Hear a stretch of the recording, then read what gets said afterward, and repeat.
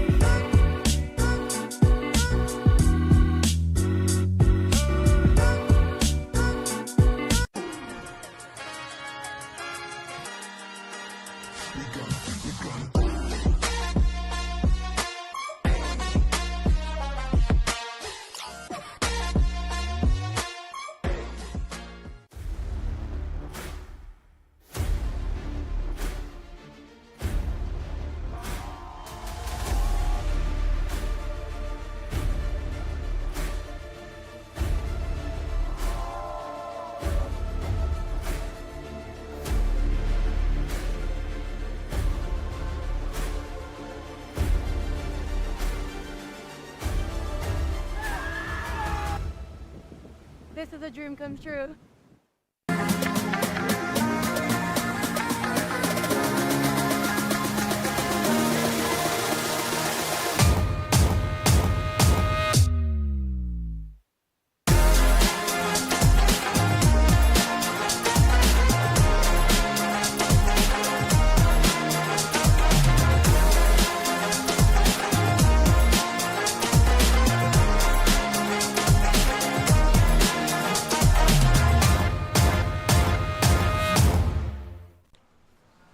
And welcome everybody, it's day number 1 here in Cauipe for the second freestyle stop of the year on the GKA Kite calendar. And let me tell you, we are at quite possibly, if not the best freestyle location to have an event in the world.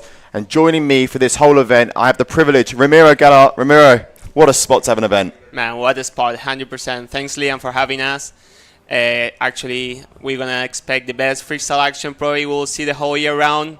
The spot is been delivering. We've been here for a while, have seen what the riders been up to, and believe me, there's new tricks coming and very, very stylish as well. Yeah, no, very much looking forward to seeing the action that's going to unfold over the next 3 days. We're actually on day number 2. Yesterday we had the registration and, you know, we got a bit of a feel for what's to come, and now all the riders are ready. The riders briefing happened earlier.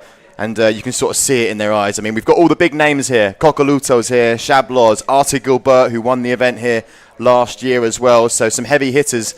Some heavy hitters and some heavy newcomers. Like I think we're seeing right now on the live stream, Matteo right there, as well as Kimo with Fini. There's also new guys on the tour that are really putting some pressure to the top contenders. Yeah, and also we got some local riders as well, you know, we likes of David Ribeiro, Eric Anderson. I mean, how important is local knowledge in a place like this?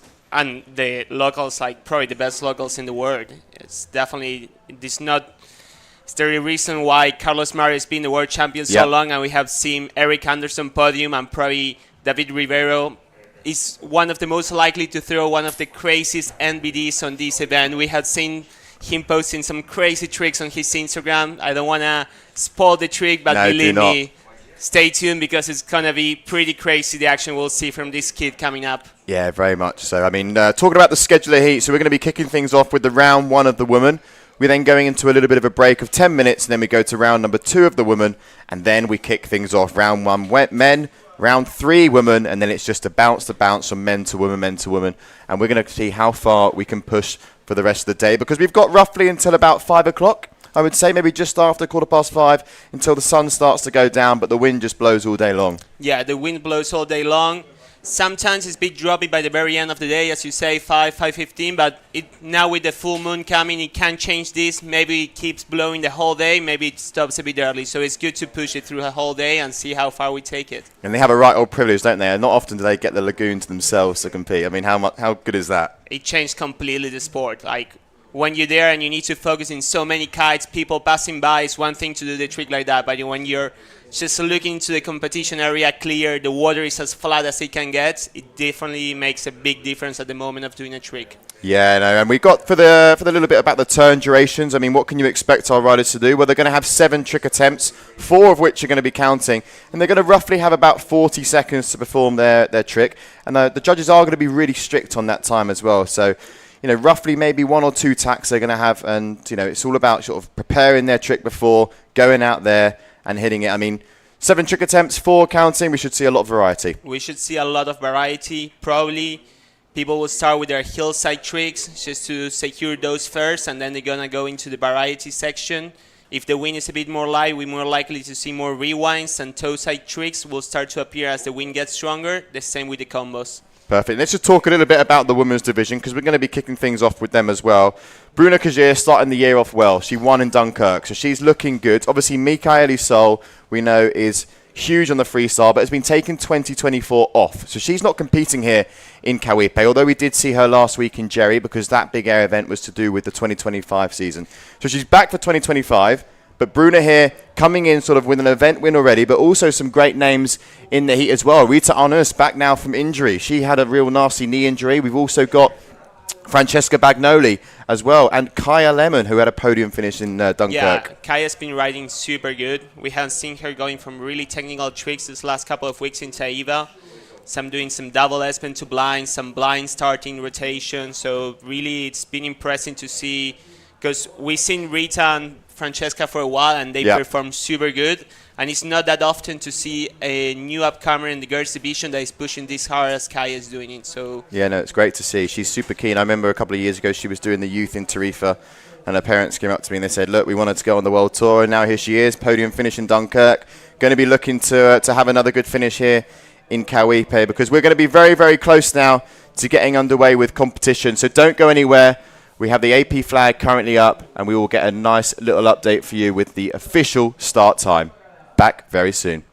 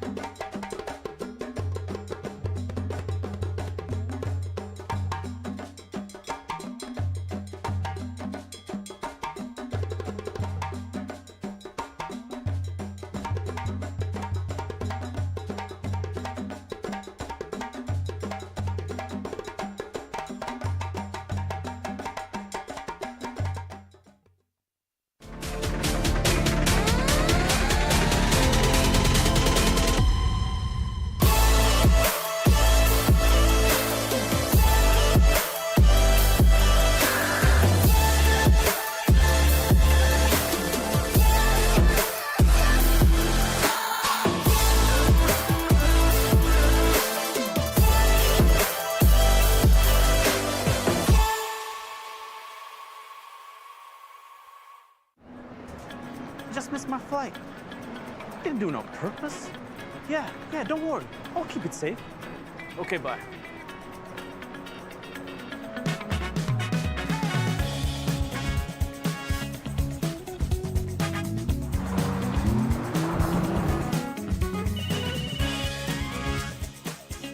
Next stop, Hamid International Airport.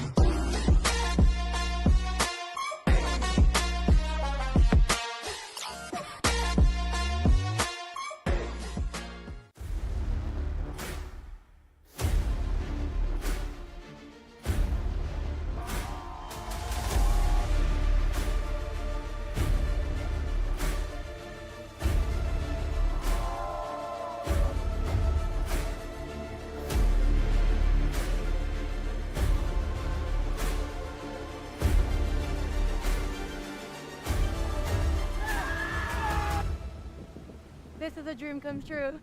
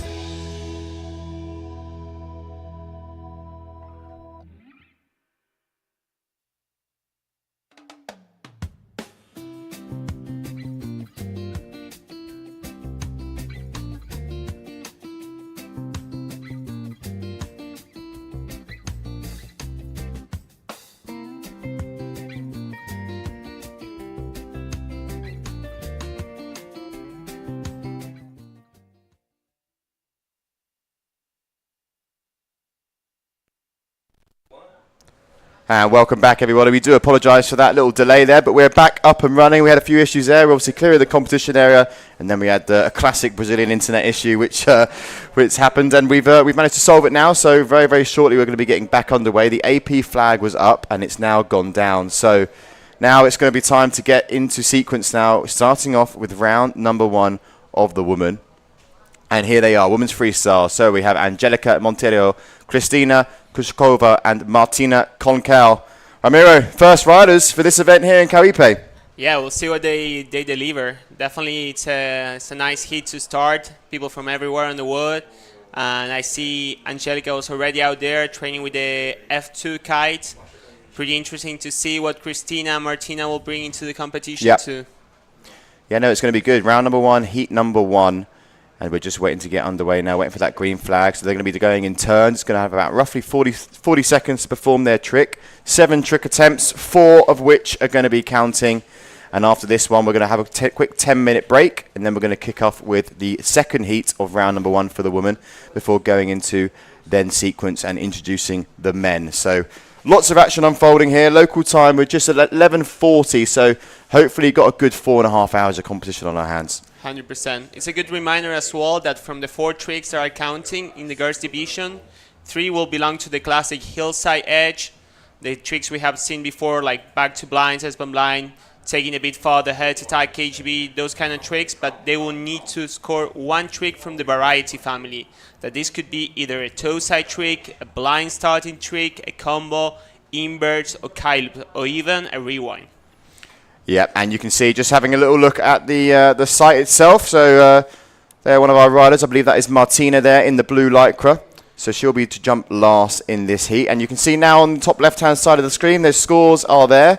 And the lycra colour is also next to your rider. So you can see on the right there of their name what colour lycra they are. And hopefully when scores start to also appear, it will start to position our riders in who's first, second and third. And then once they start to land some tricks, you'll also start to see some scores start to correlate as well. And we're going to have that nice mobile camera covering all sorts of angles for you throughout these days of competition. And we're also working on getting a downwind camera as well. But for now, sit tight. We're going to be underway with round number 1 of heat number 1 for this event here in the iconic Cauipe Lagoon. Since Martina is already out there, we just saw her tacking out. Cristina is going to be on the Harlem kite. We just saw her launching her kite. Actually, now that I spot her with her kite, I can actually tell she's been training with Nico Delmas in Taiba quite a bit. Oh, Nico. So let's see what the training brought. Yeah, no, Nico, I mean, we see him at pretty much every single event. He's travels with the Frenchies, isn't he? A big crowd of French riders, I think. And most of the, I think we've got about, maybe 7 French riders, 6 or 7 French riders. So, yeah, they're here. And obviously the likes of Arthur Gilbert, who won the event last year, part of the French team. And, Nico travels around with them and sort of acts as a big coach as well. 100%. So what do you reckon for conditions as well, Rami? I mean, we've got roughly, what would you say, about 18 knots out there at the moment? Pretty much, yeah. I guess it's probably like power for a girl and 10, 11. Guys going to be good on the 13. It can still pick up a little bit more for the bigger dudes, but it's actually pretty good conditions right now. Yeah, and what was really interesting, actually, when we were out of the booth, you explained to me just how much the conditions, favour certain riders. I mean, for you were saying you like it to be around that 18 to 21 gusting, range, but also some riders like to see a little bit more power as well, depending on their riding style. Yeah, 100%. Some riders need more power, like, for example, it could be Balgarat or Linus. The big riders, they ride with a lot of power and really create a lot of early slack. When you don't have too much power, that early slack will mean not enough height and probably not be able to execute the maneuver. And then you have some other kiters out there like Fini or Kimo that actually use the tension of the kite way more to find or to change rotation or to get the exact height they want to achieve the trick. And for them, sometimes a bit of a lighter condition can be more favorable. Yeah, obviously someone like Finn as well is a lighter rider, so 100%. He has the ability. He rides straps. Exactly, he does ride straps, and so he has the ability to maybe favourable in those really light conditions. But forecast looks promising for the next few days. Yesterday was the lighter day, so obviously we completed registration and we've done all of that sort of stuff that we need to do for the event, and now it's all systems go for the next 3 days. Plan, speaking to Juan Antonio, our race director, was to get up hopefully for Saturday to be the finals day. So to Yeah. push through today, push through to tomorrow in those other rounds, and then have Saturday as that pure finals day. Friday, no? Friday, sorry. Yeah, Yes, yeah, you're. yeah. I keep thinking because it's a weekend. You're right. Yes, it is Friday. No, it will be good. Yeah. Actually, I think it's gonna be pretty nice that way. Especially tomorrow, it seems to be like pretty much as good as it gets. So it will let us go through a lot of heats, get the ladder going, and make sure we have that final clean for the Friday to see the best riding out there. No, for sure. So Yeah. we've got a few tricks coming in now as well. So our riders are in their first sequence of tricks from Angelica and Christina. Angelica having the crash there, so not scoring anything. But we do have a landed trick here from Christina coming in. But I Martina, think it was rally to blind, if I'm not mistaken. yeah, waiting for scores to drop there. Going to be on the slightly lower side. But it's good that these riders sort of start their heat with those landed tricks, build the confidence, and are able to push in the later stages. Yeah, it's very often that riders feel the pressure of, GKA, world stop, I need to perform at my best. But sometimes play it safe and actually landing some tricks, get that confidence, make you way more likely to go to the next ladder, especially on the first couple of rounds. For sure, yeah. No one's eliminated on these first rounds, so Yeah. it's just sort of a, it progresses you forward whether you go to round 3 or you have got to battle it out in round 2. This was the opening move from Angelica. Okay, it was the back row. Yeah, and then obviously, as you mentioned, the first move there from Christina. Rally to blind. So here we go, Martina. Let's see, coming up with speed. That pre-pop to get extra height, and what it's gonna deliver. Blind shot, but the bad check that probably, we'll see how it's considered. It's probably gonna be a crash because her board went completely out of the water, but Yeah. let's see what the judges have. Yeah, the judges, they obviously will reward the tricks when they need to be rewarded, but when those butt checks do happen, regardless of how good the trick was before that, they're going to get deducted points if they see a butt check. 100%. You see that in another disciplines like snowboarding and skating. No matter how good the trick, if you put a finger on the water, that's it. Yeah, no, for sure. We need to be a bit more permissive here because conditions are way more tricky. We have a lot more variables that we're working on. But definitely we still need to push to look for those clean landings to show control and execution on the maneuvers. So back now, second round of tricks, kicking things off. Angelica, I wonder if this is her local spot. She is from Brazil. Maybe Cauipe is her back garden. Let's see what It's she's another got back. here. A pop to a surface. She seems a little bit under there. Probably she's riding quite a bit of small kite.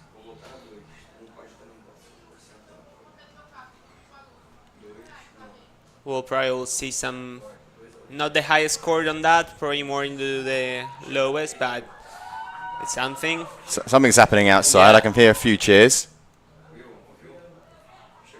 So these riders will be going trick by trick. And as we mentioned, it's the 4 best tricks of 7 attempts of count. They have 40 seconds per trick. And there's also going to be some special flags. So what can happen as well sometimes is that when the judges really need extra time to validate a score, they'll fly the pink flag with the colour lycra of that rider. And basically that just signals to the rider on the water that the score is needing a little bit more validation. Because obviously when we go later on into the stages and, those riders really start pushing, we're going to be sort of seeing all sorts of grabs, maneuvers, Sure. twists and turns. I mean, you know it Tricks better that than we anyone. don't see that often, and it sometimes needs some time to rethink actually what the score and how much we need to reward that extra rotation, that extra grab. Do you think we're going to see some world firsts? I think so. I have seen quite consistent some world firsts. Let's see here. Martina going for Aspen, really going first into that rally, extending and then initiating the Aspen. Quite a wake style maneuver. Yeah, you can see here, pops out, and as you said, gets a nice extension. Yeah, it's good to see that nice extension before going into the Aspen. A lot of these days we see like the Aspen way more like vertically. It's nice to see the body horizontal when starting a rotation. Nice. Yeah, looking at some of the judging criteria as well. I mean, the main criteria they were looking for is the height and amplitude. So everything must be done as big as possible, and they want to see a lot of travel distance as well. The execution, so full rotations with lots of tricks and power, commitment, the risk factor. Also a big one that we always refer to in freestyle, the kite angle. How important is the kite angle? It's very important because it's a line that is hard to draw. It's easy to keep going a little bit and a little bit higher the kite, And if we don't draw a line, if we don't really punish when the kite is way too high, there's nothing to actually be considered, because then there's no point where the pop actually counts and the execution of maneuver gets lost. It's very important to keep that kite angle a bit low so the trick gets started all the way from the pop of the trick. As Alvaro mentioned on the briefing, we need to still see the gravity aspect. We cannot just be paragliding out there. Yeah, no, you're also looking for the smooth and style, and as we refer to, the adding grams, speed in and speed out towards that critical section. And also there's the big factor of the technical difficulty. So every trick obviously has its base score, but you know, that can be up or down depending on the execution of that technical difficulty. And for accomplishing this, to actually all the viewers being able to see the main aspects of the criteria, for the high end amplitude, we have this wide angle camera that let us see the kite position and how much the kiter has traveled in the air. And then we have for the execution the downwind angle, looking up way more close up. We can see if it was actually a grab, a touch, if the landing was clean or not. So these two cameras will give us a good point of view of what actually the trick has been performed. Yeah, most definitely. And you can see now some scores starting to come, nothing too big just yet, but a couple of small scores. Martina has a score coming in as well for that second trick attempt, but we now go back into sequence for Angelica here, coming in right foot forward, third trick attempt.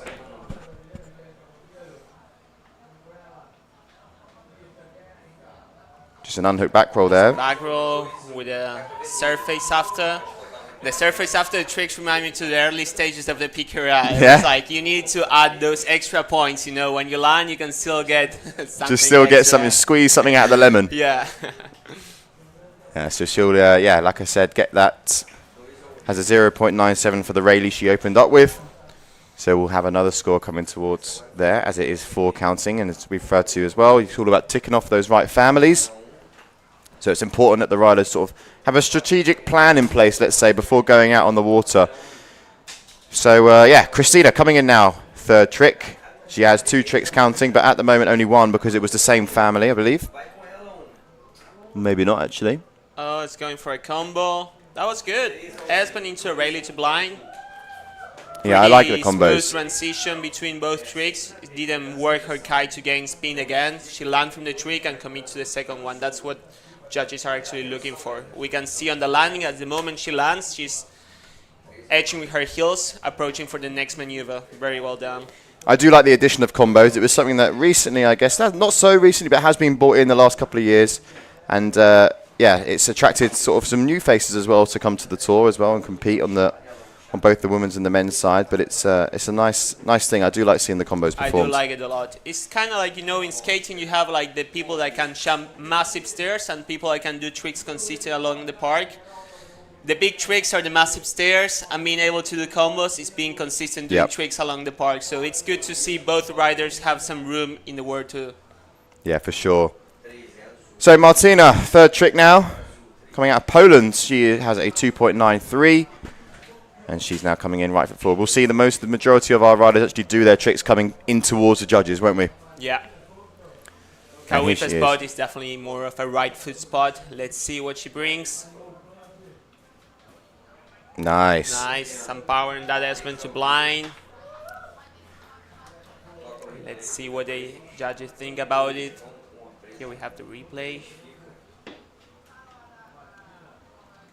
Oh, exactly what you want in your replay there. One of the locals walking straight through your camera view. We'll try and make sure that the gates are put up so that doesn't happen again. Well, it's a good pop, but definitely the angle during the rotation of the Espen wasn't as horizontal as Christina did. But some good power, that is one of the main criteria. So let's see what the judges think about it. Yeah, and that's it. It's coming in nice, yeah, 4.33. Highest trick so far. For sure. And we've got a question coming in. What size kites are the girls on? I believe they're maybe on 11s, 11 to 13? I think so, but I think Angelica's on something smaller. It's definitely way more underpowered. Probably on a 9. Yeah, the Harlem. No, Angelica's on the F2 here, coming in. Oh, here she goes, unhooks, trying to anyway. Maybe she can still tack left foot. She only has 40 seconds. Let's see if she can make the trick before the time runs out. So here we go, left foot forward now. First time we've seen a rider go here. Doesn't look like she's going to start going though. Looks pretty light for her. Yeah, she's really having to work the kite. So I do believe here we've got some scores coming in for a crash. So sort of timed out now on this fourth trick for Angelica. Yep. That's why always it's a good advice for every rider. Better to be overpowered than underpowered. You definitely don't want to have a crash on your tricks just because you didn't manage to get enough speed to commit to it. Yeah, you at least want to try and get that attempt in. Oh, nice. Let's see the other angle. I think there was a grab in there. Yeah, she's happy. Yeah, that seems pretty good. So here we go, replay. Yeah. Pops Back roll to blind. is the grab. And yeah, she went there for that indie grab. Sticking the landing. The kite seems to go pretty low there. She's saving it with her left hand for not touching the water. She's stoked. Yeah, Judge is definitely going to be starting to reward those grabs, and obviously some grabs are harder than others. Let's talk about a little bit about grabs, Ramiro. I mean, give us the insight. I mean, what's the really hard ones we're going to be seeing? It's also like some certain tricks are way harder for grabs than others. Like for example, the back to blind and the tricks like the S-move as well, that you spin one way and then the other, really gives you room for adding a grab there. While like for example a back move or a front blind move are way harder to add there because you need to find the spot while you keep the momentum there. Definitely back to blind with an indie is not one of the hardest, but it's very nice to see the girls pushing for some grabs in their rotation as well. Yeah, and she's now got another score on the board there, 4.30 for Christina. Martina now, can she answer back?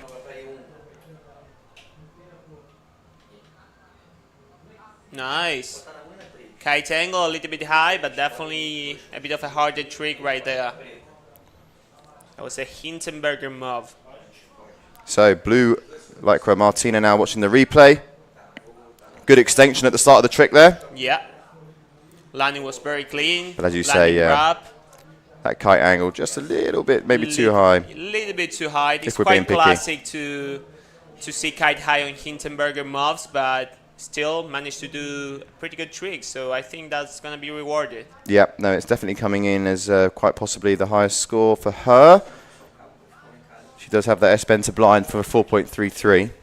She only needs a 3.5 to go first. Let's see what she gets. Yeah.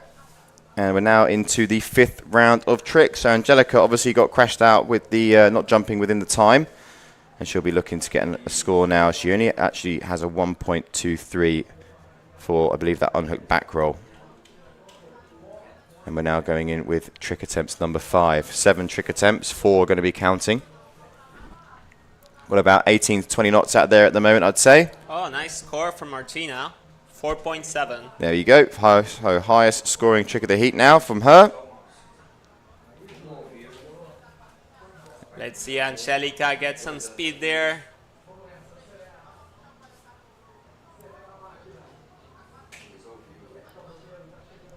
It's so nice to see Cauipe this flat. It must be so good, right? And another back roll trying to do a combo. Not really a combo, huh? It's just a back roll into a pop, and she needs to steer her kite to get some more speed.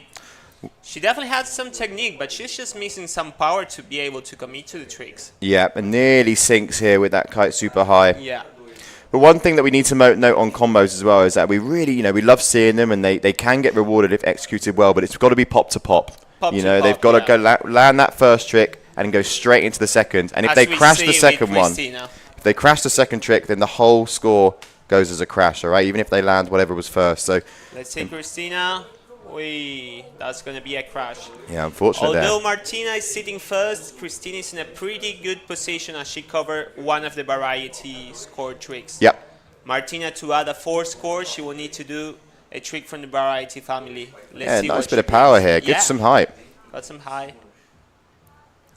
The kite went a bit high at the end. That's why she couldn't go for the pass or stick the blind landing.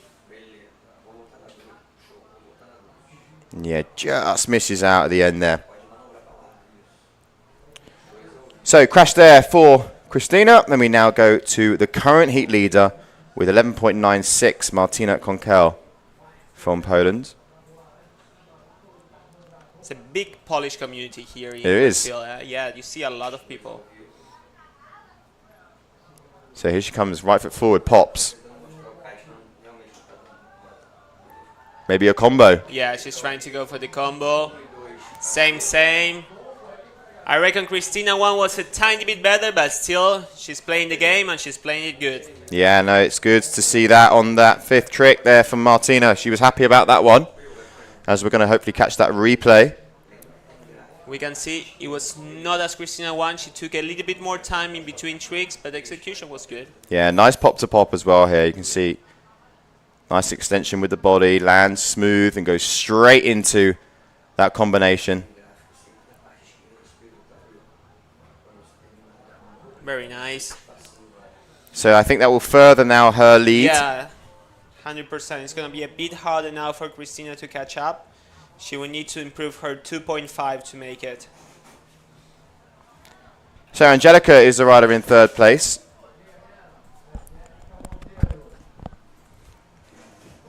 Just on that 2.323, sorry. She does have that last score counting as well, but does have a lot to chase.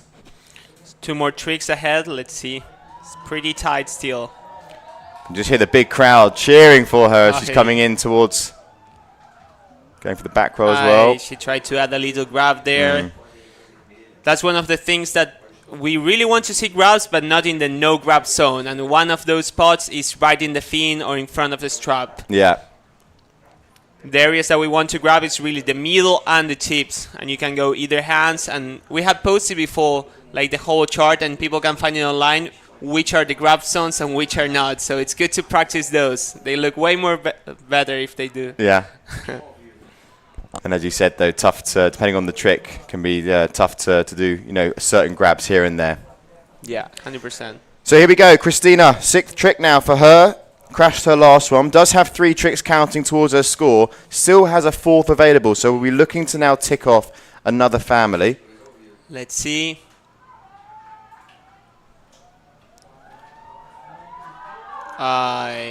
Big shame there. Traveled some great distance. Yeah, she traveled quite a bit of distance. She was going way more powerful on that one. Let's see what Nico Delmas had to say to her. I know he's been coaching her. What's going to be the last trick? Man, he follows the wing foilers around as well. Yeah. He does the GKA, he does the GWA. It's a full-time job. Travels more than us. Yeah.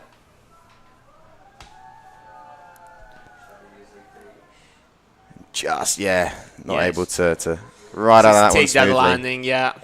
Missing just a few degrees on that landing to have a bit more slack in the bar to be able to stick it together. Okay, so 6th trick attempt now for Martina, and then we're going to be going into the last round of tricks.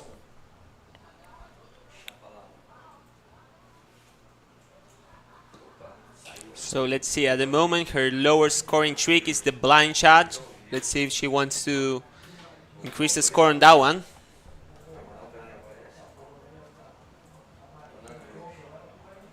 So here we go, coming in, right foot forward. Riding what looks to be the dice. Yeah. 3-strat duotone, most likely the dice in the competition of freestyle. Going left foot forward now. It's good for a change. 3-1-3 maybe? Oh yeah, 3-1-3, He's and called very it. nice one. She got her kite in a good position on the landing. That's definitely going to increase her blind shot score. Nice point to do it as well, yeah, because now she has 4 tricks counting. She can start to play with it a little bit. So she's ticked the families. Now for Martina, it's about improving that lowest score, which was the 2.93.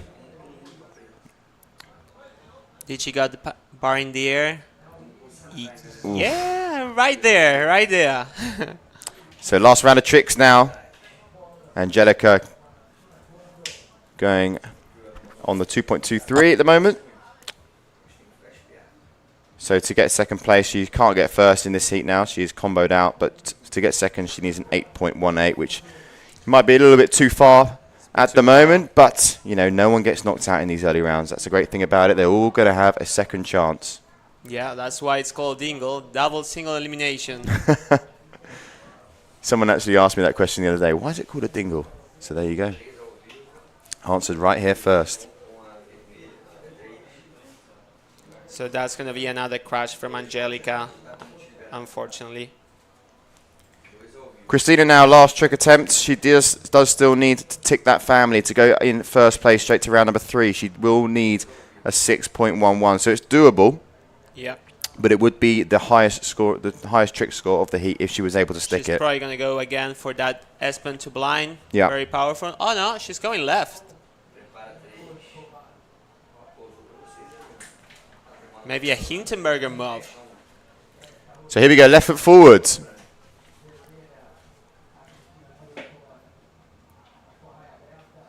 Oh yeah. Oh, just about. A pity her kite went a bit high. It was good committed. She started the trick with the kite low with a lot of power, and during the rotation of the trick, the kite started to go a bit too high for the landing. It's going to be a good score, but not sure if it's going to make it to take the first. I think Martina got this one. Yeah, you can see just about keeps it together at the end. Yeah, it didn't even pass it. So it will be a score, but yeah, I do believe that it's not going to knock Martina off first place. She'll most likely be going straight through into round number 3. But she does still have that last trick attempt as well. So what does she want to try and improve? Lowest score is the frontside 313. Yeah, it's good as well when you're in this situation that you know you're already passed Yeah. to have a look at how the judge is scoring. Like if you know you got this trick that you're not really sure how it's going to be scored, it's the moment to throw it. For sure, yeah, no, she can experiment here. No, she's going through. So, Martina now, right foot forward, coming in.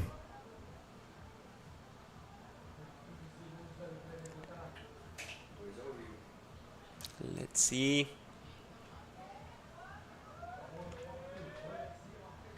Nice with the tail grab. That would have been nicer. Yeah, unfortunately, just crashing out. I think I know where I remember her from. I think she did Big Air Tarifa. Oh, I think she was injured, had a big injury, which might explain the knee brace. Yeah, I was going to say that knee brace came from somewhere.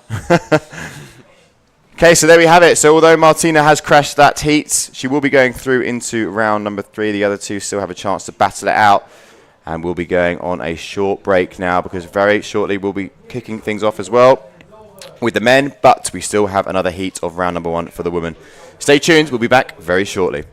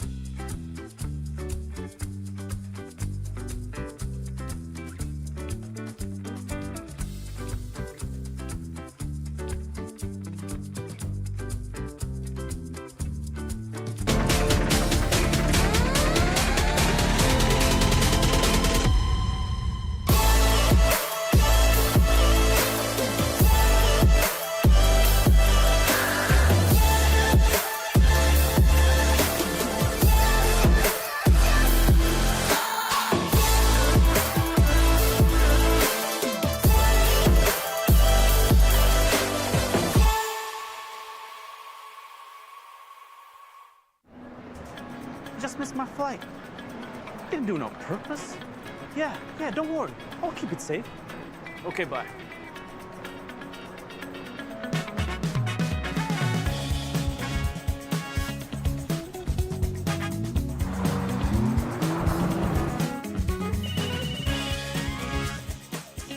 Next stop, Hamid International Airport.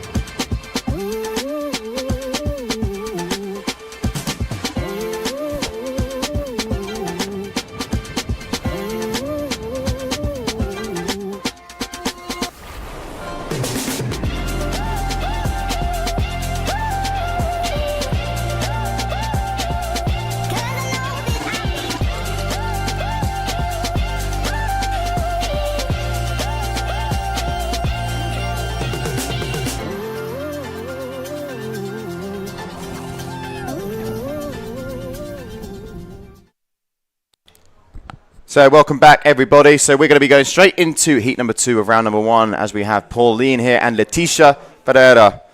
Round number 1, heat number 2 here for the women's division.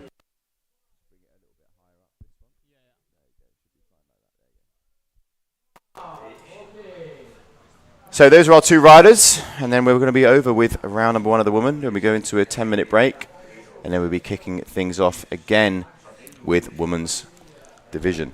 Seems we already started. First trick of Pauline went down, got a 3.1 for a blind judge. Leticia had a last-minute call-up as well to join the event. Do believe she joined us here in Cauipe last year.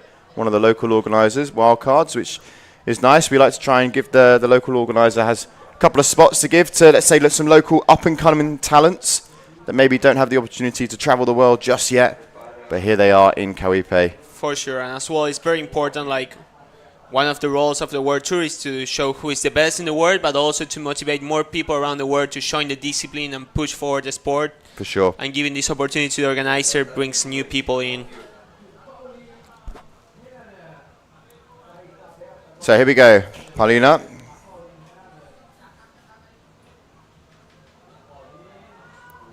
A bit of a bad check. Yeah, big butt check there. Yeah. I do think that first trick that she landed was actually not in the time. Yeah. I think the yellow flag was still up, so that blind judge she landed to kick off her heat won't be counted.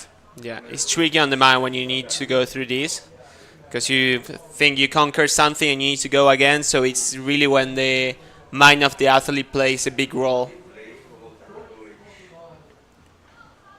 Yeah, butt check there. Yeah. Will be scored, but yeah, deducted for the butt check. Let's see Leticia coming up with the duotone kite. She looks power. Yeah, very much so.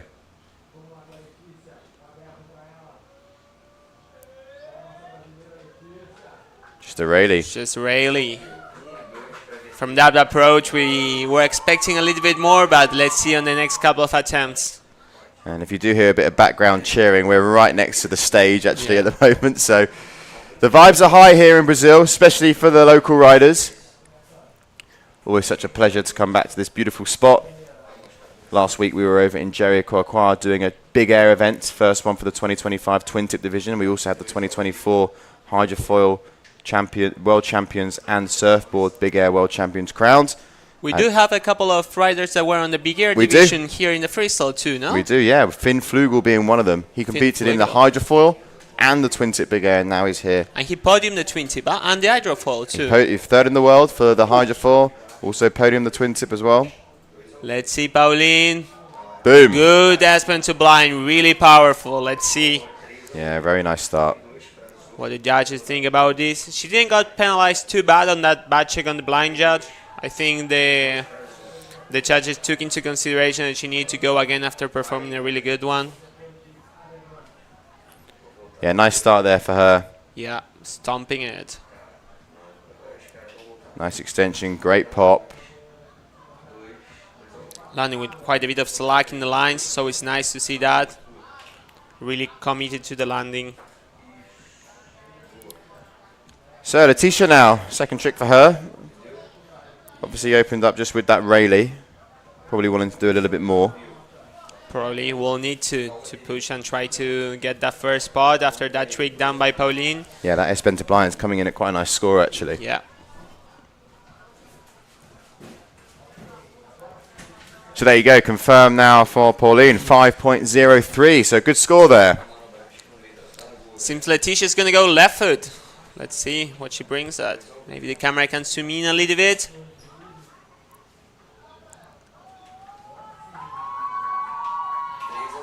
That's called, it's an S-bend to Tosa, but it's actually called a crypt. A crypt? Yeah.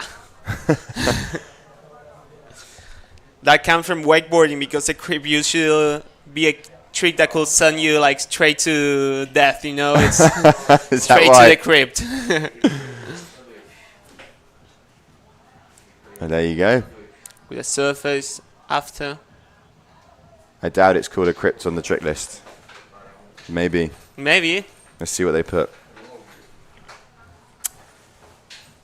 Okay, so blind judge for Pauline and also an S-bend to blind. That's how she's opened up her heat. Two good scores, 7.93. Now we're going into third trick attempt.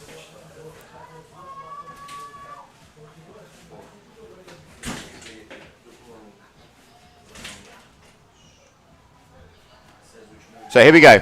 40 seconds. Starts now. Coming in with some power. Combo. S-bend into rally to blind. Seems to be the combo of the day on the girls division.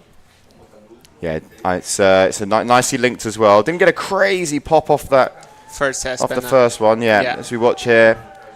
Again, plenty of power shows. Nice extension. And then just gets the pop here. The transition between the tricks was Yeah, good. it was nice actually. Yeah.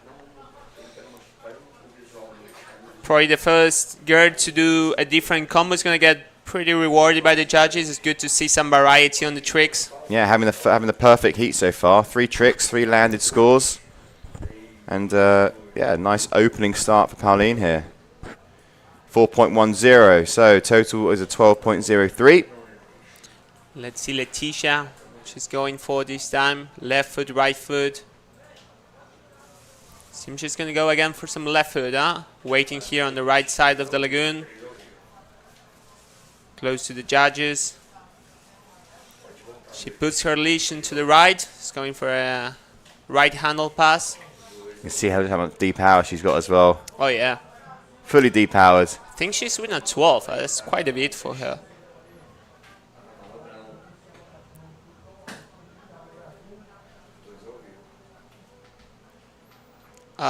That's a pity. I'm sure she was going for that 3-1-3 by the way she positioned her leash. It's going to be another rally for her. It's going to be another rally.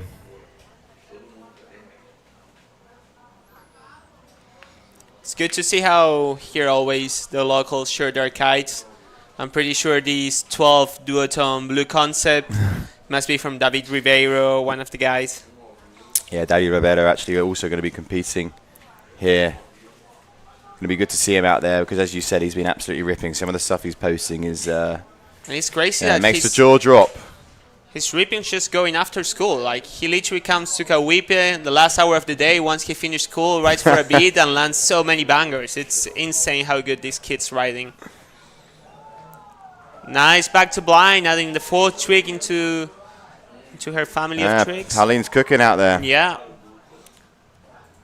It's a pretty nice start when you cover the 4 tricks with the, straight away. You know, you have the 3 last to just outperform them. Yeah, having a perfect heat at the moment. Look at that. Yeah, that's a big smile. So keep your comments coming in on the stream as well. We're going to be here running the show for the next few days. And any questions that you've got for Ramiro as well, fire them his way. And we very much look forward to doing the coverage here as we're kicking things off on the second day actually with the women. Men are going to be up very, very shortly. And as we mentioned at the start, we're going to just plough through as many rounds as we can, given the conditions are suitable, which I think they're going to be pretty good for the rest of the day. They look nice there, as you said. Right up until the last day, which is not Saturday, it's actually Friday. Friday, yeah. Let's see what she's going for. Back roll to toe side and then surface. Almost got stuck there, but managed to ride away. Yeah, it's getting so much love out there. Yeah. I mean, there's a proper grandstand here this year we've got, which is, I mean, we were in Cauipe last year. The year before that, in 2022, we're over in Taiba. So we've been treated to some Brazil freestyle lagoon action in the last few years. And, it's one of the stops that really does, put its stamp in the calendar. Talking about locals, that year in Taiba, I remember Eric Anderson performed so good. Oh, unbelievable. Unbelievable. His style, it's one of the best out there for sure. Yeah, and you can see there some of the public just enjoying the action that's going on. That was an insane event in Taiba in 2022 when Kokoluto took the World Championship as well. With one of the most insane hits we have ever seen in kiteboarding. Yeah, crash there for Pauline. I guess it was about time because she's had 4 landed tricks. She was due one. Going for the grab. Yeah. tail grab, getting a bit too close to the fin, but a tail grab still. It's nice though. Yeah. Okay, Letitia now. Oh, that's not the competition rider, guys. He did have a blue light, right? He did, yeah. Probably on purpose. Trying to get a shot on the GKA. So here she goes, Letitia now, going left foot forwards.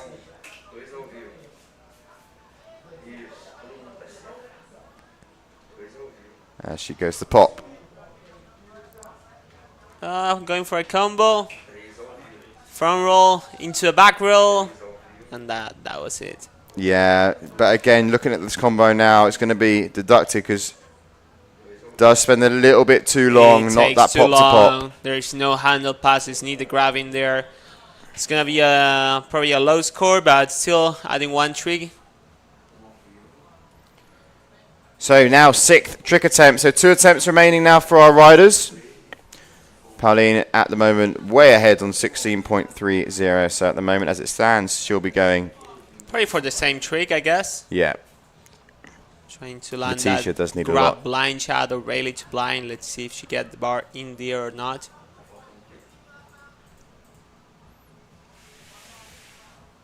So you can see here, just waiting for the flag to be raised, that red flag on the beach, and then she can get underway with her trick. Okay, so here we go. Pauline now coming in, right foot forwards, gaining some speed, diving that kite. And here she goes, coming in. Kite was too high to add that grab in there.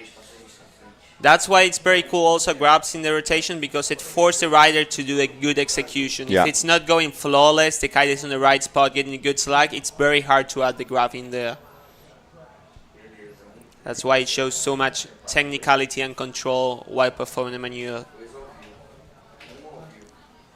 Okay, so Letitia needs 12.84 from these last 2 tricks, so she needs 2 big 6s to get herself straight through to round number 3. And she's coming in now. She's a little bit way too downwind. Let's see what she's going to do. Surprisingly enough, it is even flatter. She comes a little bit further upwind, isn't it? Yeah. Just because right by that sandbank. It's like a bath out there. So nice. And not often will these riders be able to have Cauipe Lagoon all to themselves. Very, very rare. Each year it's just getting a bit more busy, and it's a great opportunity, events like these, to actually get the best performance possible in Cauipe. Yeah, just an unhooked back roll there.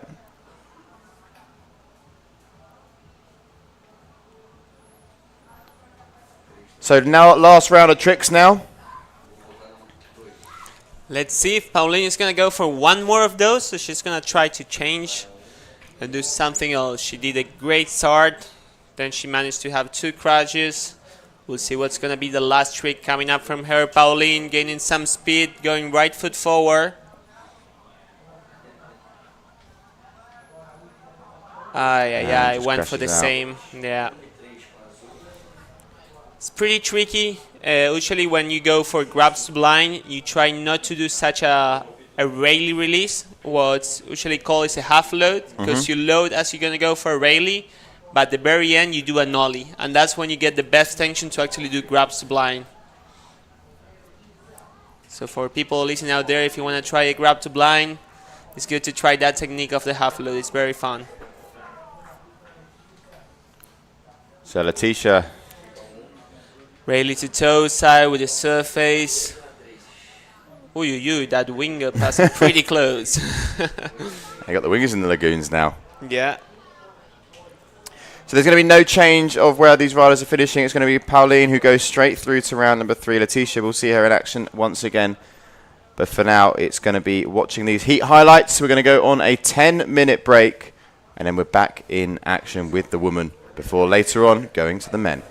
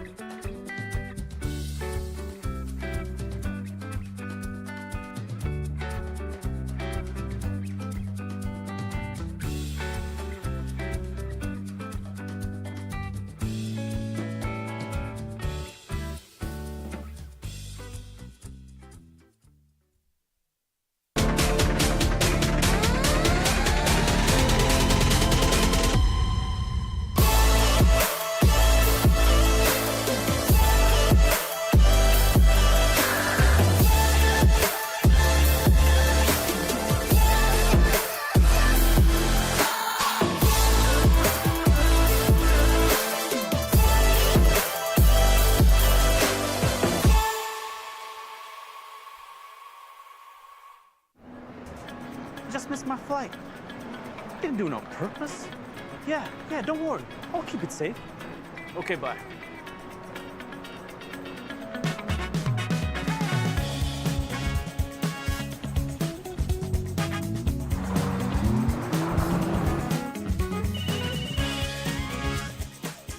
Next stop, Hamid International Airport.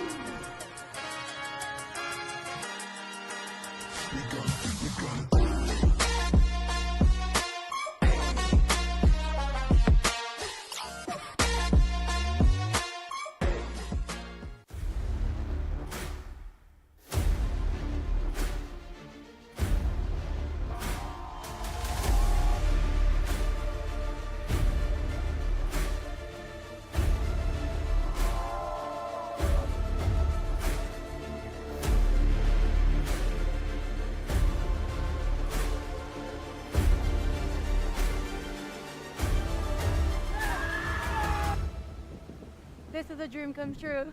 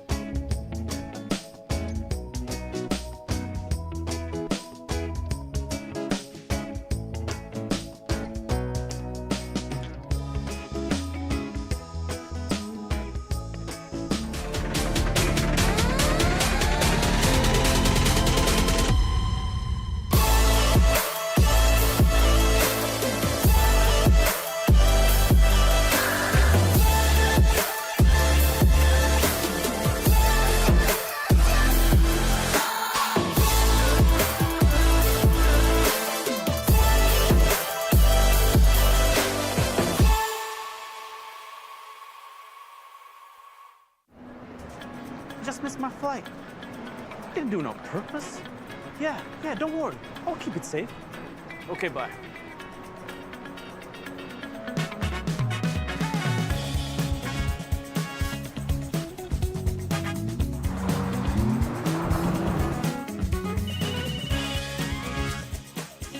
Next stop, Hamid International Airport.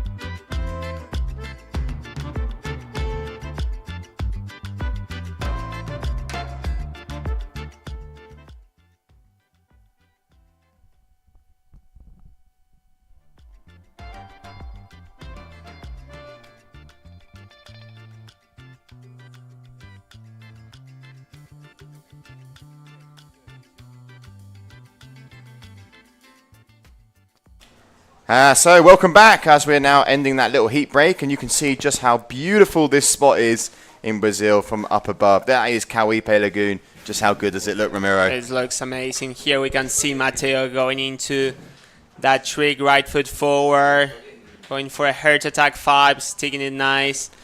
No, Cauipe cannot look any better, especially when it's empty like this, that gets even flatter. It's just paradise right there.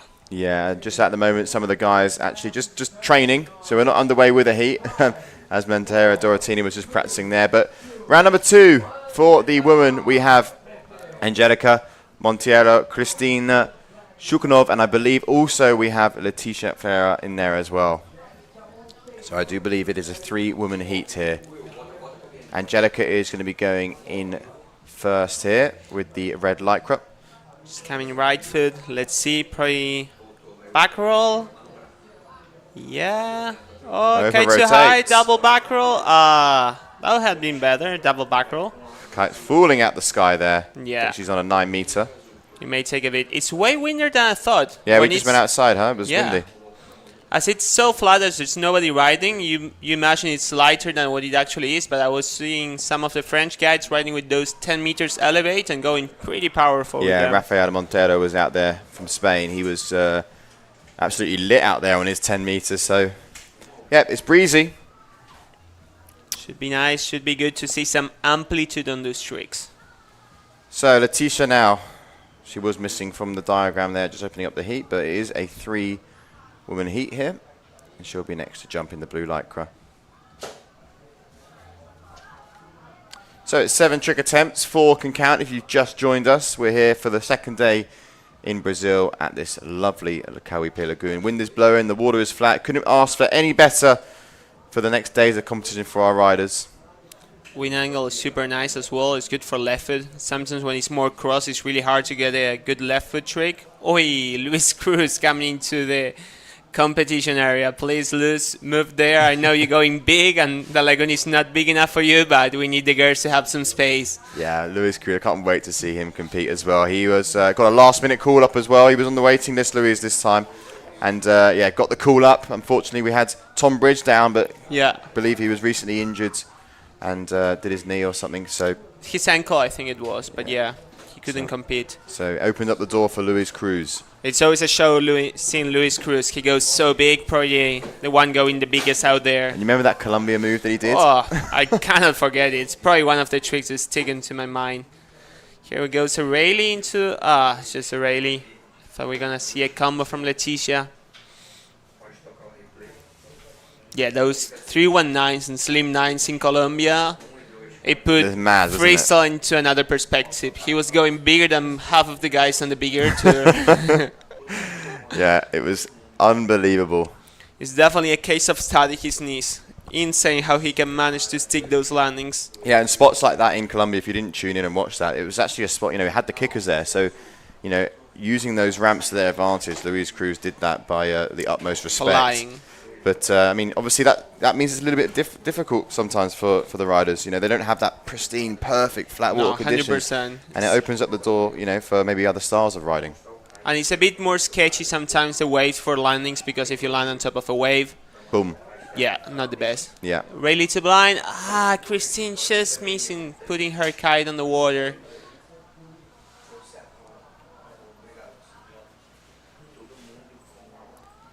So far, we have only the Rayleigh from Leticia. Let's see what the second round of tricks will give us. So here we go. Second round of tricks, as you mentioned. Angelica now starting the sequence once again as she starts to engage. So here we go, second trick attempt.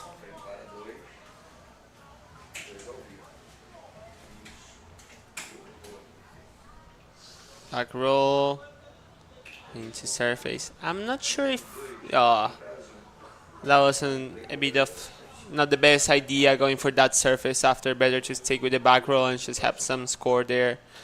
I don't think really judges will add extra points for those surfaces. So if girls are listening out there, just go for your trick. If you have extra power, go for a combo, but commit to the trick in the air.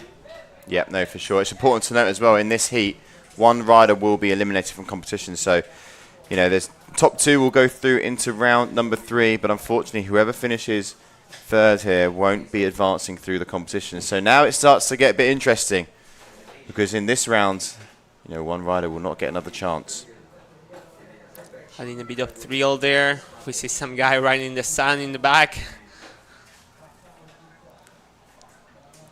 So Angelica crashing her second trick. Letitia's going to be up next, the only white rider that does have that score, but obviously it is only that Rayleigh at the moment of a 0.93. She's waiting for her turn, waiting for the score to show up. As soon as that score is released and the flag's up, she has 40 seconds to perform her trick. Still waiting here, Leticia. Not quite sure why. Must be a reason why the flag is not up.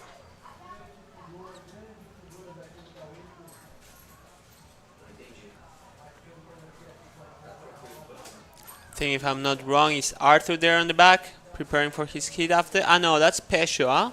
Peo, I believe, maybe. Yeah, Peo. Yeah, all the guys now out there training, getting used to the conditions, because they'll be up very, very shortly.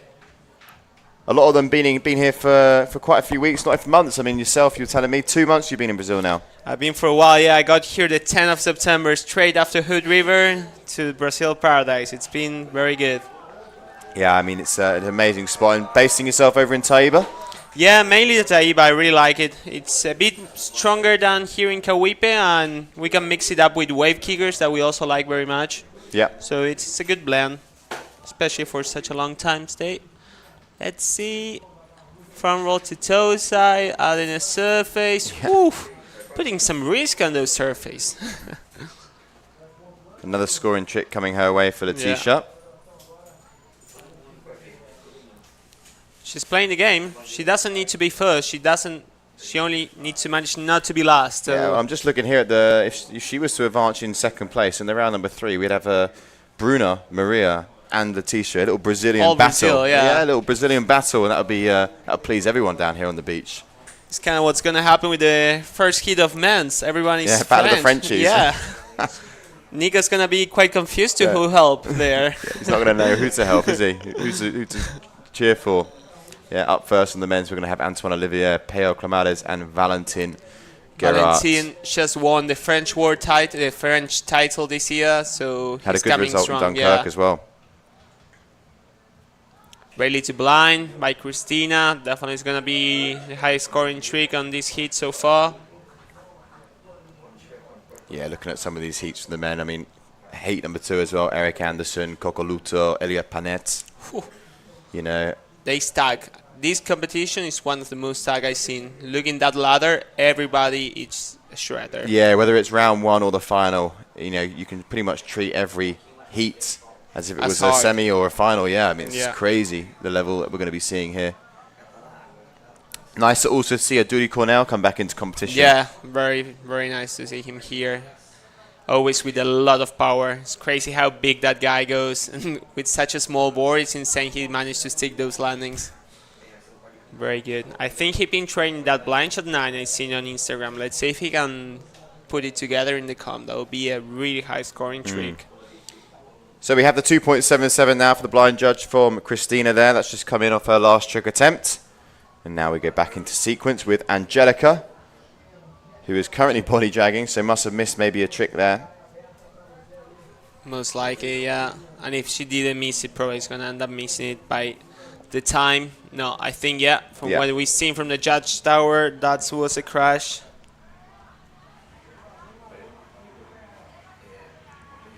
It's busy now in the Cauipe. Local time is coming up to 1 o'clock. It's 12:45. Yeah. Organizers are doing a good job keeping the people out of the competition area. It's very hard to keep out people motivated that come here for their vacations just to shred. It's hard to keep that spot empty for the riders. Maybe they don't know it's going to be a competition here when they rock up and they see the buoys definitely lined not. out.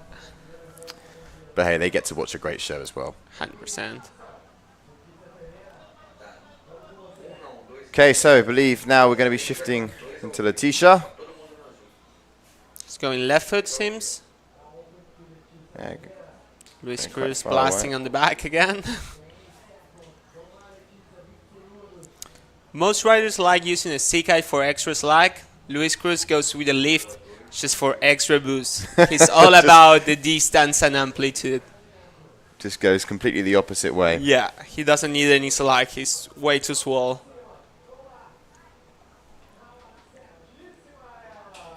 Back roll to toe side from Leticia. A little surface as well. Oy, oy, oy. Woo. Right into the barracas. Yeah. As you watch here, nice little pop. Gets the back roll rotation. As you mentioned, lands to toe side.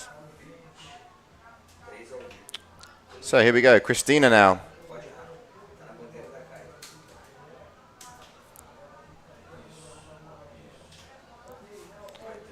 Okay, so here we go, engaging now, third trick attempt. What do you reckon we're going to see? An S-pen to blind maybe? A recombo? Let's see. Christina, She did a combo last time as well, Yeah. didn't she? I think within her 7 tricks, so should definitely maybe attempt that. Here we go, right in front of the judges here. S-pen. No. Yeah, kite very high at the end. Kite very high. It's going to be a low scoring trick, but still adding up. It's a scoring trick.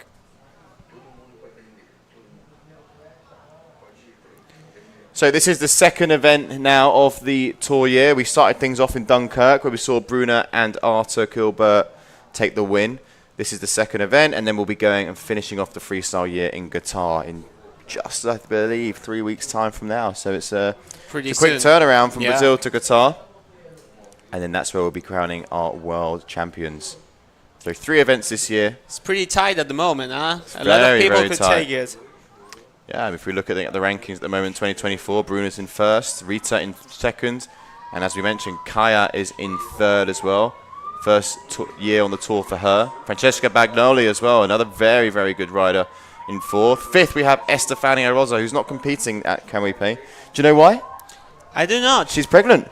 No way, yeah, really? She is, yeah, she is. Found out yesterday, so big congratulations to Estefania. Nice, congratulations. So she has pulled out. Yeah, really good comeback from Rita, being second on the tour now after her knee injury. Yeah. Congrats on her too. Yeah, and looking at the men's, we've got first place at the moment, Arthur Gilbert, closely followed by Maxime Chablos, Finn Flugel as well in third, Matteo Doratini in fourth, Kimo Mahmoud in fifth, previous world champion Jean-Maria Coccoluto is also in a fifth place finish. Didn't have maybe the result he wanted in Dunkirk. No, definitely so he'll be looking to avenge himself here in Cauipe. Obviously, Carlos Mario as well, big shame for him, but he won't be competing due to injury. Knee injury. Picked up a knee injury. He was riding really good. It will be interesting to see the performing of Matteo and Kimo as they're upcomers and riding super good and bring a lot of the new formats into their bag of tricks. They really good on the toe side and rewinds.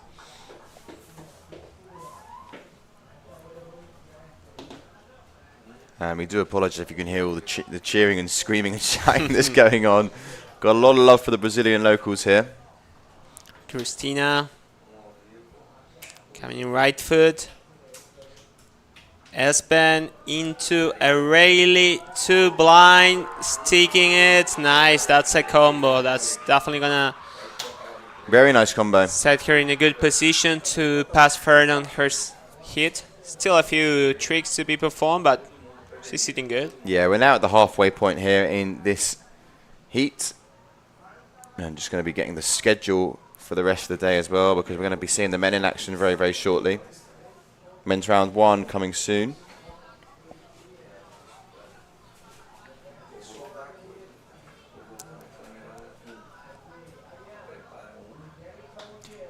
So after this heat, we're going to be shifting straight over to the men. So men round 1 will be in approximately just over 10 minutes time. And then we'll be going through all the heats back to back with the women for the rest of the day. Maybe we can push up to round number 3 of the men.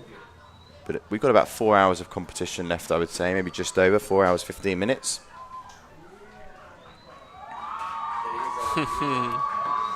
Big cheering. A lot of love. Angelica there will have another trick scored for her. As you can see here, pops up. Little pop. Surface pass. First time competing for Angelica. Kind of a transition trick too, huh? Letitia now. Seems she's going to go for a left foot trick.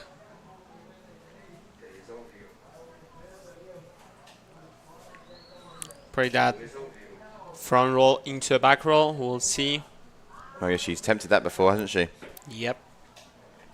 So maybe a combo here for Letitia.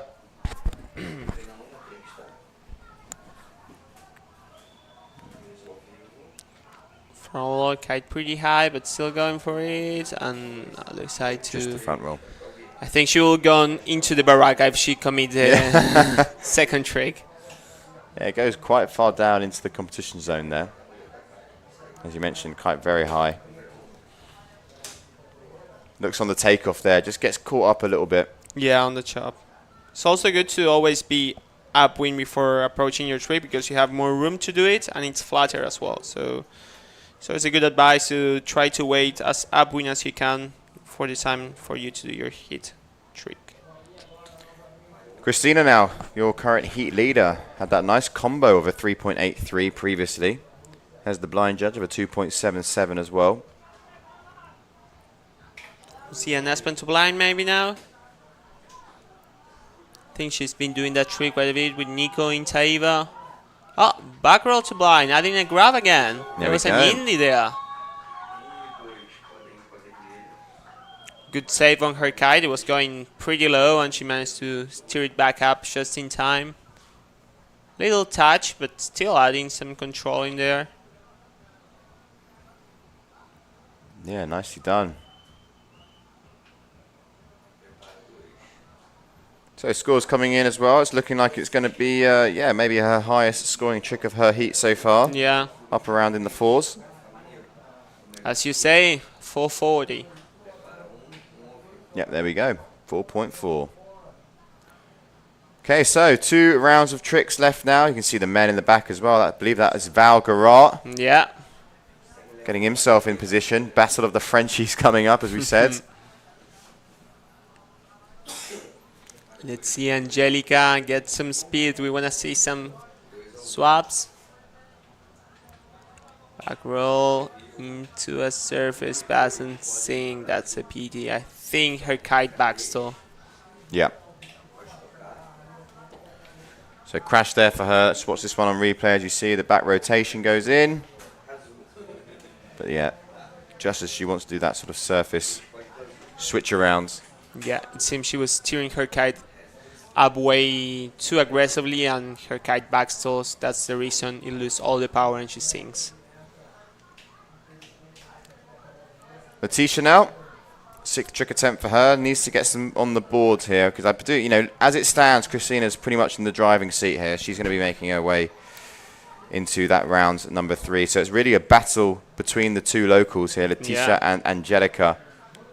She needs only 0.1, but she still needs it to go through. Yeah, what we know now is that most likely we're going to see that round number 3 be all the Brazilians with Bruna as well, which will be obviously a great heat to watch. But it's only going to go to one of them. So at the moment, Letitia only has 1 scoring trick of the 1.97 for that back roll. So here she goes. I believe that's on a 10-meter Vegas. Right in front of the crowd here.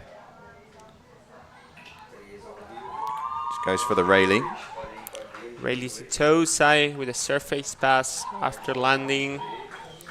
It's probably going to be enough to take the 2nd place. Yeah, we see a Rayleigh from Angelica previously, which was a 0.93. She only needs a 0.10 to go into 2nd place. And I reckon that's going to be enough. So now it all comes down to this last trick, most likely for Angelica. But first up, we have Christina for her 6th trick attempt. Replay here, little service pass as she goes through. And it does look like it's going to be enough for Letitia to go into 2nd place.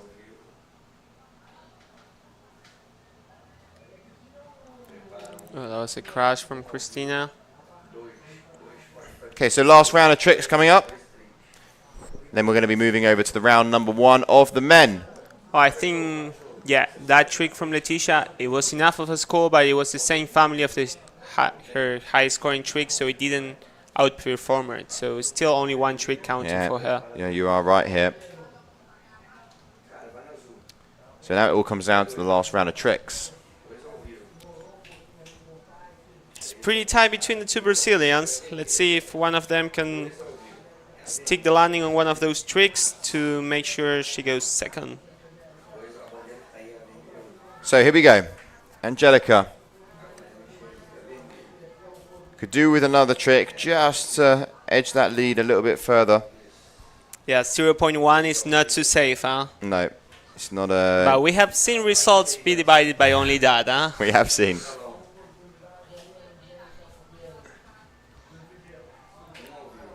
I think we missed it, but I think there was a crash there. Yeah, crash is going down. So Letitia needs to play it smart. She only needs to land something. No need of a surface after. Just go for a trick and you will get it. And this is where that competition knowledge can come into key. Just goes for the Rayleigh. I think that's going to be enough, you know. I think that's all she needed to do. I think so, but she also did a Rayleigh before and didn't score into the trick category. So I'm not sure if it's overlapping again. Let's see what the judges think about it.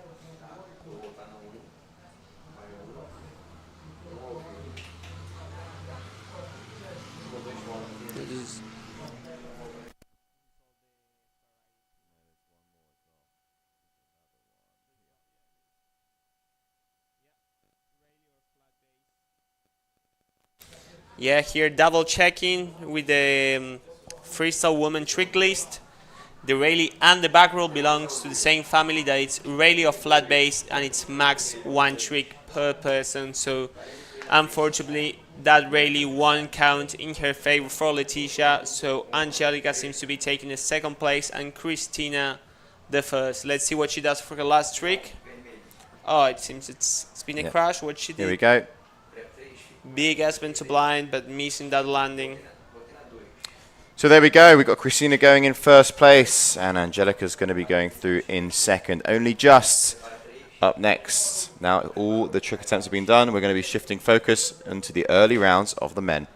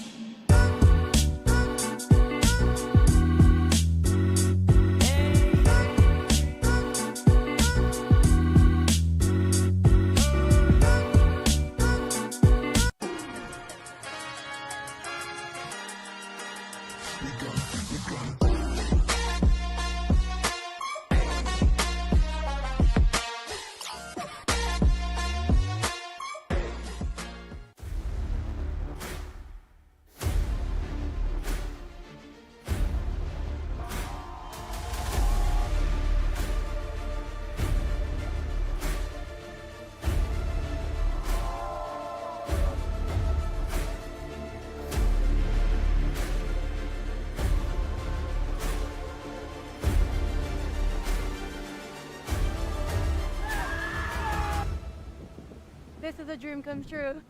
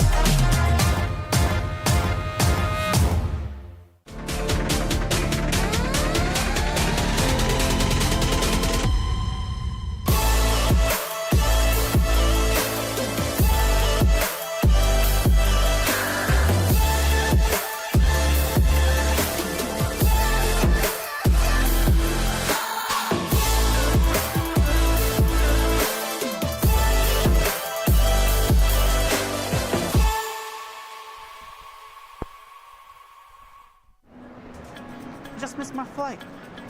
Didn't do it on purpose. Yeah, don't worry. I'll keep it safe. Okay, bye.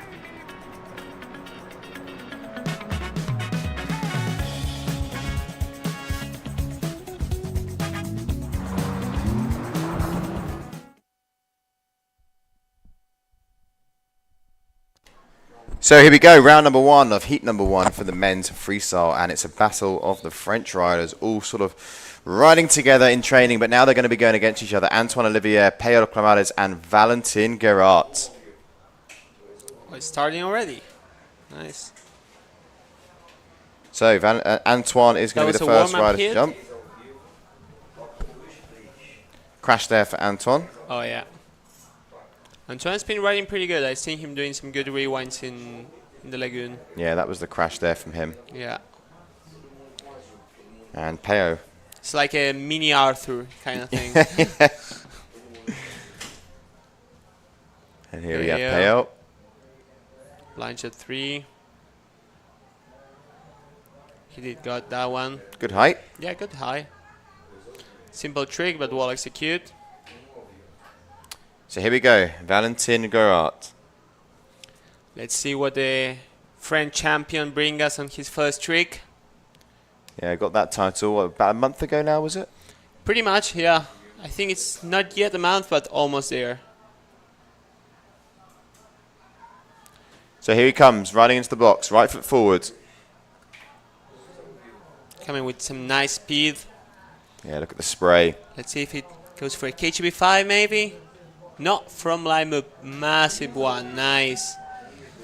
We can see a good inversion on the trick. The judges love to see that. No dangly, getting really inverted. It's going to be a good score from line move there from Valentin Garat. Yeah, you watch the replay here, as you said, properly inverted there, smooth landing. He put something up on Instagram a couple of days ago of some trick, and it was unbelievable what he did recently. He's been doing a few double maxi to blind. Maybe that's the trick you're talking about. He goes like into a back row, and the second rotation he inverts way more, and then he takes it to blind. Yeah, we've seen riders pushing that quite a bit lately. It's very interesting seeing those double front rolls, slim chance, double maxi to blinds. There's quite a few double half cab moves. It's another area to explode. It's also one of the variety families on the invert. So flump vibe there coming in at a 5.33 for Valentin Garat. Antoine coming very strong. Let's see. Oof. A lot of power, but that kite dropped him on the air and he couldn't stick the landing. Yeah, he looks like that was a tough one to take as well. Yeah. Gets the rotations, but yeah, this landing, boom. He missed the bar there on the second one, and that's the reason that the kite dropped him. Very harsh landing there from Antoine. Going big though. You appreciate the effort. So Peo now has that backside 313, the 219, the 2.97.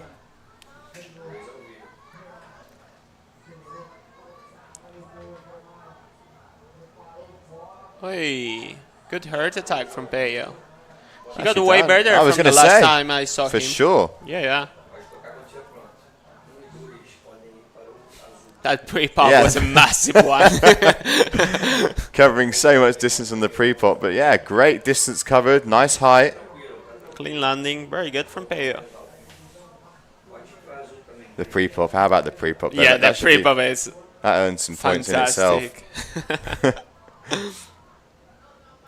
It looks like he's moved and switched over to Ozone as well. Before he was riding Elevate. So Peo here. Let's see, Bal, what he comes. He's gonna do for us with another hillside category trick. Let's see. Oh no, it pops over. Toe side chrome move, and he goes for that chrome move 5. That was very nice, covering one of the variety tricks. Doing great, Bal. And how much harder, Rami, is it to go from hillside to toe side? I mean, popping off from toe side here. Toe side is definitely way harder to get the height. Yep. But the good thing on the toe side, especially on the chrome move comparing to the front blind move, that having that one extra 180 gives you a bit more time to prepare for yourself to really get inverted to finish the rotation. So if you're good enough to get enough height on that toe side, you're probably going to be more consistent in chrome move 5 than from blind moves. So Val putting another good score down for that Chromo 5. Still waiting for it to drop, but one rider that doesn't have anything on the scoreboard yet is this one here, Antoine Olivier. Took a pretty heavy land in previously, so maybe goes a little bit safer here just to get something on the board.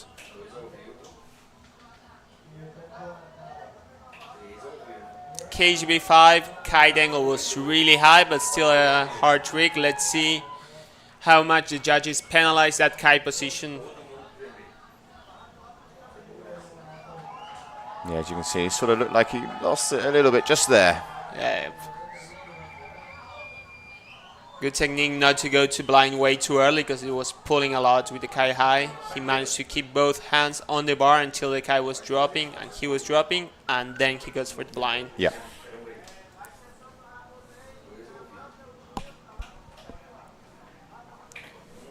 So Peo again has the heart attack, 3.73, and the blind and the That's side a pretty 3.13. high scoring for that KGB5. I was thinking it's going to be a bit lower than the Chromo 5 from Belgrade, but still we need to take into consideration there's 2 swaps in there in the KGB5, so it's a bit of a more risky trick.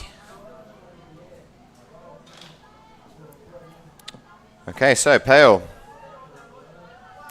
coming in right foot forward. Looks like you're going to be going for another hillside trick. Oh no, pops a toast. Every time we've said that, they've swept around. Oi! That's going to be a crash. He was probably trying to go for a crown move there.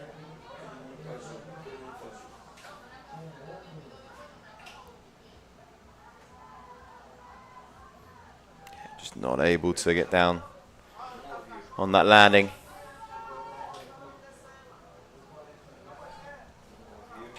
So Valgarat now switching it up, going left foot forward. Slim 7 maybe? And yeah, clean Slim 7 from Ball, really good one. Kite position was really good as well. Valgarat, yeah, putting some good scores in. 2 in the 5s. It's definitely going to be up there as well. Nice inversion, the Slim 7. Boom. 2 swaps in the air, clean landing. Really almost cannot be executed any better, that Slim 7. Running really well at the moment, Valgarat.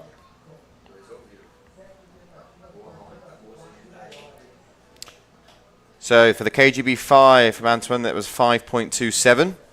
So a good score there from him. He's going to be going now for his 4th trick. So it's 7 attempts if you've just joined us now for the men, 4 of which are going to be counting towards their total score. So if there was the perfect heat, we'd see 40. Going big there, hurt attack into Combo. back roll, yeah. He's not happy though, is he? No, definitely not. Definitely not going for a back roll after on the combo. I'm not sure how the judge is going to take into consideration. It's not really a combo. He did attempt to go for one, but he didn't manage. Yeah, you see here just...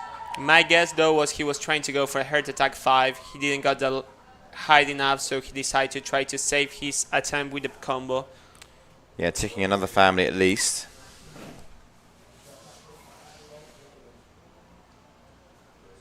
Decent pop to pop. So Peo going for next. Are we going to see the chromo from him, or do maybe going for something like a combo?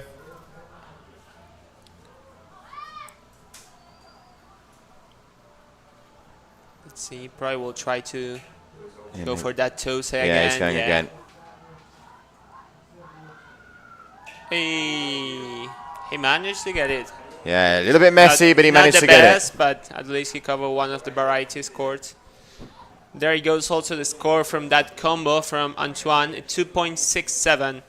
Yeah. It does make sense when we see a rider going for a trick and then trying to save with the combo, it usually gets penalized. For example, we can see Peo did a same hurt attack and he got a 3.7, and in the case of Antoine, as he tried to save it with the combo and he didn't manage, he got penalized and got a 2.6 for it. So waiting for scores now to drop for Peo. So yeah, there we go. The 2.17 for that chromo. That's puts him back up into 2nd place. It's already going full speed, right foot forward.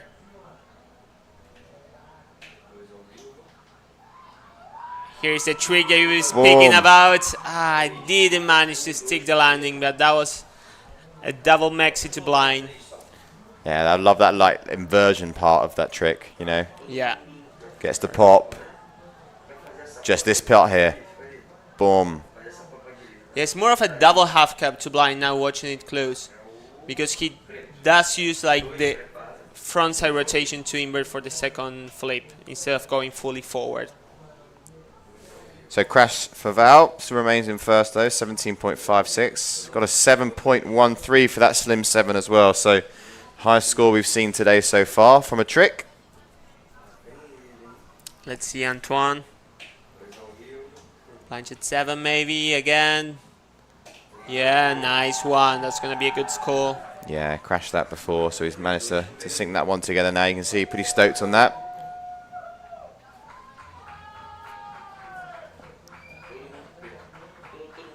There's a replay, good height, good pop. Keeping that bar really close to the body, always make it look nice and smooth. Yeah, that's going to put him into second place now with that score.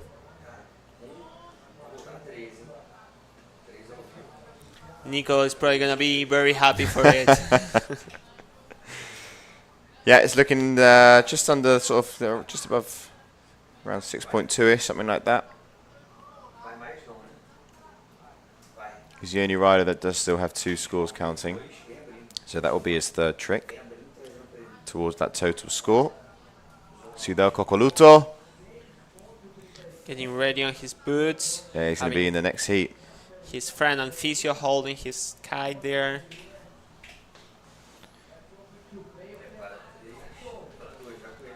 We see Einar also setting up.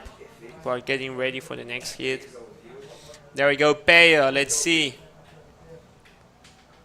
S move from Peyo into a combo of a back move. Very nice. Well done, Peyo. Have improved a lot over the years.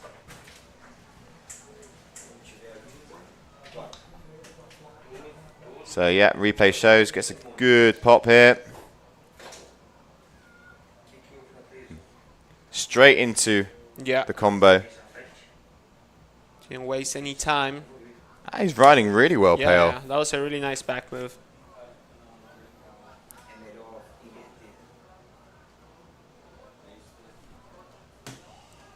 The camera is just missing a little bit there, but getting the back move in place. Good Boom. slack. Very nicely done. So Val crashed that last one on his 4th trick attempt, so now going into the 5th. 6.37 for that backside 7 for Antoine. It's not always only the skills, it's also to play it smart, and Pei is doing a great work on that. He covered 4 tricks, getting all the categories done. Now it's time for improving those scores. Yeah, now he just needs to get rid of the lowest score, which at the moment is that chromo that he has of a 2.17. Valgarar still hunting for that 4th score as well. Are we going to see it here? Oof. Kite went too high there. Yeah. It's a tricky one, that one. Because it kite needs to be a little bit high to get enough high to manage to fit all those rotations. But as soon as it's too high, it looks very dangly, stops your rotation for going blind. It's a tricky spot that the kite needs to be sitting. So, now we go to Antonin, currently on 14.31, so is in second place, needs a 3.26 to go into first. But we do have a score, and it's going to be a low score actually dropping for Val at the moment. That's going to be around the sort of mid-2s, so he will maybe need around a 5.5 to go into first The good place. thing though is I think we'll still be considering to the invert category, and although it's a 2.3, it's another score. Yeah, so he now needs a 5.59 here, Antoine, to get into first place. First place rider goes straight to round 3. Some rewind, Blanchard 3 rewind. Yeah, was trying that, didn't manage to stick the landing, but we have seen him doing that trick quite a bit these last couple of weeks. I'm sure he will give a few more attempts to that one. It's his ticket to get that first place on this hit. Yeah, and go straight to round 3. If you're second and third, you still got to battle it out in round number 2,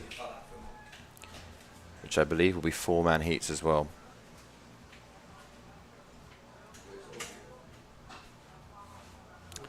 Okay, so crash there, and it's now over to Pale, who has just come off the back of a really nice strong combo.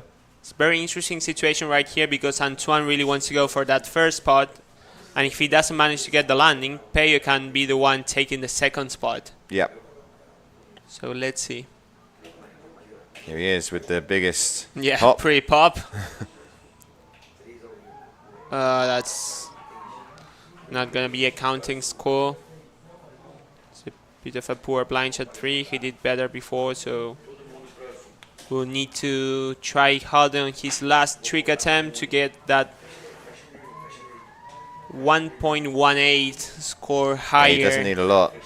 To take over Antoine in case Antoine crash again. Yeah, he needs about a 3.35 or something like that to go into second place. If he goes for one of the variety, or just get a better, let's KGB or something to replace that backside 3. So Val now going to be looking to improve that last score he had, which was obviously that 2.33. He's going left foot forward. Pretty toast, I would reckon. I know. Slim to blind, maybe. Combo. Yeah, combo. It's good. Pretty similar to Bayo. Let's see who scores higher. Yeah. Both did pretty similar execution. Little delay between the two. Yeah, a little bit more delay between the two.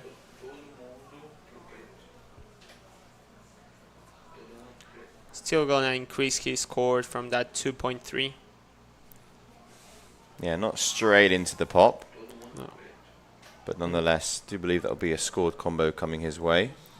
I reckon it's gonna be on the high 3s. Let's see what the judges had to say about it. So last round of tricks now, as we're going into trick attempt number 7. The only rider not having 4 tricks counting to his total score is this one up next, Antoine. So this is a big trick here. Still has a chance to obviously go into first, but as you mentioned before, he's got Peo hot on his heels. So big move here. Can he put the pressure on Val? Let's go in toe side. Let's see. I'm not sure if it was a smart decision going for that. Maybe he just wanted to secure that second place. Could be the case. Now it's going to be pretty hard for Peo to take that second.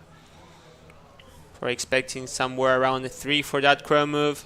It's going to set him on the 17 points around there. It's a bit of a gap. So here we go, Peo. Final trick for him. Scores are coming in now. It's going to be relatively low, as you mentioned, for that crow mode.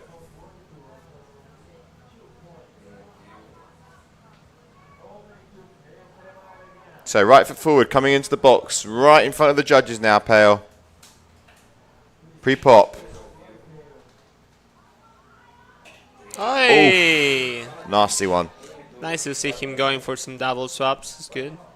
Pushing his limit.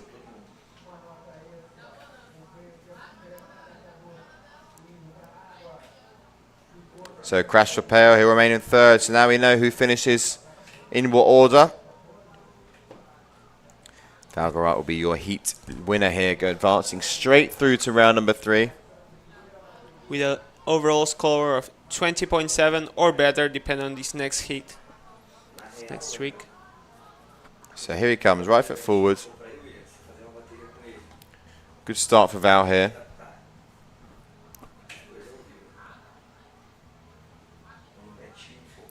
Probably needs to hurry up to fit in those 40 seconds. Yeah, maybe he knows that he's won as well. He's probably got Nico on the beach. Yeah. We still want to see one more trick from you, Val. Go for it.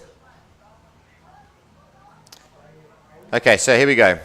You reckon he's going to go for that invert again? Probably, yeah. I mean, you'd like to see that happen, wouldn't you? But Yeah. Maybe he knows that he's won the heat now and doesn't need to go so like pushy, you know. Maybe we just see him do a huge Probably wants to know railing. what that's going to score, though. It's going to be interesting for the next couple of hits. Let's see. Yeah, going for that. Oh, he should have gone KGB there. That was plenty of hype. Very nice ball. So crash for Val means that he still remains in first place. Antoine in second. Peo in third. Up next, we've got some big names coming up. We've got our 2022 world champion Jean-Mir Coccoluto. Joining him will be another Frenchman, Elliot Panette, and a local in Eric Anderson.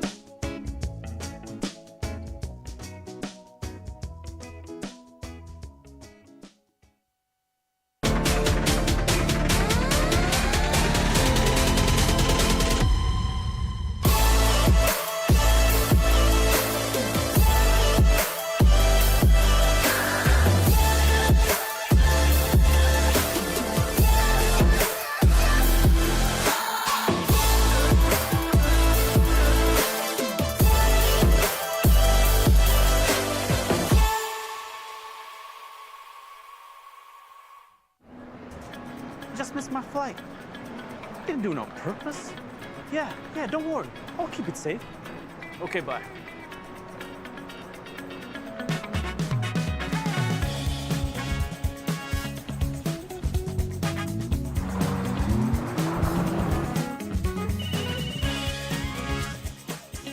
Next stop, Hamid International Airport.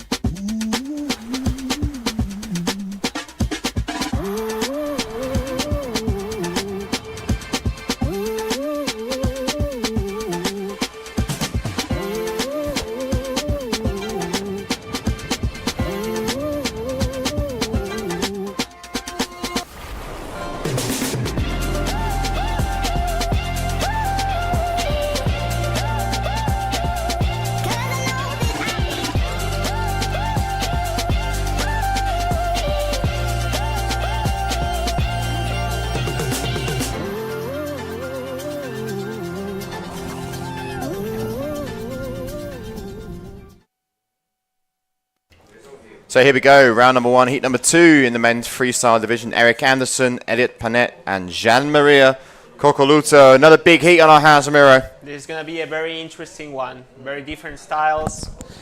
Coccoluto always going to show us the biggest amplitude. Eric Anderson with his unique style. And Elliot is a new one for me. I haven't seen him before. I've been seeing this last week. Pretty cool tricks. He goes with strap, but he still managed to put his kite in the right angle and get some nice tricks. Yeah, you can see here that backside 317 from Eric is coming in with a good score. And Elliot now, yeah, riding, as you said, with the straps. Finn Flugel, another one that rides with the straps, but here we go. Maybe not this time the kite position, but he was going with some power. Pure power. I love watching Eric ride as well. I only ever see him on a 15-meter core impact. Yeah, That's he's the always only kite I ever see him ride. the smallest kite he rides is 13. I'm sure. Like if high 20s knots, like almost 30, and he's still on this short line 13-meter core Just impact. fully loaded as well. Yeah. All right, so here we go. Jean-Maria Coccoluto. Previous world champion. Let's see what he brings for his first trick. Blind jet 7 is kind of a signature for him to start. Let's see what he does. Such a unique style. From line move 5. No way. First trick. Boom. That's a world champion starting strong. Yeah, you know as well. Claiming it straight off the bat. Really nice and extended at the start. He had a bit of a grab right there. Maybe the inversion was not super inverted, but you can see the kite angle is very low, and for the trick like this, it's very scary and technical to be able to rotate it with the kite that low. This is going to be probably the highest scoring trick we've seen so far in the comp. Let's see what the judges think about it. Yeah, it's coming in with a nice, some nice scores coming in.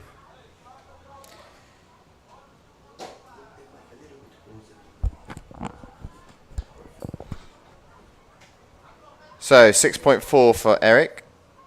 Jean-Maria's score still waiting to be dropped, but yeah, as you said, Ramiro, there's some biggies coming our way. That's going to be a Very good. Boost confidence for Giamma. Starting that strong, he's going to be okay. Now it's my day. Every time I see him starting with a good trick, it's unstoppable. Yeah, you mentioned, didn't you, that you saw him, what was it, last week or something, just training? I think it was 2 weeks ago. He was doing this episode with Colin. He was landing every single big trick back to back. Like, all of them you can think about it. Like blanket 9s, back move 7s, heart attack 7s, like nothing. It was pretty crazy to see. So there we go, 9.10 there for that front blind mode 5 from Jean-Maria. What a way to open up. Into the 9 club. Always good to see Giamma. Let's see Eric Anderson coming in hot. Ay. That's going to be a crash. He was probably trying to go for that KGB 7, but didn't manage to steer the kite back to be able to keep up spinning.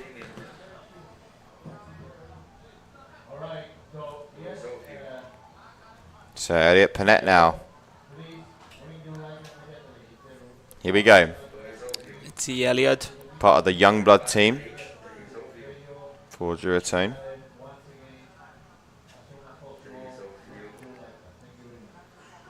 So you can really see there in the flats. Starting from blind into a blind from blind move. You have seen how late he passed his ball. That was pretty crazy. It's quite a unique technique from him, the way he passed the bar. He really makes sure to finish the whole rotation and then he passes it. You can see here pops the blind. It's a decent amount of pop as well. And yeah, as you said, passes the bar super late. Super late. He could almost be landing Mammy Grab. That would be pretty crazy. Yeah, we see one rider that does land like that is Valentin Rodriguez at a few lands some money rats. Valentin and Man, Maxime as well. Yeah. Yeah. But well, the kite angle here on Elliot was a bit high, so although it's a crazy trick, let's see what the judges score. Yep, scores coming in now, and it's going to be Kokoluta up next with a huge 9.10 to start. What a way to open up your heat. So what are you calling now, Ramiro? What have you got down for him next? I will say still KGB 5 would be my call for the next trick from Giamma. He goes massive on those and he's super consistent. He's really waiting to have a flat and empty area. Makes a big difference for Giamma riding. Being able just to focus on the trick and not need to look at any chop or people around. Yeah, I wonder what he's on. Maybe it would either be maybe the 13, I believe. I believe it's a 13, yeah. He likes some power. Yeah. So here he comes.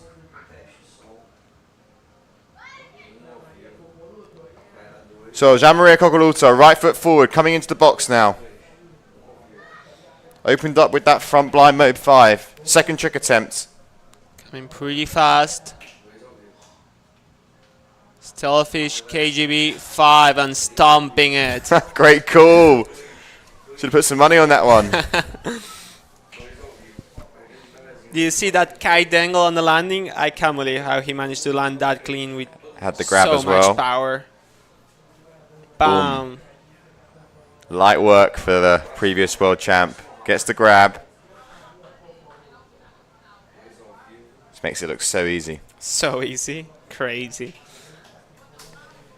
That's going to be another high scoring trick. Really nice execution, amplitude, what the judges are looking.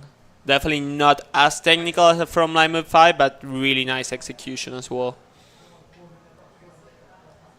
Yeah, it went so big out of the camera angle's view there. Yeah, it's hard to expect where to point when Giamma is coming. He always goes out of frame. Yeah, we did try to brief them, didn't we? Tell them, tell them what to expect, but then... Watch out with Italian, he may go way too high. Okay, Eric now. Third trick attempt for him.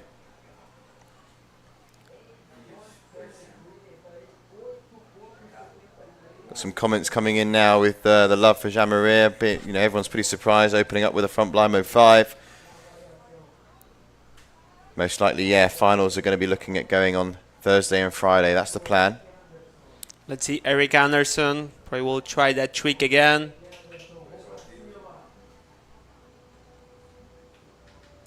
KGB5 stomping it, no grab. He seemed he didn't find enough power as he was looking for, but still managed to have a good scoring trick. At the end of the day, you need to keep scoring, huh? Yeah, we've seen Jean-Maria's 8.73 for KGB5s come in there. Very close to the 9s. Really good start of a hit from Jama. Yeah, pretty Already good start. Adding 17.8 points. Probably what some people will just dream of scoring between the 4 tricks. Yeah, you can see here Eric's KGB5 not quite on to the same level as Jean-Maria's. Still a good score coming in for him though, but first we focus now onto Elliot. Goes toe side. Chroma 5. Nicely done. Nicely done. It's a bit of the same trick, kind of as the blind from line move. At the very end, the board is doing the same spin, but he's getting away a little bit with the trick category as toe side and blind are separated. Yeah, I do believe I preferred his Crow 5. Kite's way lower, the rotation looks smoother. A bit smaller, but nicer in my opinion. So 6.97 for the KGB5 from Eric. So nearly a whole 2 points less than this man on your screen now. Third trick now, he hasn't really put a foot wrong. Opening up, popping to toe side. Chroma 5, nice. Okay, so we're going to use the score now from Elliot, scoring a 4.43 for his Chrome 5. How did that compare to what we saw before? It's definitely different. Jama came way faster. Not much higher, definitely higher, but not much higher, but so fast. And on the landing and on the pop. Let's see how that impacts on the score. Yeah, speed in, speed out there. Another factor the judges look into on the trick. So Jama ticking the boxes there as well. Kite angle as well was way lower. You can see on his toe side edge. Yeah, it's a whole point ahead of what we saw from Elliot there. That's a 5.4 now from Jean-Marie. So really putting a great heat together at the moment. Eric now, 4th trick attempt for him. Only has 2 on the board, looking for his 3rd. Double hurt attack into a front grab from line move. That's going to score good. Yeah, good combo. Yeah.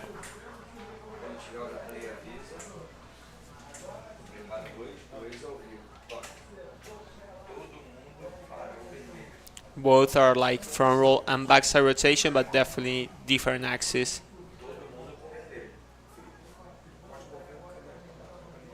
The front line move was very nice.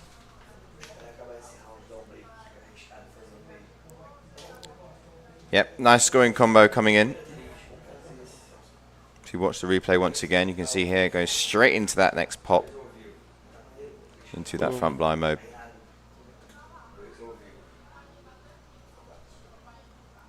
Very nice. Let's see what score he gets for that. I reckon it's going to be close to that KGB5 he did. Maybe a bit lower, but not too much. Okay, Elliot now. From blind move. From blind move. Maybe winning the combo there. That's pretty similar tricks, the 3 of them. Blind from blind move, Chroma 5, and from blind move. He's really playing tricky with the rulebook, huh? So score drops from Eric now, the 6.03 for his combo, which makes him go a little bit further in the lead, but he's still chasing Jean-Marie, who has those 2 big scores that he's opened up with.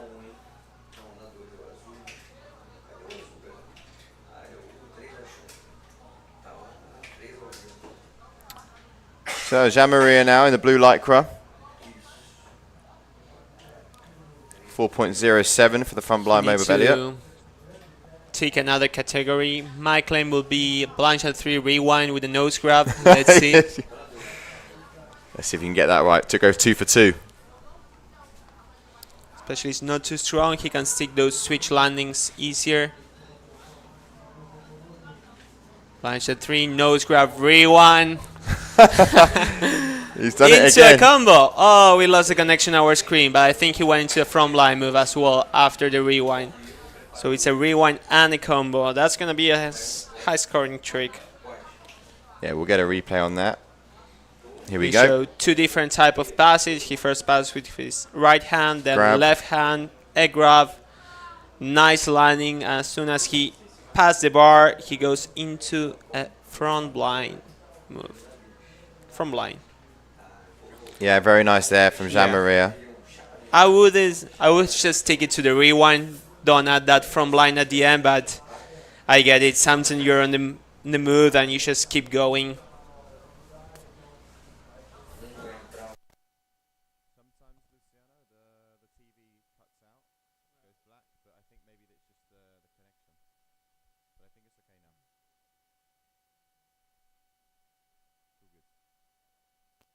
Eric Anderson going left full into a double half cab move with the kite pretty much on the water. That's going to be a very nice scoring trick. Well done, Eric. Let's see the replay. Not the best inversion, but it really gets compensated by that kite angle.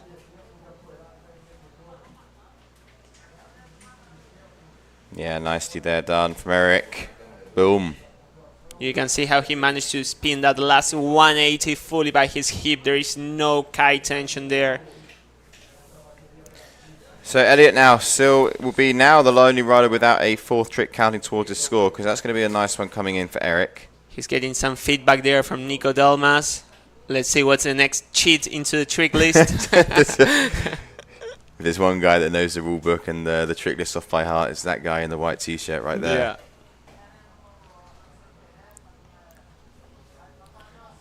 So there we have the scores. Well, couple of scores dropped now. Jean Maria obviously got the combo of the 5.72. And a big score here from Eric, 8.17 for Eric Anderson. It's actually not too far behind now Jean Maria. No. If he goes to improve that backside 3.17, maybe the He did 6.4. pretty good. Yeah. But obviously Jean Maria has 2 scores in the 5s. It's a pity he went for that from blind. I'm sure if he would just take it to the rewind, he would have got a better score from the judges. Yeah.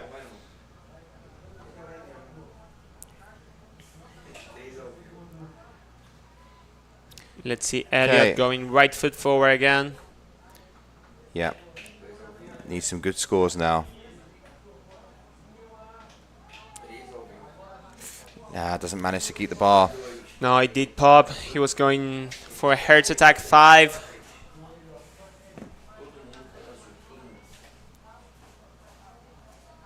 I wouldn't mind seeing another type of rotation though from Elliot. I know he can do it, but all the tricks front roll and backside base gets a bit repetitive. So Coco now. 5th trick attempt. Coming in, right foot forwards.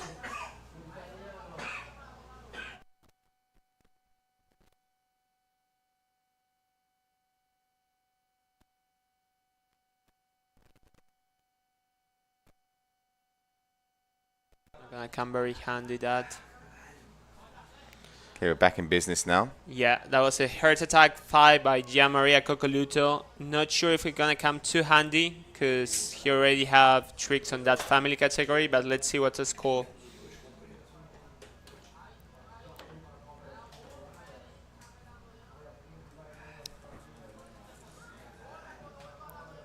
Okay, Eric Anderson is going to be on now, trick attempt number 6. So back in business. He will need a score around the 7.5 on the variety to be able to go into first.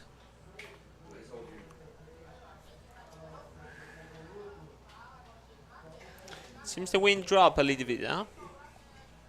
Yeah, Yes. that's definitely. Yeah. Okay, Eric now. Gets the pop. Nice rewind from Eric. The grab was a bit on the fin, but the rotation was very nice, and I think he almost did air swap both times. I think the wind's definitely dropped there. You can sort of see it. Yeah. It's a nice rewind. Nice rewind, and one thing is very rare to see is like 2 air swaps on a rewind. That makes him possible to go into a front 5 in the future. That will be an NBD. Although seen from this angle, we see he missed his grab. Let's see if the judge has been able to see that from the judge tower.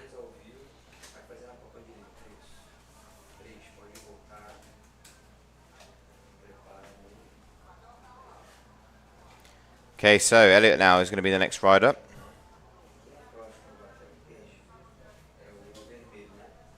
Let's have a look who we've got coming up next as well. We've got some good heats following up. Next up, we've got Aina Sad, Hironobu Nakano from Japan, and Luca Pitot.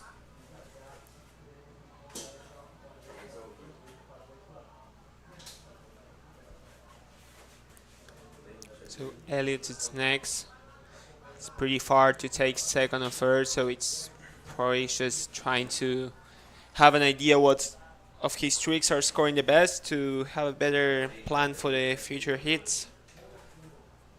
Yeah, we see so far the highest heat total in the last heat was Val with the 20.79, but now Jean-Marie is more than pretty much 10 points over that with a 30.28. So he's definitely the man to beat at the moment. Combo here from Elliot.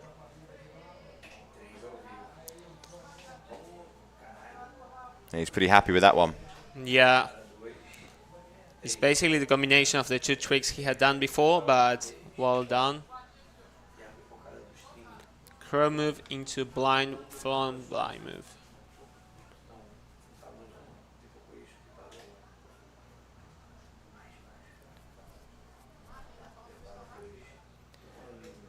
Okay, so the lowest score that Coco has is his combo, which was the 5.72. Yeah. So maybe wanting to either improve that or tick another family. Yeah. Maybe just keep it to the rewind. That could be a good idea. I think his last Heart Attack 5, he was actually going for Heart Attack rewind, and he just decided to keep spinning.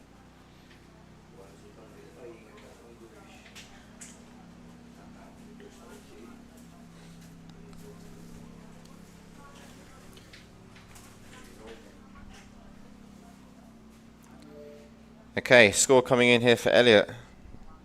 Yeah, it's looking like a good combo score actually. Maybe one of the highest we've seen so far today.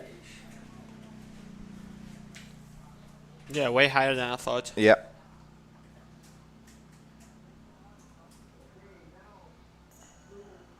Yeah, 6.83 there for Elliot. Yeah. I would have to say it will be lower than Giamma's trick combo, but it seems judges really like that blind from blind move.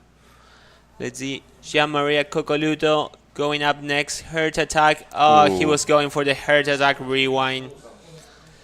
PT. Managed to save it. Yeah. Very close to a massive front edge. Yeah, just there, he wanted the rewinds. So last round of tricks now, and Eric Anderson just needs an addition to find an additional 2.52 on one of his scores at the moment. So he's going to need something up in the 8s. Here he comes. Heart Attack 7. Oh man, what a pity. He seems he was going to stick that one clean and just got a bad check at the very end. Landing a little bit too front foot heavy.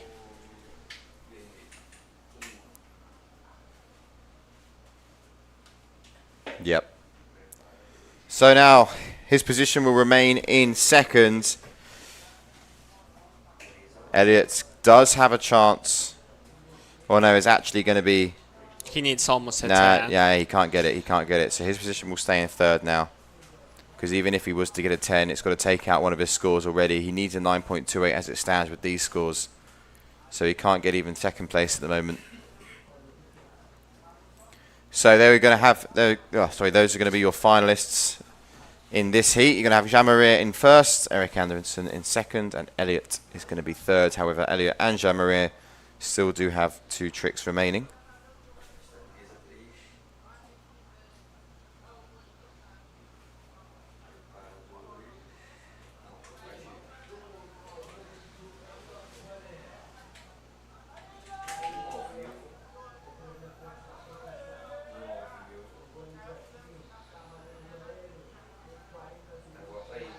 There he goes. Elliot going left foot forward.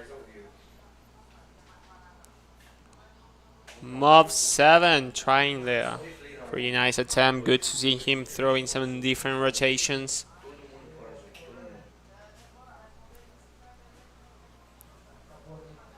Got a little bit of love here for you, Rami, in the comments here. Oh yeah. Yeah. There we go, from Elia. Elias, yeah. That's nice. He's from Mexico. There's quite a big Yucatan crew looking after Einar, a next competitor. And if I'm not wrong, he's on the next heat. Yep, he is. He's going to be up against Hironobu, the Japanese rider. Here comes Gianmaria Cocoluto for his last attempt. Let's see if he can take that heart attack rewind. Blind shot 7, solid. Yeah, big fan base, big cheer there for Jean-Maria. So there we have it. So Jean-Maria goes straight through to round number 3. And battling out in round number 2 later on today will be Eric Anderson and Elliot Panett.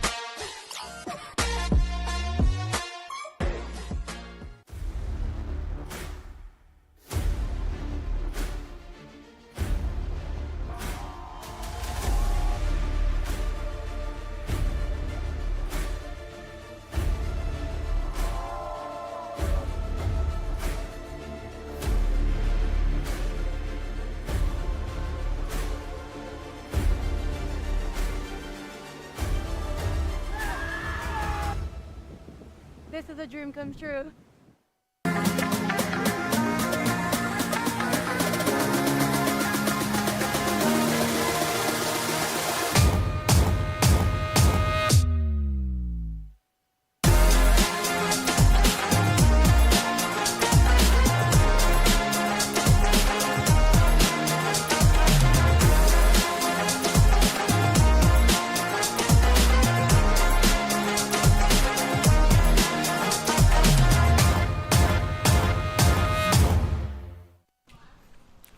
Okay, so here we go, round number 1, heat number 3. Aina Sad, we got Hironobu Nakano from Japan and Luca Bitot. Those are going to be the next riders in this heat, as we're going to be kicking things off here with Aina.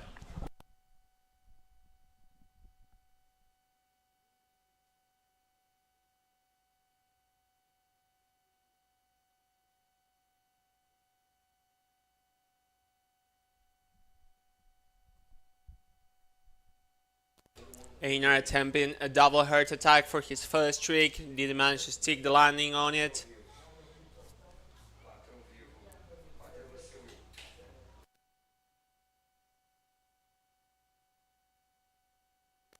Let's see what Hironobu from Japan has for us.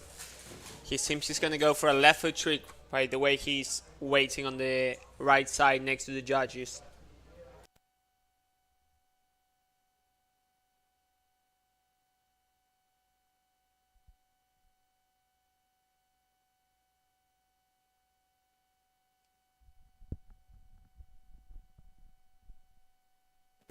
So here we go. Hironobu right. There he is. Red lycra pops up. 317 with a down loop there. Really a different execution from what we are used to. Quite off axis. Yeah, we saw him compete, relatively new to the tour. But he was there in Dunkirk, joined us last year here as well. So he'll be stoked to be back here in Brazil. First time in Brazil ever was for him last year. I remember him competing and couldn't quite believe it. I believe. It's quite a shock the first time you arrive to this freestyle paradise. Yeah. It's like, oh, freestyle can be this easy. So Luca Bertot, another rider who I really do enjoy watching, has a unique style. 100%. Very unique style. A big bag of tricks as well. He has some good combos, rewinds, toe-side tricks. KGB5 making it look easy. Kite angle was a bit too high, but he had a nice rotation. Yeah, Hironobu opening up with a 4.83 for that front side 317. Aina just crashing out on his first trick, and Luca there, as you mentioned, landing that one. It's a big score coming in for Luca. Nice way to open up your heat.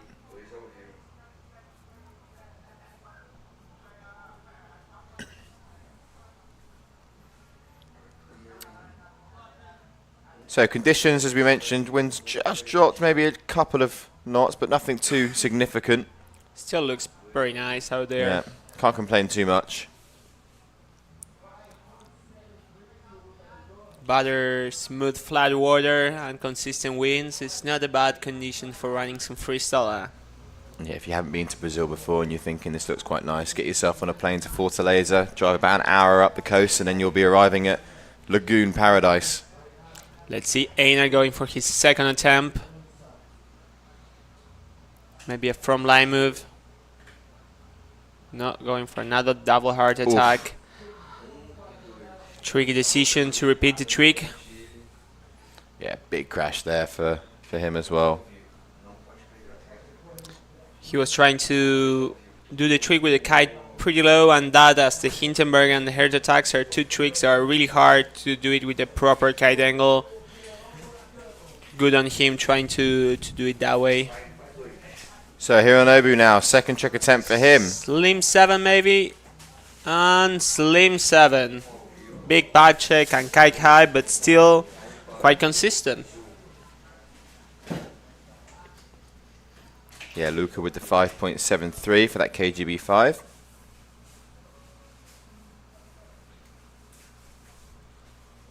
So we're gonna see a score a little bit lower from that 317 from the Slim 7, although it's a bit more of a technical trick. The kite was a bit higher and the back check was there, maybe on the low 4s. So Luca Bertot coming in, right foot forward now. Riding what I believe to be a 14. Not enough, seems. No, decides against it. So they have about 40 seconds to perform their tricks. So they do have to act relatively fast. Otherwise they will get tricked out. Judges will be strict on the time. Slim 7 there for a 4.03 for Hironobu. Luca's got to go now. Maybe a double half cab on this side or some left passes. Oh no, Slim 2 blind. Very nice on Luca. Nice style. Nice start, good landing. Taking one of the rewind tricks from that family. That always feels nice. So it's a bit of a tricky side for most of these athletes out there. They have been doing all their KHB5, 317, all those tricks for a while, but since the format have changed, they've been forced to do more toe-side tricks, more rewinds, inverts, And it's always a bit of a hard one to battle when you leave it for your last tricks. Good on Luca, getting that one out on his second trick attempt.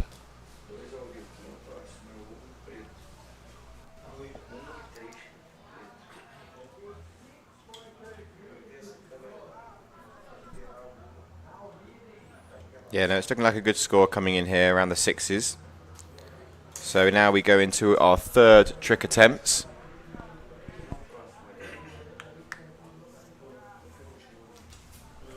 Einar coming back again. Let's see if he gets it this time. He's coming up with speed.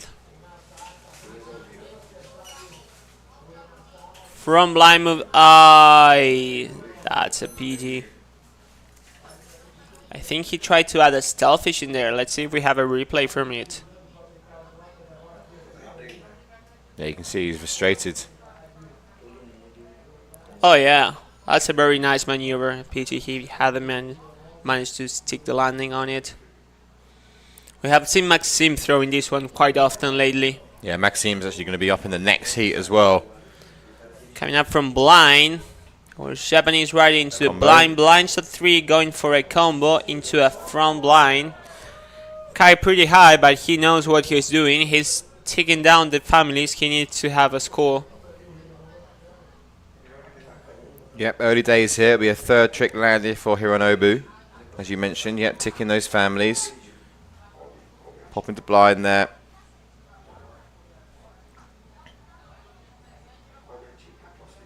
And also another rider riding straps. Yeah, I was going to say, it's been almost one per hit. Yeah, we're going to have another one in the next heat, I think, as well. Let's have a look. Nope, not the next heat, but we do have Daddy Ribeiro and Linus Erdmann up against Maxime Chablos in the next heat. So big hit. Big hit there, yeah. For you guys that don't know Linus, he's been a competitor for a long time of the Freestyle World Tour. He did have a kid a few years ago. He decided to put some time off, and now he's back on tour, shredding again. So Luca, double half cap 2 blind. Great landing. Bringing that kite down by the end of the trick. Very nicely done. That's going to be a high scoring trick for sure. And that's another family. yeah, 3.13 for Hironobu there on his last. Hard trick to score because kite angle becomes crucial. So they're probably watching the replay to actually speak about it and make a score. Looks good. Starting to come in now.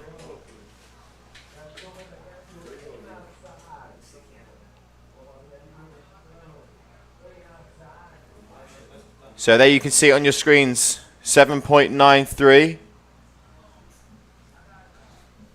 That's a good score. Yep. He's taking the lead on this hit. Already pretty much 20 points. That's around there is when you start to be the first of your hit, usually in the first couple rounds.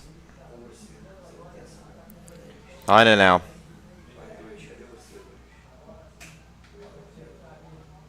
Nice. Taking that tail from blind mode. Definitely seems a bit light for Einar at the moment, but very nice trick. Very hard to add a grab on the front blind move.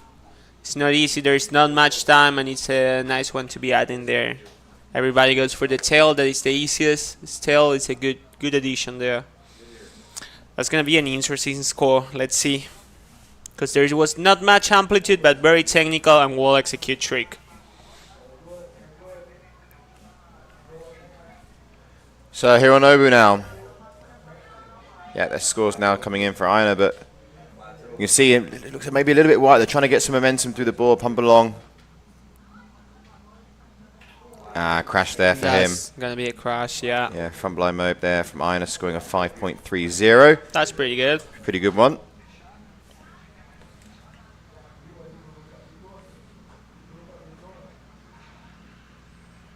Yeah, Luca at the moment with the best scoring trick of the heat, but Jean-Marie in the previous has the best scoring trick of the day so far, up in the 9s we saw.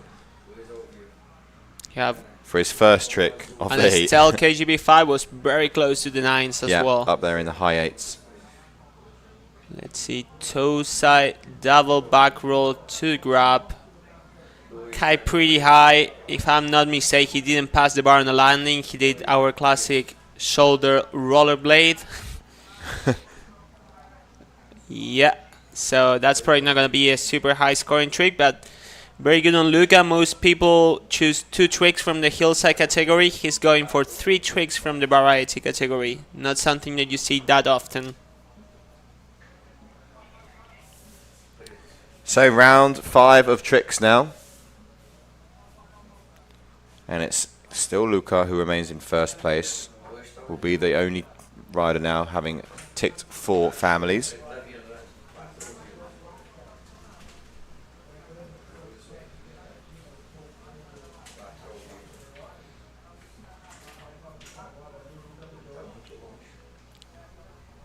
So I believe maybe judges just waiting to get those scores validated once again. We see up there David Ribeiro and Linus waiting. Kites up in the air, boots tight, they're ready for their hit.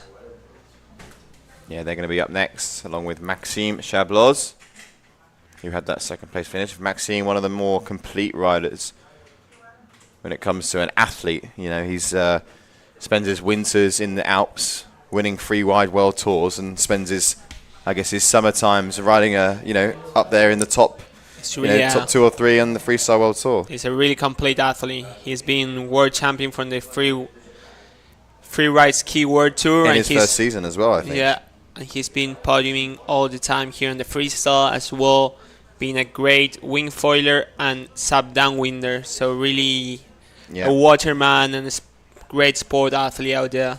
Yeah, it's been in like you said, wing foil comps. He's also been competing a couple of years ago in the hydrofoil on the GKA, Red Bull athlete. So yeah, very well-rounded individual there, and but yet to have an event win. Hasn't had it. He's always been so close in. It's been his curse. Yeah, seems. but we'll be looking to turn that around. Would be nice to see. Yeah, for sure. Trains a lot with Coco as well, the 2 of them. Yeah, they're very close. Let's see Einar. He's waiting, I think. Yeah. He will need to gain some speed to be able to commit for those tricks that he's looking for. So I'm not quite sure what the delay is at the moment. Yeah. Meanwhile, we see some replay. Toe side double flip, fell grab into grab, spinning his bar on top of his head.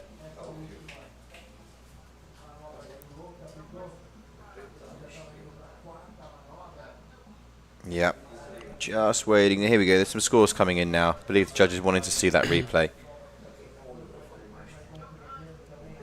So finalization coming in. Yeah, I'm starting to see a bit of the scores. Very reasonable. It's a technical trick, but quite poorly executed, so it's going to be around the 4s.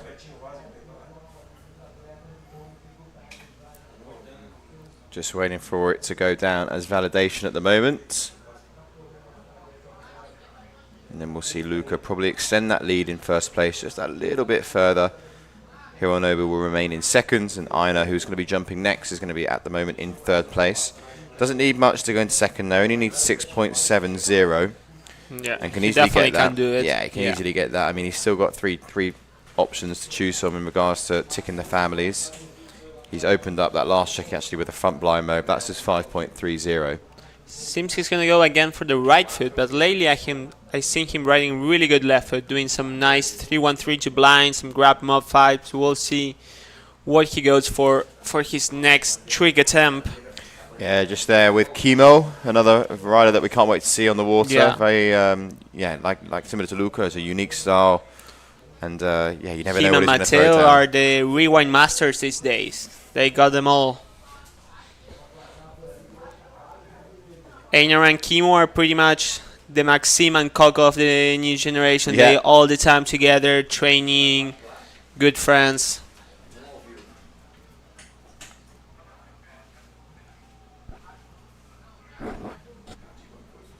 So I'm just going to try and find out what's going on here.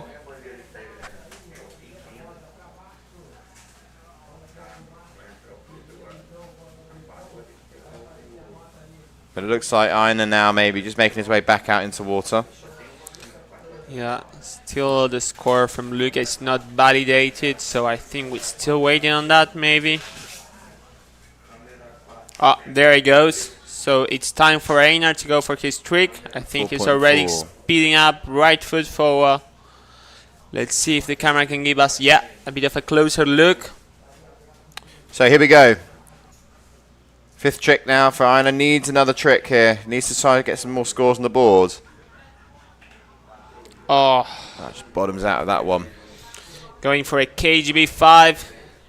Still lacking some power. It's a hard moment for him not to get frustrated.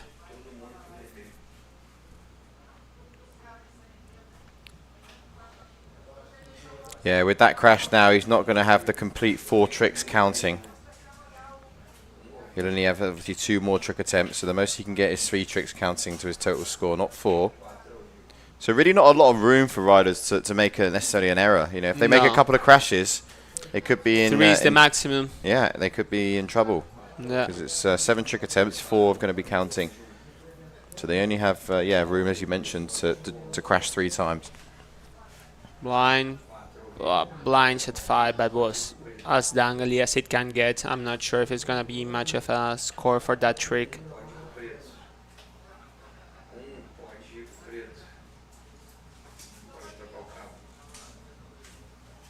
Yeah, not really sort of smooth on the landing. No.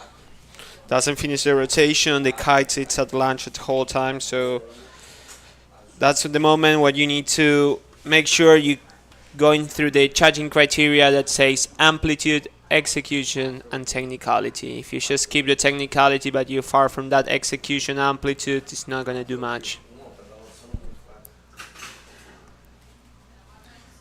Okay, so Luca, 5th trick attempt. Still, yeah, I mean, he has 4 tricks and 4 landed. So, good start to his heat. Obviously, he has that big 7.93 that we saw. Yeah, that was a very good one. He's going to go left foot. Let's see what trick he goes for. Maybe a heart attack 5. You calling that one again? Putting your money on? I think it could be the case, yeah. Putting my money on that. Well, you're 2 for 2 so far, so here we go. Heart attack 5 is the call. The leash is on the right side. Let's see. Waiting for the score of Ironobu to be validated, and he will be ready to go. So here we go, Luca Bitot. No. Stacking back this way.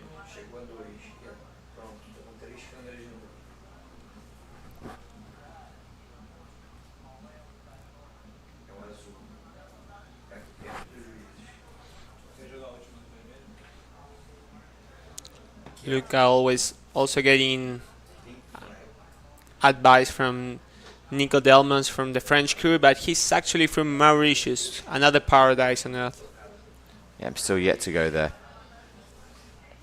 So pink flag is actually up at the moment. It just means that judges want to validate a score. Once it's been landed, they need a little bit more time. There he goes, So there we Luca. Double half cab into a crow 5. That's a nice combo. Nice combo there. Well, you don't always get them all, huh? It was not a heart attack 5. Now you reset now. So the reason that sometimes we are having a little bit of a delay is we are actually seeing some new tricks into the system now. So judges just needing to have a little bit of time just to put those into the system. And look at Bitot there, ticking that combo. Very nice chromo 5 as well. I love how he initiates the rotation always with his board. Really straight legs and slinging that board into the rotation. Okay, so we're going now into trick attempt number 6. And now with Hironobu locking down a couple of scores, Einar is still chasing. Needs a 9.37 to go into second place. So ideally needs to put down 2 relatively good tricks here. So it doesn't want to crash again. Otherwise he needs to do a near perfect to finish second. 6.7. He could manage to do a trick of that score. Just Go straight there.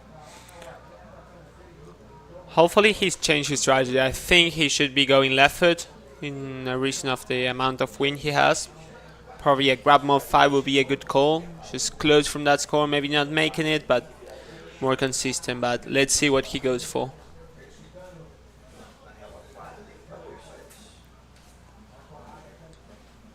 So yeah, coming in right foot forward. Doesn't look like... There's not a clear consensus that he's allowed to go yet. He's getting close to the judge tower. Here we go.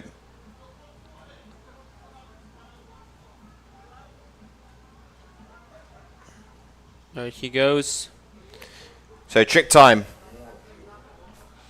He's riding the board a bit bigger than most. He's riding a 150. It's interesting to see how riders been increasing their board length lately for being able to stick bigger tricks on their landings. It's a bit harder on the edge, but it's better definitely on the landing and looks a bit nicer on the air as well. Can poke those grabs a bit more and make it more stylish. So I know it's actually, yeah, you mentioned maybe going left foot forward, but it looks like he's tacked around now and coming back into the box. Maybe another attempt of KGB5. He's been pretty consistent lately on those, but he seems to be quite a bit of underpower for a double swap. For sure. Here we go, Aina. Yeah, not much power at all. That's a pity. So crash there for him on the 6th trick attempt. Passes the baton over now to Hironobu.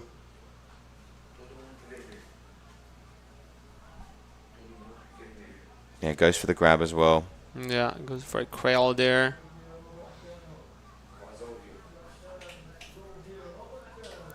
So here we go. Currently 2nd position here. Going left foot. What are we gonna see? Maybe some mob 5. No, 3, 1, 5, 3, 1, 5. So lowest score for Hironobu is, what does he have here? He has a 2.67. He also has a combo of a 3.13, which he can look to improve as well. Yeah, but this one will only be battling with the Slim 7 and the 317, and pretty sure it's No, going it's to be not a going to bit. be up in the No. fours. So lowest score now for Luca is a KGB 5 that he opened up with. So might be looking to improve that one now. Has the combo, pretty good combo as well, 6.7. I think if you're up in the high 6s, early 7s for combos, is a good score. That's pretty good, yeah. Going left foot toe side, going for another double flip to grab. Not really. Bit better the landing, but the kite super high as well. Slow down, no speed going out of the trick. Yeah, you can see there the lines of the kite pointing pretty much straight up to 12. Yeah. So last round of tricks now as we enter trick attempt number 7.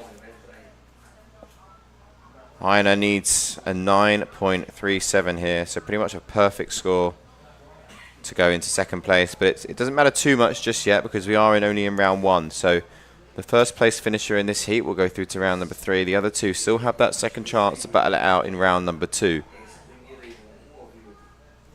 At the moment, Luca Bitot will be going through to round number 3.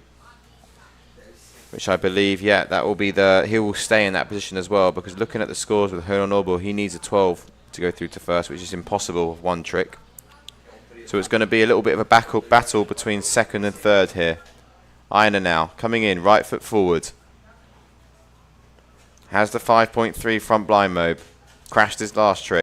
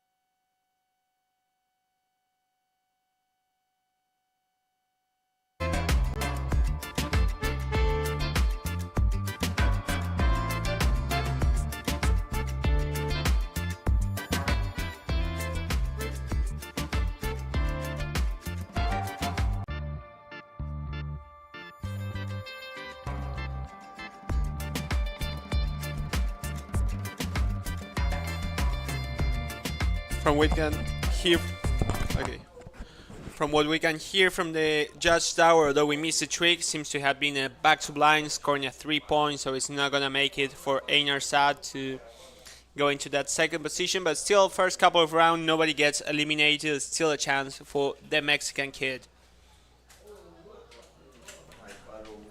So look at the top. Going for. Seems the Luca bounce pitot, been bouncing around quite a bit, but fun try. Crow move into a toe side back roll into a G spot. So there we go. That's the end of this heat now.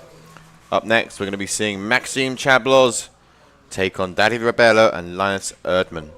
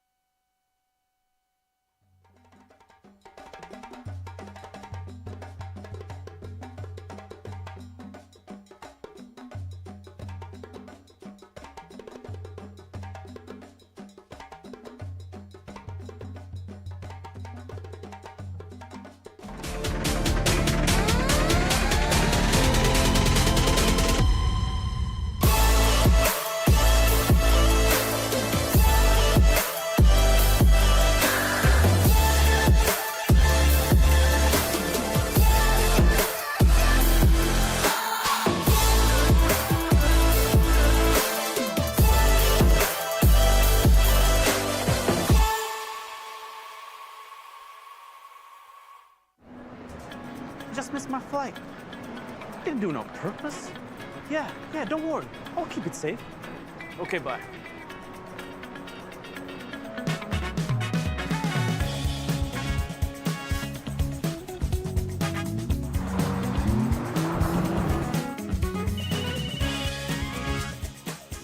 Next stop, Hamid International Airport.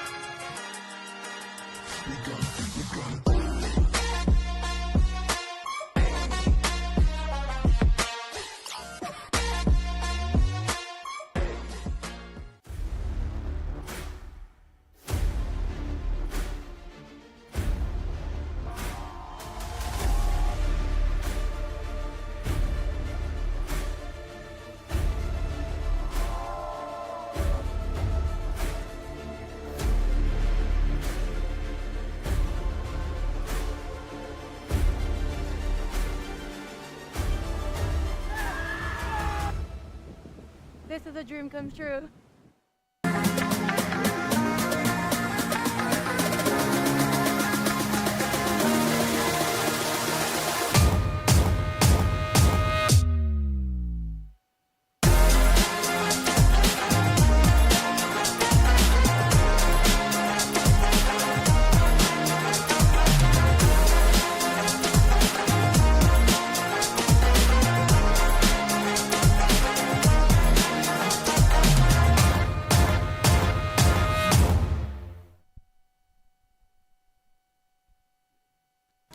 So here we are, underway with heat round number 4 of round number 1. You can see Davy Ribeiro opening up with a backside 317. 6.70. We've also got Linus in here and Maxime Chabloz. Yeah, he's been having that back 7 unlocked. Mob 5 from Linus. Very nice.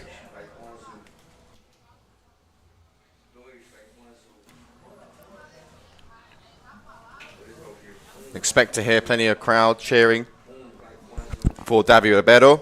Yeah, he's still at school. Like, when you come here, you only see him riding at the very end of the day after he gets out from school and comes to Cauipe to just shred and land all the biggest tricks out there.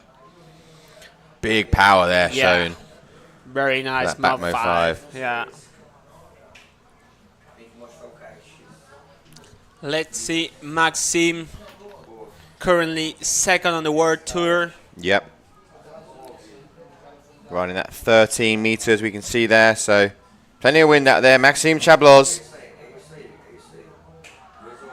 Heart attack 7. Crazy he managed to fit that on that height. He has that trick with his eyes closed. It's crazy. What a way to open up a heat, Maxime here. You can see great pop, fully extended. So much Passes speed. the bar. 1, 2. Grabs it by the horn. He doesn't care. He keeps spinning. Very well done.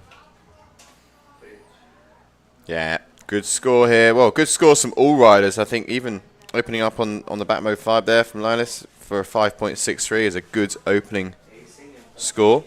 Yeah, it seems it's going to be stack hit this one. Not surprised. All of them really good riders.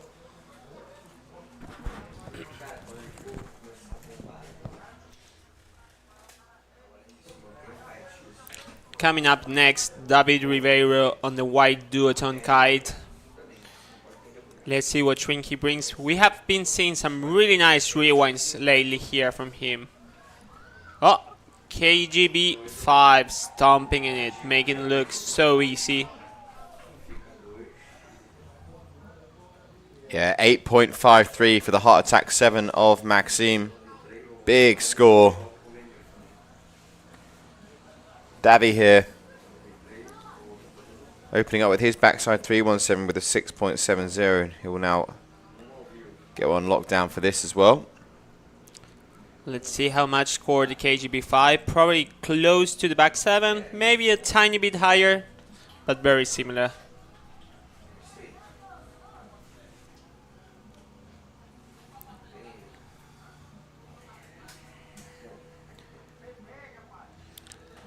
Linus is preparing for his next trick attempt.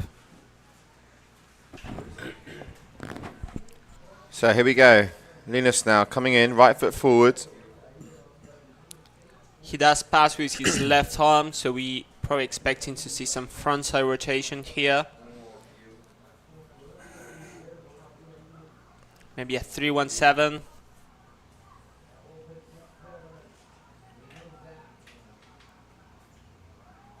.317 right there.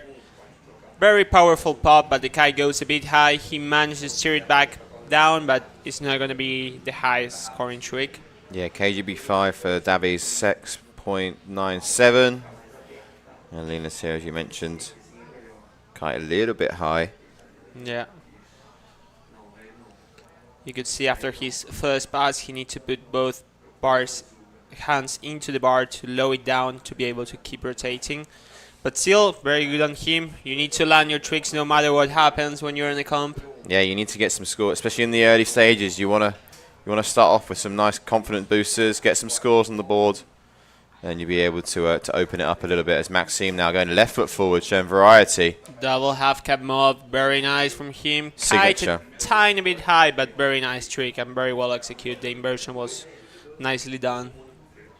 Yeah, you always see him with this sort of style. Knows how to open up, gets the grab as well. A nice smooth landing there. So Maxime, a couple of nice ones on the board there for him. Yeah, starting strong. For some reason, he's sitting up second in the World Tour. That's because he had the powerhouse of Artur Gilbert, who just went absolutely to the moon in Dunkirk. What a beast. Big result there as well for him in his home country. That event was back in September, I believe. Yeah, I think so. Remember getting the call, I was in Hood River, Maybe just even a August. little bit too far. Late August. Yeah, late August, Hood River to France. Yeah. Bit of a journey, that one. Yeah. 5.73 there. That double half cab mode there for Maxime. Advances further a little bit in front. Davy Ribeiro now in the black Lycra. Going right foot again. Got the call up this morning. Still seems to go hillside, so for taking another category, it must be a rewind. Blind shot 3, nose grab, 2 grab, stomping it, so nice. That's going to be a nice scoring trick. The way he rotates for the rewind, such a knee game. If you can see now on the replay, he really bends his front knee to be able to pull back into that grab. Really bends Boom. it, boom. Landing solid grab with a lot of slack in the lines. Well done, David. Shredding out there. There he goes. Yeah, as you say, tweaks that front foot, that front leg. There's 2 ways to commit to that trick pretty much. One, as we should see with David, with a really good knee game, stopping more in the back one and just poking the grab. And the other way is how we see it from Kimo, fully rotating the back 3 but keeping his shoulders back, so then the board just spins back into rotation. Okay, so Linus. All riders, no crash yet in this heat from anyone. Yeah. So perfect start to a heat here for heat number 4 of round number 1. Once we go through this heat, we'll be halfway through the men's round number 1. We've got 8 heats to go through. David putting some pressure to Maxima, already for on sure. the 20.5 pretty much. That's a solid score for only 3 tricks. Yeah, backside 313 to Rapt. Waiting for the last score to drop. Keep your eyes on that score because Davy will push himself up into first place. So just waiting for it to kick in.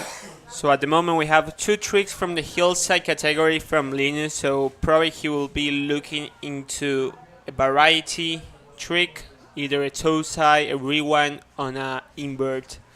Let's see what he brings to the game. Haven't seen him going too much into the rewind, so my bet will be some sort of double flip or toe side trick.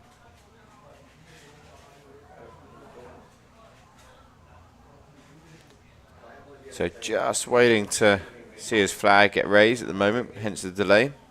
Oh, very important one. I forgot about the combo category. That's also very likely. The combo, yeah, we'll see combos be hit for sure. I actually saw a video the other day of Maxime landing a new combo that he hasn't done before. That's what I saw on his YouTube channel, Maxwell, I believe. So big score there for Davy, 7. Very nice score from him. Linus now. Seems a little bit under, but let's see what he goes for. Toe side. Going for a Tootsie. Yeah, it doesn't That's get the pop. an interesting one for our viewers. How like the toe side front roll to grab and the toe side back roll to grab can be called like Tootsie and G-spot, but when you add the 180 more, it fully changes its name. The reason for that is because until then it's not really a move. For a move you need a roll and a 360 rotation. So the G-spot evolution, it's the blind pit and the Tootsie goes into the dum-dum. So yeah, there's the score coming for him, but it's going to be low. Obviously, as you mentioned, low score coming, just the 1. Maxime. Wow, solid move 7 from Maxime, making it look so easy. Huge there from him. That's definitely going to be another high score of the day. Yeah, just watch, fully extending, travels a good amount of distance, Yeah. good kite angle. Very nice. Boom. He's really air swapping both times pretty easy. It's about time we see a back move 9 from Maxime, I think. Could be the final trick to get that first place finally. Oh, big score coming in here, Ramiro. It's looking Oy, big. oy, Well, I oy. mean, what's the biggest one from Jamaria? I believe maybe a 9.07, I think it was, wasn't it? Yeah, or 9.1. Yeah, very close. Okay, we have a... Now we have a new leader on the tricks so far. Maxime Chablos, 9.40 for a back mob 7. Huge score there from Maxime. David Ribeiro going left foot. Needs to do some other variety. Maybe double half cab. Double half cab mob. Kite goes pretty high, but still managed to stick another trick and get 4 tricks into his bag. Yeah, he can now start to Improve those. improve those. Either go for the lowest one. I mean, he's pretty high though on all of his tricks. I mean, he's Yeah. looking pretty good at the moment. This upcoming one, I think, is going to be more in the 4s, high 4s. We'll see. Yeah, at the moment, the backside 317 he opened up with is his lowest trick in the pocket with a 6.70. But as you mentioned, maybe this one that he's just landed. Yeah, between 4 and 5, maybe 5. We'll see. It's a hard trick for sure, but the guy was high. So here we go, Linus now. 4th trick attempt for him. Didn't have what he wanted on the last maneuver. 5.5 for David Ribeiro, having an overall score of 26. Let's see Linus what he brings now.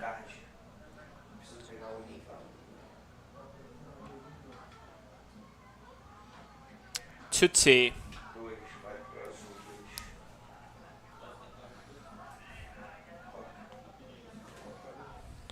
So Davi's score, yeah, 5.53.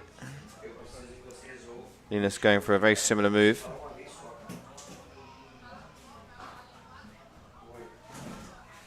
Yeah, hard to tell if he's actually want to go that for a combo after. Because I don't believe he's looking for just doing a Tutsi. So Maxime now had the perfect start to a heat. 23.66 at the moment, made up of one huge 9.40. Also a very high 8 with an 8.53 for a heart attack 7. So here he comes, right foot forwards. Probably popping blind will be my guess. Yep. Right here. Adding a variety score, kind of his classic blind, Here we blind go. shot 5. Blind shot 7. Haven't been able to keep on riding, landing pretty slow and end up. Shame, that would have been nice. Yeah.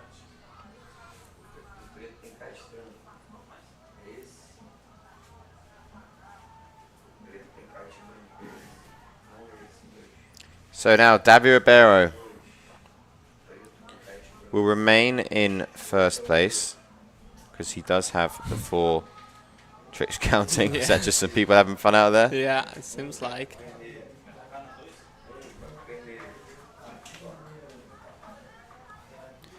So just finding Davy there, as we saw that wasn't Davy, but Yeah. one of the... No replay for this one, thanks. It's not a rider.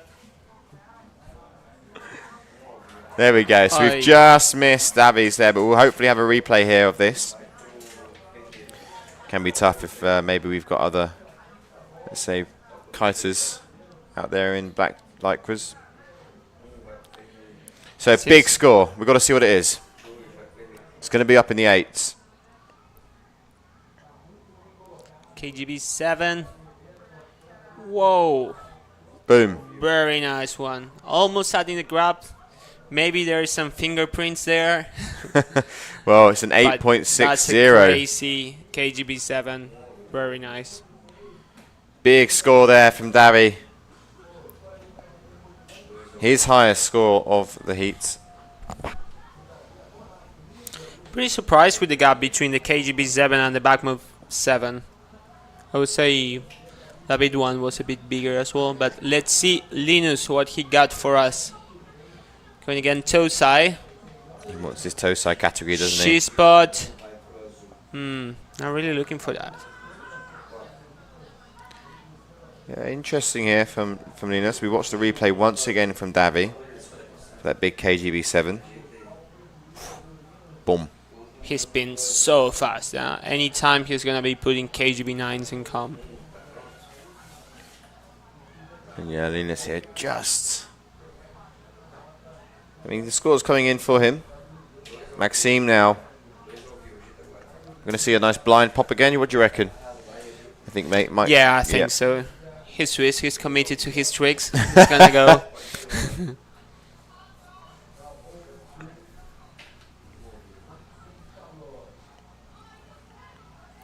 So Maxime, yeah, pops the blind. Blind shot 5 right there. Adding the 4 trick to his bag. Doesn't look too overly happy with that one. No, definitely was looking for a blind shot 7 and didn't manage to get the height, but still pretty good trick. Yeah. A bit dangly. We cannot really see the kite in a wide angle shot, but it's a hard trick to do with the kite low as well.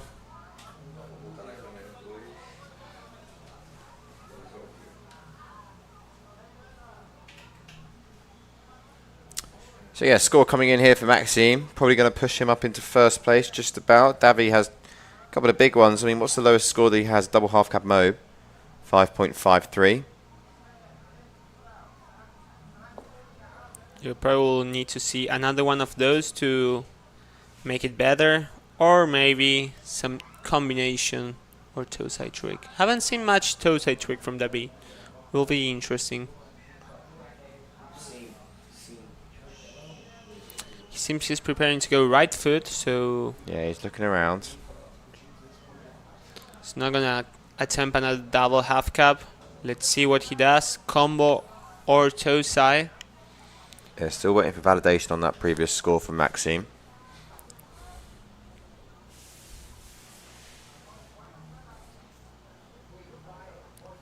Linus has that 4.57 that's just gone in. He's still looking for a 4th trick counting, as is Maxime as well. It's probably going to come in any second now on your screens. Looking like a 5.23. There we go. There it is. So yeah, he goes into first place now, just about. Davy now second. On 12 meter Vegas. Maxime on the 13. Gonna go left foot. Here we have another attempt of the double half cab with the kite lower. There we go. Yeah. Skips out from him there, unfortunately.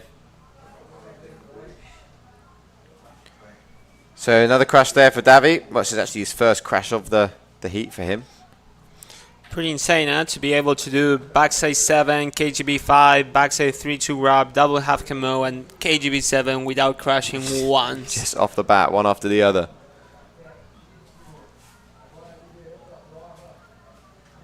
So here we go. Linus now also hasn't crashed, but has a couple of lower scores. Blind back move from Linus.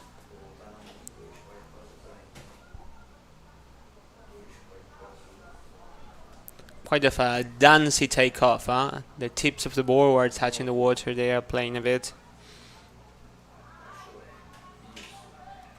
Okay, Maxime now. 6th trick attempt. So we're coming into the late stages now of this heat. What do you reckon? Blind shot 7, He's got to going do it again for isn't he? that? Yeah, I reckon so. He wants it, doesn't he? Yeah.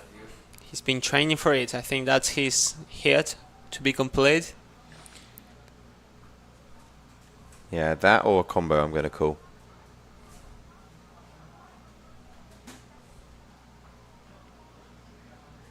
So just waiting outside at the moment, Maxime is currently in the lead, but Davy is hunting. Yeah. Pretty close, yeah. Yeah, he doesn't need to do a lot. I mean, Davy only needs a 1.07 in addition to maybe what he already has. So he needs around just below an 8. Yeah, like a 6.5 from that double half cab move. Oh, yeah, that's his lowest Very score there, attainable. isn't it? At 5.53. Yeah.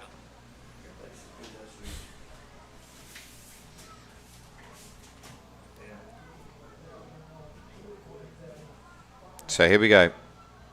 Maxime now lurking as if he's making his way back in to do his 6th trick. whatever happens, we think he's going to pop to blinds.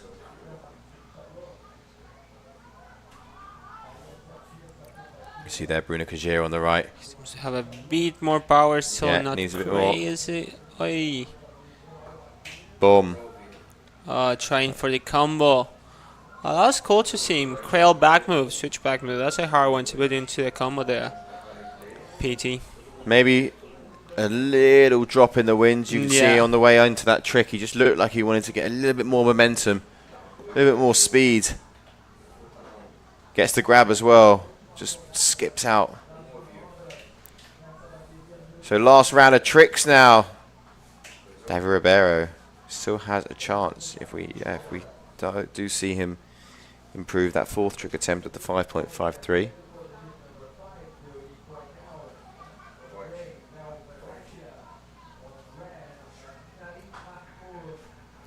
So here we go, David Ribeiro. If he gets these tricks, I'm worried about how hard the crowd is gonna shout for David Rivera. Yeah, we're gonna hear them through our headsets. We're gonna hear them, yeah. Need some noise cancellation headphones over here.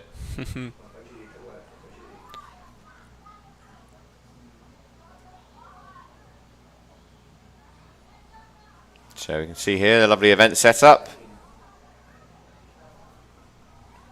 in the lagoon of Cauipe. Still waiting for Davy to go ahead and do his trick.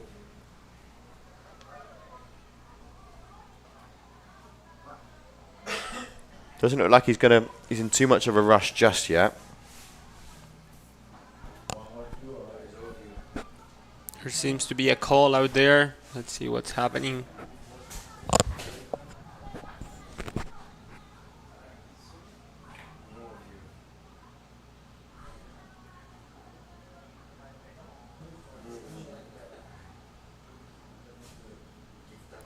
Have also got the call now that we won't be seeing any round number 3 of men today. We'll just be doing rounds number 1 and number 2. We see Kimo is out there going for a trick, warming up. This is the replay from Maxime.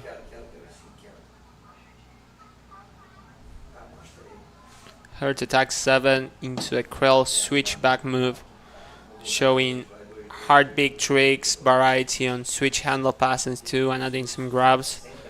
Very interesting combo. PT the win wasn't strong enough for him to stick that one. So what I think is the delay maybe is that last score from Linus, the trick name. Maybe just not in the system. Blind back move, yeah, could be the case. Oh, here comes the big Rivera with some power. Let's see. Needs this.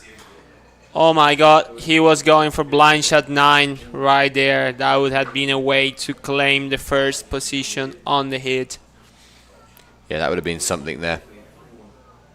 Let's see, gets good pop. Nice extension. 1, 2.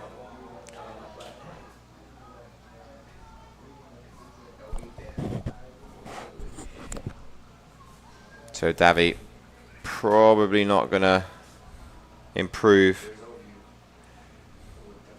Linus is tricked out on both second and first positions, so his improvement on third won't make a difference.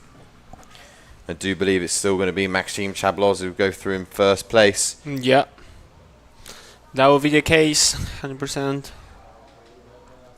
See Slim 7, Ooh, big back crash. edge.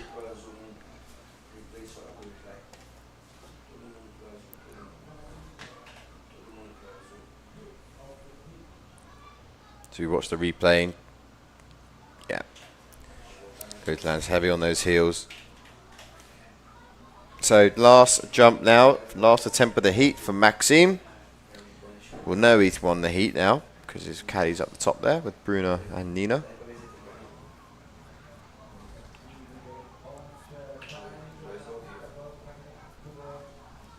Okay, Maxime, last trick. He will be going through in first place anyway. But as you say, Ramiro, maybe he wants to see what's going to score well. Hard attack into... still not enough. Yeah, he wants that combo, yeah. You can see a bit disappointed with that. But nonetheless, he's going to be going through into round number 3. So for Maxime now, that will be him done for the day as men's round 3 is released. Yeah, we always seen a bit of no inspiration on Maxime riding, as he's the brother of his girlfriend.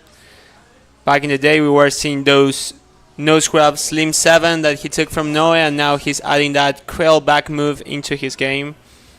Very cool way to mix it up and get new fresh tricks in the competition scene.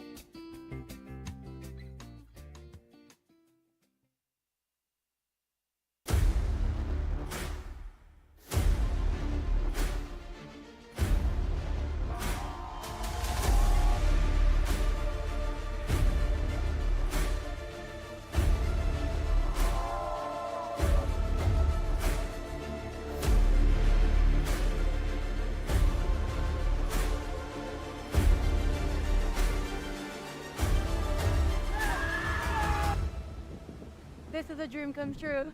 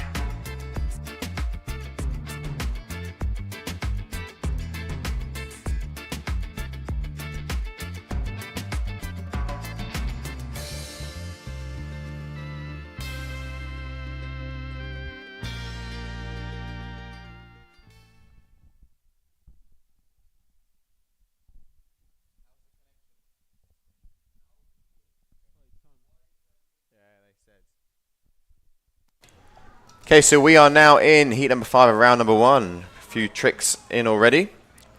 First trick from Kimo. Let's see what he goes for. Blind shot 3-2 grab with the melon. Bit of a sketchy bar pass on the landing. Yeah, we've seen a front blind mode from Aduri Cornell, 5.57. You can see here Kimo gets the grab as well.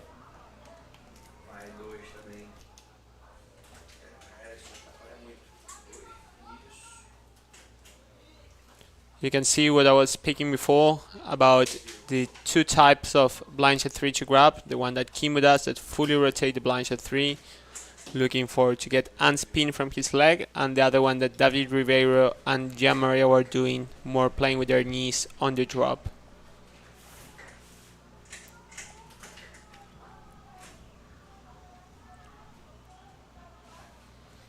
So back now over to Aduri. Leo, another rider I do enjoy watching coming out of Australia. You see the recap here from Aduri's first trick. Front blind mode. Boom. Very nice one. 5.57. Also see Leo here for his opener. Tootsie. Yeah, Tootsie roll. Kite goes a bit high.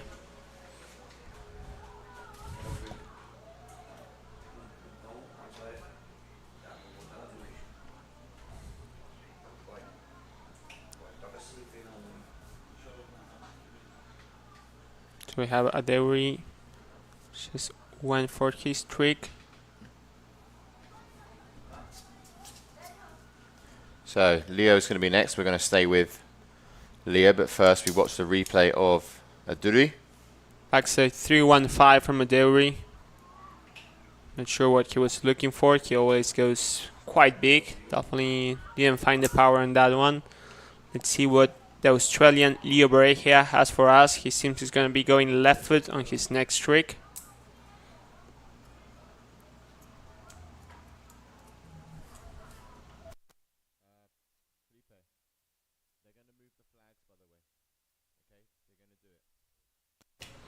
Starting at blind, we see blind shot 3 into a combo of a switch back move. That would have been an interesting combo, showing passing both ways. One starting off from hillside, starting off for blind. Good variety. Will go down as a crash. I think he's just crashed afterwards Yeah. as well, though. So there we go. Yeah, as you said, showing good variety. A very unique riding style in Leo. Really squatty, huh? He Yeah. really squat for his tricks. Let's see Kimo, what he has next. Blind shot 7 maybe. Oh, hurt attack 5. Stomping. Whoa. Aye. Catches an edge. So close. Kimo, I believe, was actually over in Jerry last week as well, competing in the big air, now here for the freestyle. Yeah, super all-around rider. Great style in both disciplines as well. Just here, catches that edge. And goes over the front. Here comes Aduri. He looks very under power. Yeah, even on that big kite. Hurt attack 5. Quite a bounce in the landing, but he is ticket. Definitely looks a little bit underpowered. Yeah, we just popped our heads out the stream booth just for a few minutes after the last heat, and it does feel like the wind has just maybe just dropped a tiny bit. But Aduri as well, also one of the bigger guys we have on tour, like, you know, needs a little bit more power. Always rides full commitment as well. Heart attack 5, 6.23. Beautiful shot there of the drone. As you can see, we have the competition area on the left-hand side. And then everyone else is able to ride on the right. The perfect freestyle location here in Brazil. Here we see from the drone, Leo bouncing, trying to get some speed for his trick. Blind shot 3, and that was it. It's not enough power, seems. We see some complaint. Oh, it's just a blind shot 3. Yeah, riders now having to maybe adapt if the wind is going to go a bit lighter. Maybe we'll see some kite changes as well. Maybe Samalula, who knows? You never know. Pretty much the go-to sizes seem to be, 11 and 13, aren't they? Yeah, I mean, pretty even much. and pushing up towards 15. There's some Nash with the 14 torch, seems to be pretty handy sometimes. Elevate kites, they seem to struggle on strong winds, but very fair on light wind. Let's see Kimo. Blinds at 7, making it look easy, scoring another trick. Kimo right now is sitting 5th on the World Tour. He's from Egypt, very all-around rider and what's been called a rewind master lately. Yeah. I always love seeing what he's putting out there. Very talented rider, Kimo. So that's coming in, that backside 317. It's a 6.40. Backside 313 before from Leo is a 3.03. So Dewey now, trick attempt number 4. You can see, wanting a little bit more speed, popping along. Double heart attack into a front blind and he doesn't make it. Shame. Big shame there for Dewey. So we watch it from the other angle now.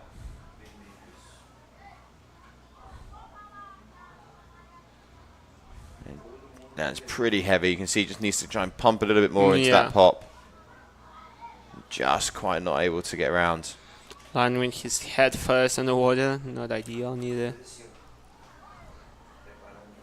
We have 2 Dominicans right now competing in this top, no? Oh, yep.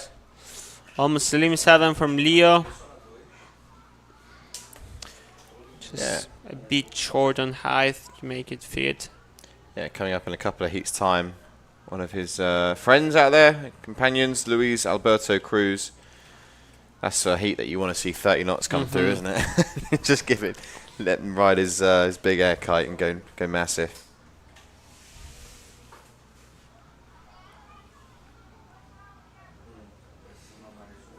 Some good talents coming up next. João Lucas, Rafael Montero, and Finn Flugel. Going to be in heat number 6 of round number 1. Oh, Finn is going to like these conditions for sure. Yep, they're going to suit him. This rider here, however, João Lucas, you seen him ride? Not much, like not in person. I seen him through social media and stuff, but it will be interesting to actually have a look firsthand. Sort of a different sort of riding style for sure. Rafael Montero, one of the youngsters that does very well down in the youth as well. Some good results on the World Tour. And obviously we know Finn Flugel, very talented, competed last year in Jerry, recently signing for the Red Bull. And now he's going to look to try and push far in this freestyle competition. A few Red Bull athletes this Copa. Yeah. Yeah, we've got Dewey, we've now got Finn, Maxime, Bruno as well, Luca Pitot. Seems Kimo's waiting for it to be ready. Seems the flag is still not up there. So, seems to be a slight delay now in the heat sequence itself. Maybe. So, just trying to see exactly what is going on at the moment.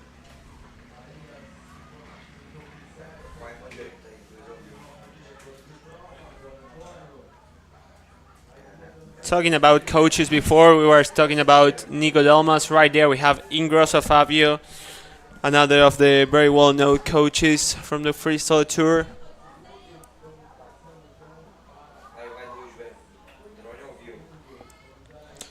Kimo seems to be getting ready. Yeah. Seems he's going to go for a left foot trick. Just talking there to Juan Antonio, our race director. So he has a rewind and a hillside trick. He can do another hillside or go for toe side or blind or combo.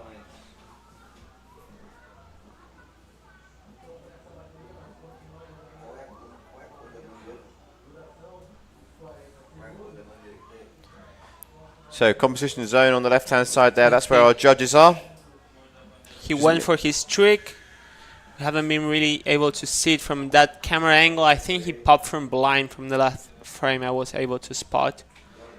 Let's see the replay on that.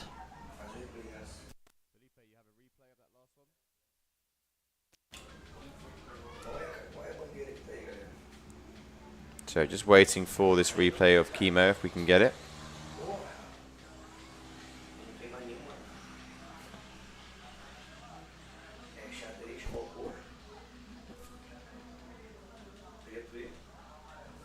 There's no flag in the air, and the flag is black and yellow.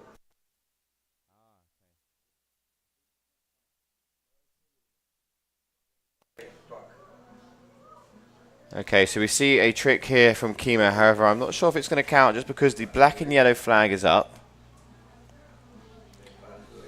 So that's a blind slim 5 right there.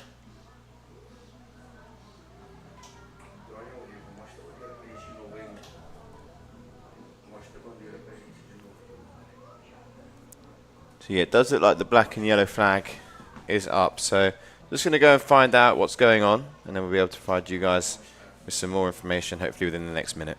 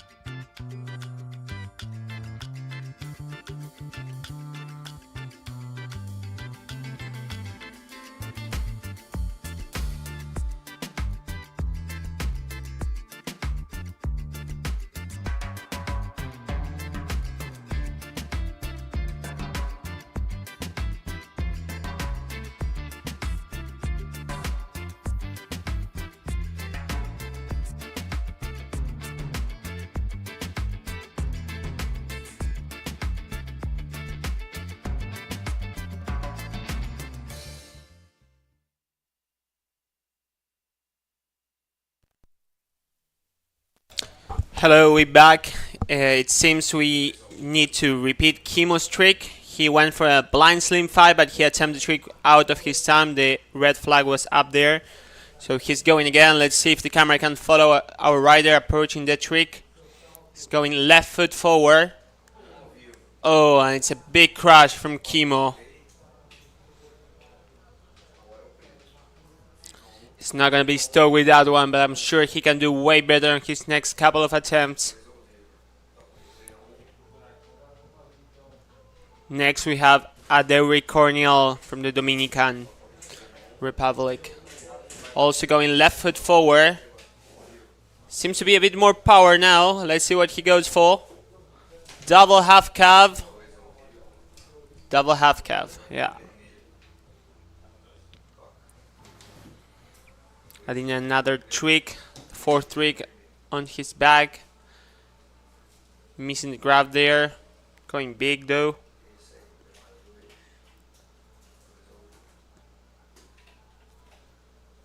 Up next, Leo Berechia.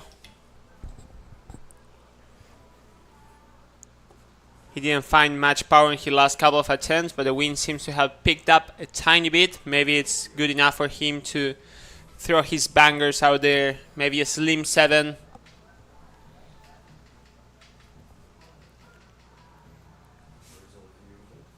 Okay, so Leo waiting for his turn flag to be raised. There was also a screen out there, so hence that was the delay on the last little hiccup we had. There was just a problem technically with the screen we have on site. Basically tells the riders their scores when their flag goes up, and a nice little addition to the event site, but just had a little technical hiccup there. We're back up and running now, so Leo, fifth trick attempt now, has 2 tricks counting at the moment, could do with another 2 at least. So here he goes, right foot forward. Slim 7 and sticks a landing, holds the grab landing for a little bit. Kite's a tiny bit high, but very nice and clean execution. Good amplitude too. Yeah, we've also got a few riders in the fleet here that actually do the KPL as well, don't we, Ramiro, yeah. as well? And I think Leo... Leo's one of them, yeah, and he's been doing super good. Yeah, Leo and Einar are really often on the KPL scene. Let's see Kimo coming up next. Probably gonna retry his trick.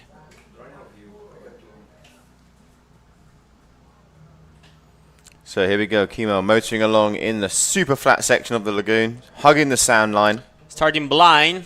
From there, blind, slim to blind. That's a new trick we haven't seen before on Com. That's crazy. That's a really good one. Kimo. He must be stoked.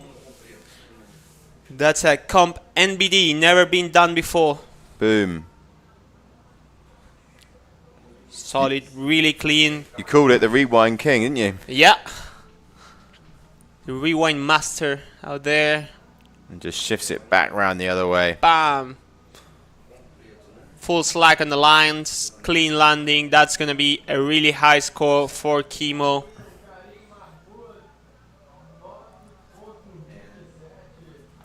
Yeah, big score there for Kimo. 9.27.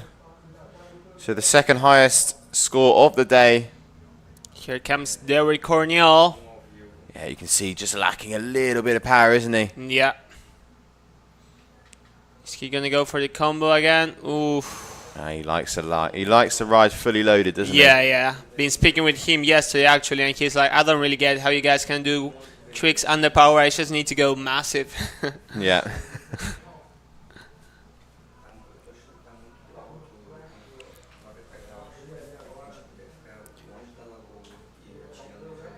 So Karim now just edging ahead of Aduri now that the scores have dropped. Coming up next, Leo Berechia. He needs an 8 points to actually get to that second position. It's a high scoring trick, but he's capable of.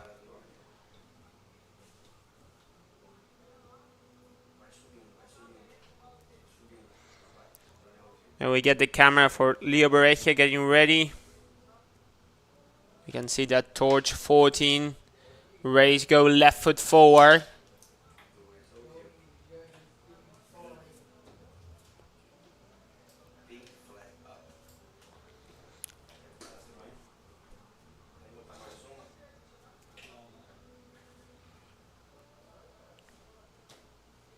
The replay from Adeuri.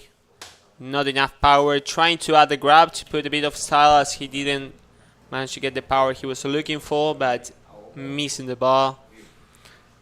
Let's see what Leo will give us up next. He was waiting for the pink flag to be down. I think that's the case. Yeah, looks good now. So Leo, 6th trick attempt for him. You can see just making his way to Juan Antonio. No, pink flag just bottom left-hand side of the screen there. You can see the flags. And the pink flag is still raised.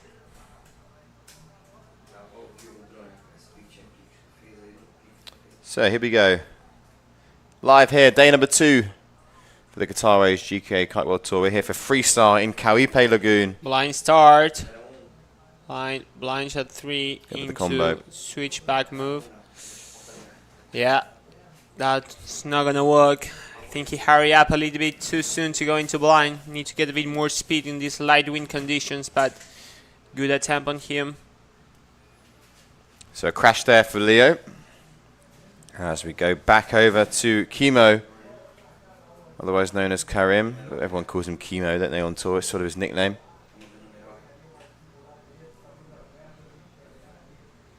Already on 22 points pretty much with only 3 scoring tricks. Let's see what he does next. He may end up having one of the highest scoring hits of the day.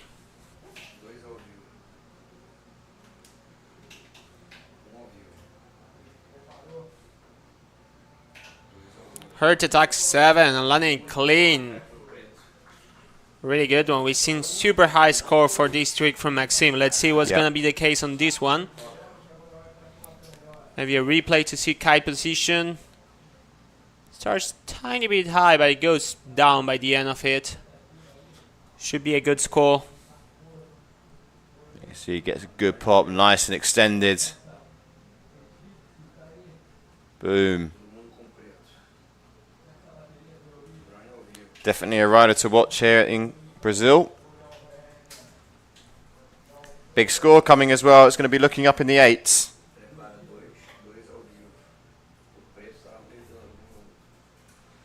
So now last round of tricks in this heat number 5 of round number 1. Aduri Cornell now, right foot forward. Looking like he's got a bit more breeze, but no, you can still see really pumping it through. Yeah, didn't get the right takeoff there, did he? Not really a combo, Dad. No, you can't count that.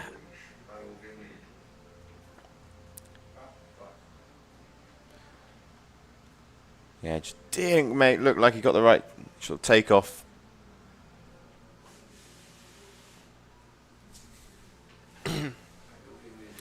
So now we go over to Leo, and still does have a chance of going into 2nd place here. Won't be able to get first, so Chemo will be advancing straight through into round number 3. Heart attack 7 of an 8.67. Big score there for him. And Leo's up next, so here we go. Here we go. Let's see if he goes for that line again, starting blind. Blind takeoff. Blind shot 3 into switch back move and miss the bar. So that's going to be it for Leo there, and he'll finish in 3rd place. He will go through to round 2, but it will be Chemo Mahmoud who advances straight through to round number 3. It'll be interesting to see what's the score that he will try to increase Chemo on his last attempt. My bet will be an increase on the blind shot 3 to grab. I think he will probably go for a KGB to grab. Let's see right now. KGB, Melon 2 grab, landing clean. Another claim. Another claim there from Amira. That's pretty good on those at the moment. I've been riding with these riders quite a bit the last couple of days, so I know what they're looking, what they're going for. Great hit by Chemo. So yeah, there we go. Chemo up next. We're going to be having heat number 6 of round number 1 with the men.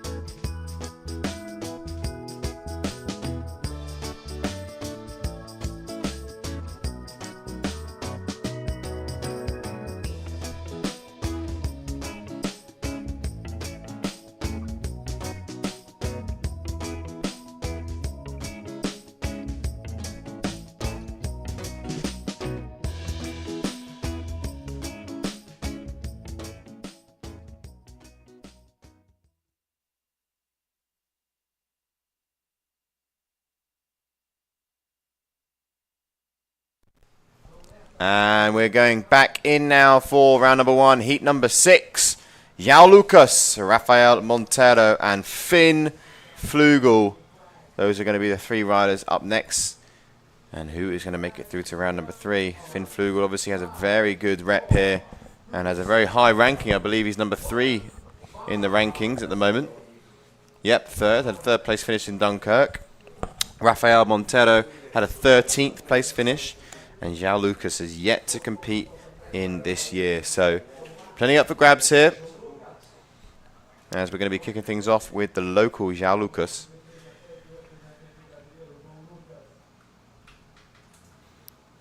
Hindenburger 9 there, starting with the kite low, going a bit high by the end of the rotation, but very hard trick.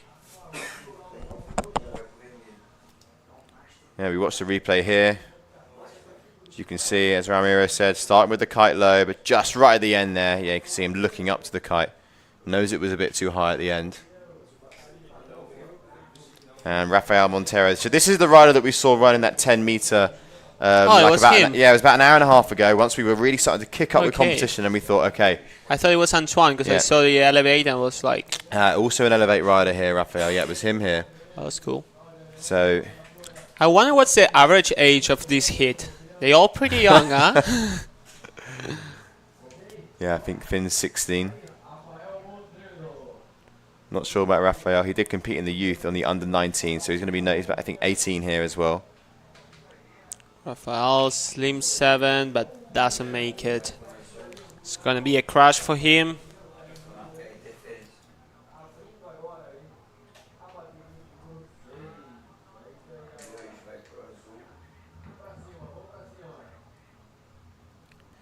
So crash opening up the heat for Rafael. Finn Flugel now up next. Coming right foot forward. It's been crazy how easy he's been doing the hard tricks lately, like KGB 7s, like nothing. Also riding straps. Yeah. Talking about KGB 7. KGB 7 from Finn. Kind of a bit high, but for that trick, come on, that was pretty good. Yeah, replay here from Rafael, the crash. And we'll be looking into Finn. A 5.57 for João Lucas opening up here, Finn. Boom. Yeah, it wasn't that high at the beginning of the trick, but it went a bit high by the end. He was really taking advantage of those flexible young shoulders. Yeah. Yeah, youth is definitely on his side. Spends so much time in the water, Finn. If he's not competing, he's training. If he's not training, he's competing. Here comes Joao Lucas coming right foot forward, loading his kite. Pop. KGB 7 as well, and it seems to have been a better one. Let's see the replay. It seemed pretty nice from the drone angle. Nice to have them back to back as well with Finn and Zhao. I mean, look at Finn's now, 7.53 for Finn. And we're looking at this one, a little bit more height. Yeah. Kite a bit better as well. So expect maybe a similar, maybe just below the 8s. But we're no judges just yet. Let's see what they say. I'll see a bit of a bigger score than Finn, I reckon. Maybe half a point, something around there. Yeah, for sure. They'll be using Finn's as a reference for that.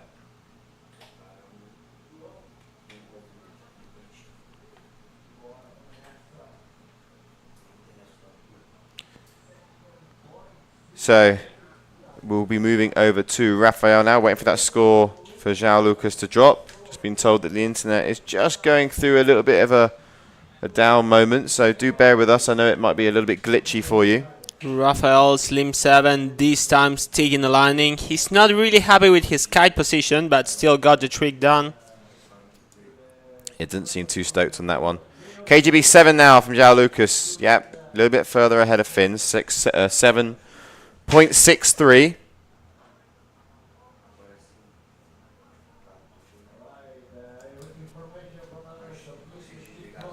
So Finn now, up next. Seems to prepare to go right foot forward. I wouldn't be surprised to see some blind takeoff on this one. Maybe a blind shot 7. Let's see. Blind.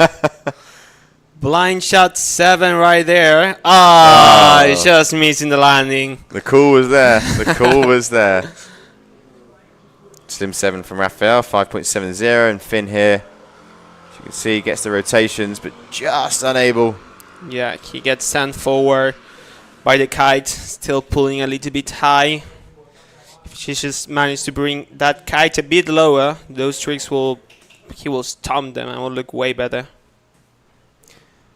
So Joao Lucas is currently your first place position. Big KGB 7 from him, 7.63.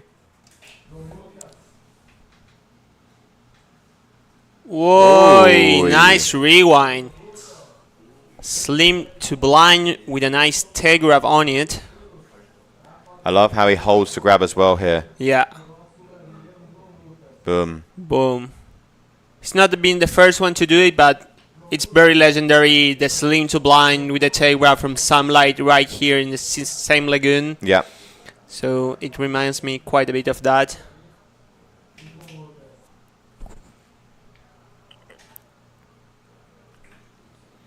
Nowadays that we have pushed the format way more into the rewinds and Sentosa, we've seen these tricks come along way more often, but it was around 2016 or 17, if I'm not mistaken, that Alex Fox and Sam Light dropped that video, De Brasil, with all the rewinds on it. Really a banger at the time. And it started everything. To roll combo into back roll to toe side. Still gonna be a score, but not really what he's looking for.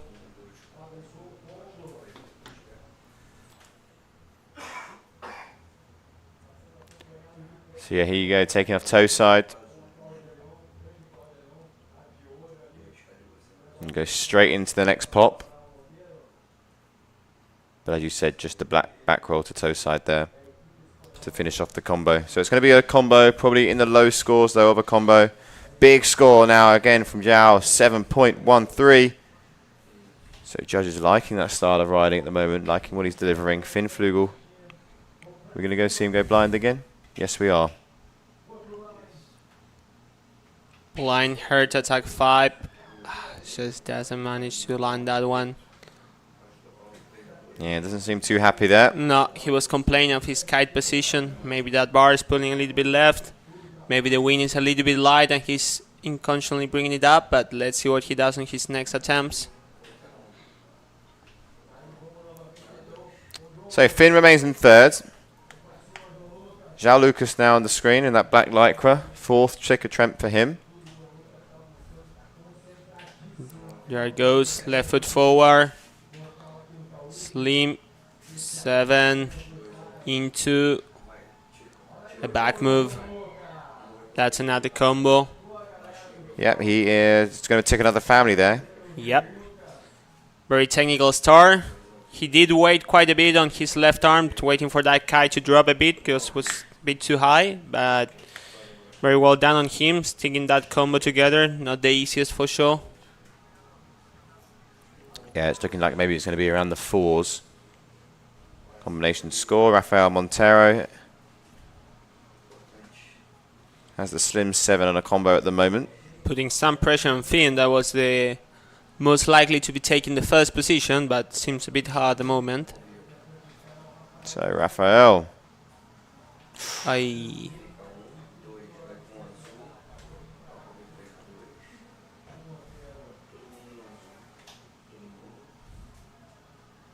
See here, gets a good pop. Good squat to try to fit the rotation in that high, but still not enough. Matteo Dorotini there. Finn Flugel coming in, left foot forward. Here we go, focusing on, going to blind again, going for that trick once more. Stomping it. Blind hurt attack 5 right there by Finn Flugel.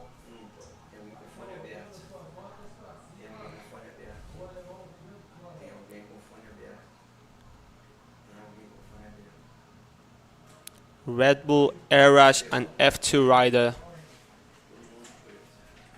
Boom. So good scores coming in here for Finn. Needs this as well because he was obviously coming towards the halfway point in his heat and only had 1 trick counting towards his score. So better position now. The only one rider with all the tricks counting at the moment is João Lucas. He's landed all 4 of his tricks in the first 4 attempts, which is a good position to find yourself in because now it's all about, you know, what can you do to improve this score? The combo at the moment is a 4.47, his lowest one. He also has the opening heat, the opening trick that of a 5.57. Yeah, he's Hindenburger 9. When the kite went a bit too high, he can make that one better and definitely the combo. Let's see what he decides to fix first. Good start for him though. What a way to start. 24.80. You know, hasn't even got his hair wet yet. It's going left foot. Maybe he want to try to get that Hindenburger 9 better. Bringing that kite down.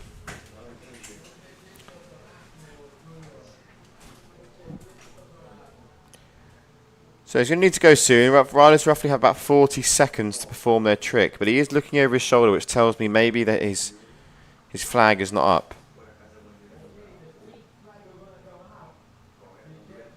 So I do believe the pink flag is still up. So when the pink flag is raised, essentially it means that the judges are still validating a score. So that heart attack 5 from Finn Flugel, which we're seeing right now, which started in blind. Judges just validating this score. Boom.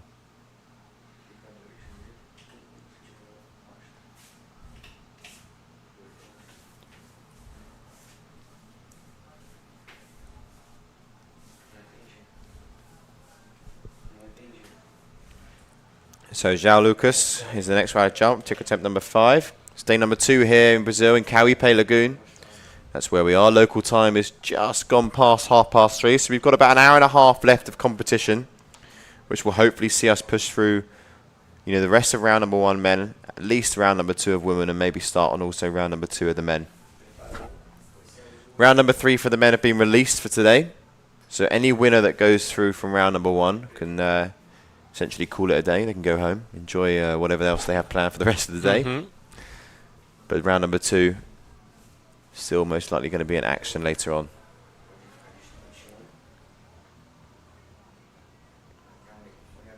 And then tomorrow we'll have a full day of competition as well, with a nice early start all the way up until sunset, with finals taking place on the Friday.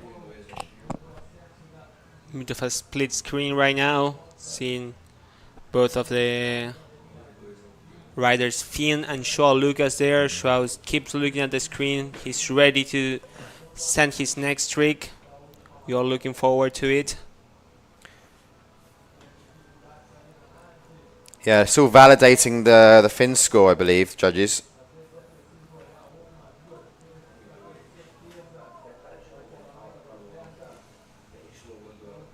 You can see Finn there on the left, Zhao on the right.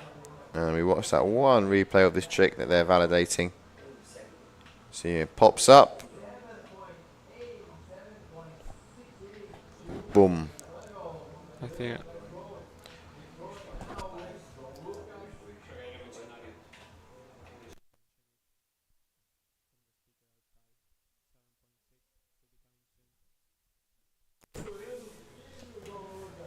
So Zhao Lucas there jumping. Here we go.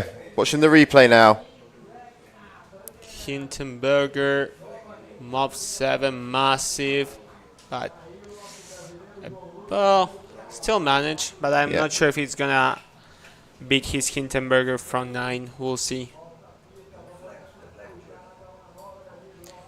So we've got another pink flag now up with Zhao Lucas's trick.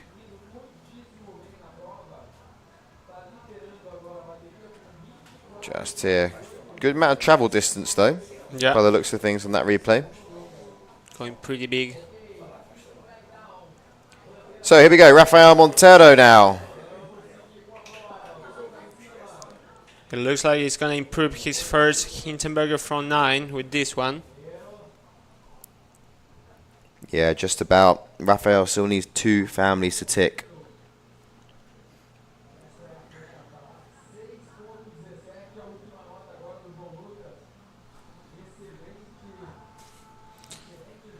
Well, it was a call from the judge to a back move 7 on that one. It's very in between, the axis in between a Hindenburg and a Mob 7, but good for Joao, scoring another high trick there.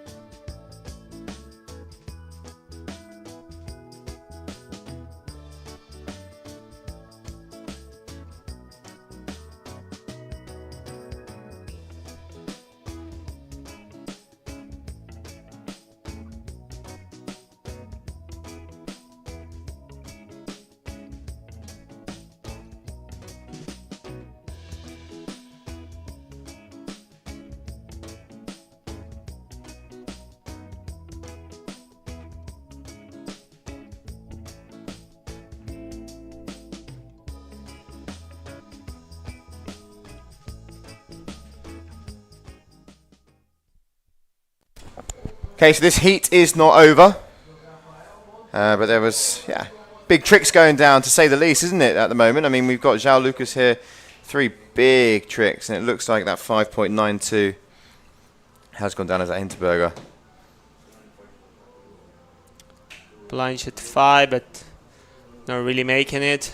They're from Rafael.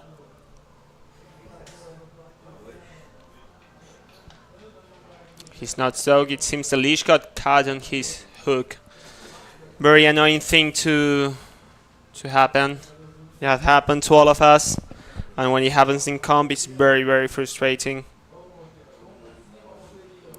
Yeah, you can see here, Raphael goes around. Yeah. Yeah. Just gets caught. Trick from Fini there. Seems it's been a front 7 rotation, but not sure what was done before it even. Yeah, kind of. Maybe a slim 7. No, dum 5. That's been done for the first time by Carlos Mario in Colombia, and now Fini is bringing it to the game. Very technical trick. Kite high for sure, so it's going to be penalized a little bit by the judges. But it's a trick I'm very keen to see done properly on this comp. It's very nice. So Zhao now, 6th trick attempt. We come into the last 2 rounds of tricks. And then we're going to be going into heat number 7 here for round number 1 of the men. Heat number 7 is going to include Luis Alberto Cruz, Manuel Suarez, and Matteo Dorotini. Oh, it's going to be another stack hit. Yeah, very awesome interesting heat to watch. Very different styles, all of them. Yeah, very much so. Coming in. Blind shot 7 by Joao. It may have been a good call, probably on the 6. Just improving a little bit that Hindenberger from 7. Hasn't crashed yet, Zhao. No. Let's have the perfect heat. Just want to be up in those scores now. So here we go, Rafael there on your screen, Montero. Good to see Claudia Leon back as well, just to the left after that injury she sustained last year. Exactly at this event, actually, over in Cauipe. So here we go, Rafael. Oh, he's popped his toe side, but decides against it. Scores also dropping for Finn here with a 5.97 for that dum-dum. Backside 317 for Zhao, 6.37, so he's just furthering his lead ever so slightly.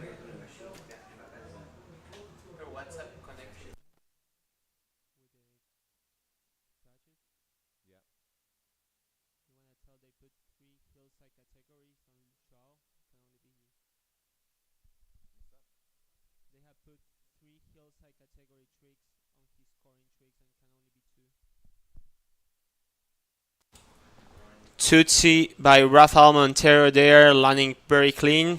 Simple maneuver, but well executed.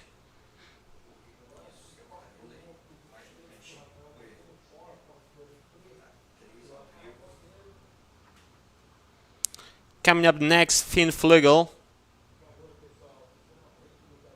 He's waiting for his turn. The score hasn't been up low for Rafael Montero.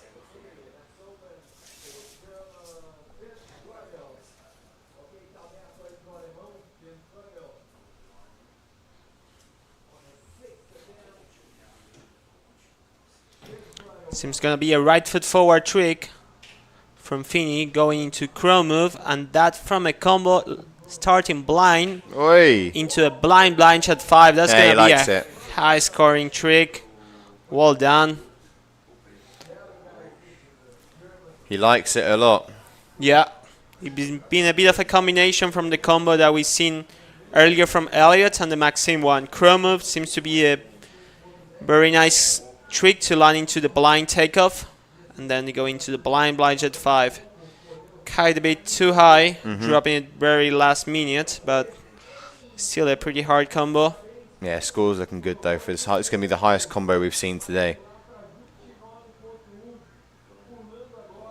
But yeah, you can see just at the end there, Kite gets a little bit too high, but there's rewards to be had there in regards to what else was delivered there from Finn. Joao Lucas coming up next. Blind shot 9, stomping it. Kite a bit high, but that's a trick that we wanted to see on this comp for sure. First one done on Cauipe in this event. Huge there from Zhao. Finn putting down an 8 for his combo. This is going to be a big score here. Highest one so far today we've seen is from Maxine, which I believe was that 9.4. Just look at the power here. Kite almost pointing the other side though. We'll see how this impacts. Still a very high scoring trick. With the Kite tiny bit lower, definitely on the 9 category. But we'll see how it went on this one. Yeah, he was certainly stoked about it. Nice thing to do on your last trick attempt as well. For sure. Big confident boost for the upcoming hits. Yeah, I think when you're right there, Ramiro, when you said regarding the kite angle, I do think that that's being heavily taken into consideration here. And the score's dropped. This is 7.37. Yeah. It's so a high scoring trick, but not... if not done. Yeah. Done properly is over 9 for sure, the trick. We have seen 10 a couple of times, like the one from Giamma and Taiba 2 years ago. That was crazy. So last attempt now for Rafa. He can go into second, but he needs to hit a new family and get over 7.88. So he needs to get a high score here. And he's not going to do it there with that crash. Okay, so third place finish for him. So this is where it can mix things up now for Finn and Zhao. Finn needing a 6.56 to go into first place. Doable. Last trick of the round now. Finn is still missing that fourth trick attempt as well. So here he goes. Hindenburger 7. A little bit of a flex on the landing. Let's see. Now the angle to watch that kite position. Hard to tell from the other one. You reckon that's got the 6.56 there, Rami? It's very likely. It needs to... yeah, as well. Yeah. Because it doesn't need to replace any trick. It's going straight into the score in that.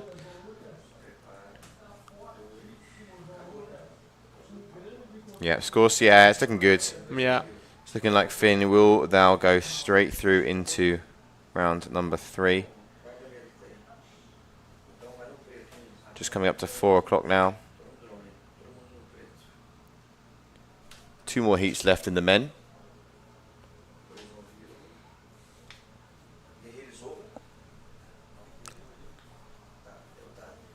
Just waiting for these last scores to drop.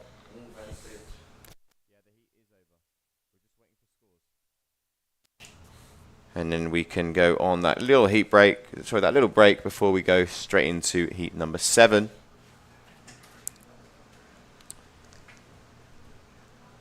It's looking good though there for Finn.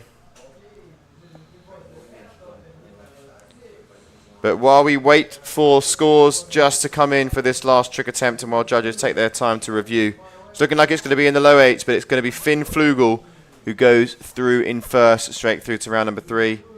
And then João Lucas narrowly missing out in second place with Rafael Montero in third.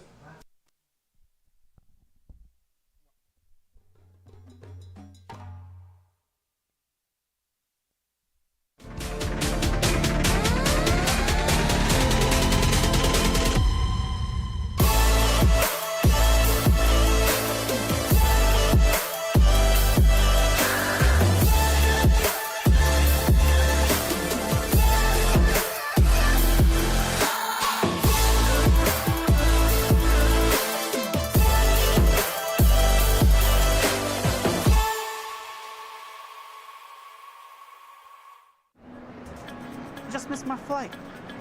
Didn't do it on purpose. Yeah, don't worry. I'll keep it safe. Okay, bye.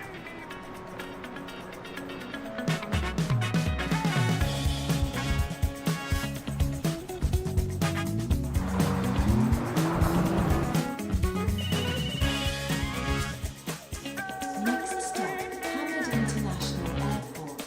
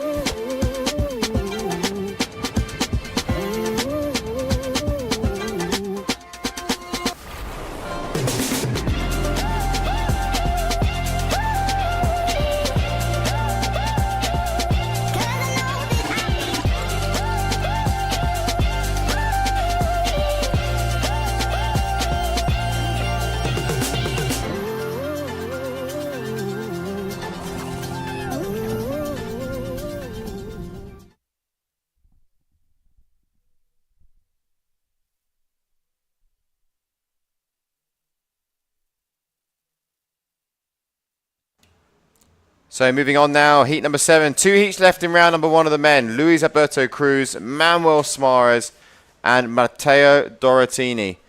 Like you said before, Ramiro, some big riders here. Lots of different riding styles. Yeah, 100%. Looking forward to see some re-ones from Matteo. Massive front 9 from Luis Cruz. Yeah. And really good backs and rotation from Manuel Suarez. Probably some combos in there too. Yeah, not sure how hard Luis Alberto can actually push at the moment, just because of the wind. It looks a little bit on the lighter side. I know he likes to ride a little bit overpowered. But here he is. He's growing the Barnet out as well. Still managed to get his high. Front 9 right there. First trick, open it up.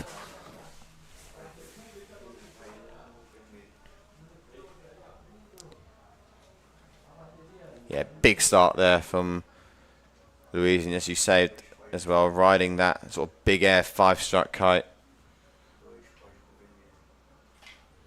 Yeah, he doesn't want any slack. He wants to pull as much as possible. He's strong enough to bring that bar close. Let's see the score. Seems it's gonna be on the high 7s. Really good trick. Maybe not as good as he has done before in the past. Kite a little bit higher, not as big as before, but still a crazy good trick. Quite a signature move from Luis Cruz.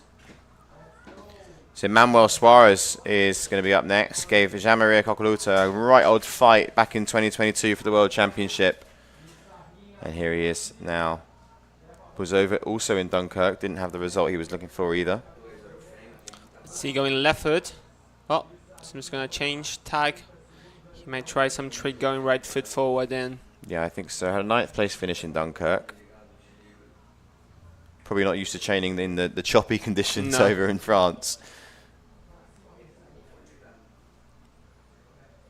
Way different scenario here in Cauipe, huh?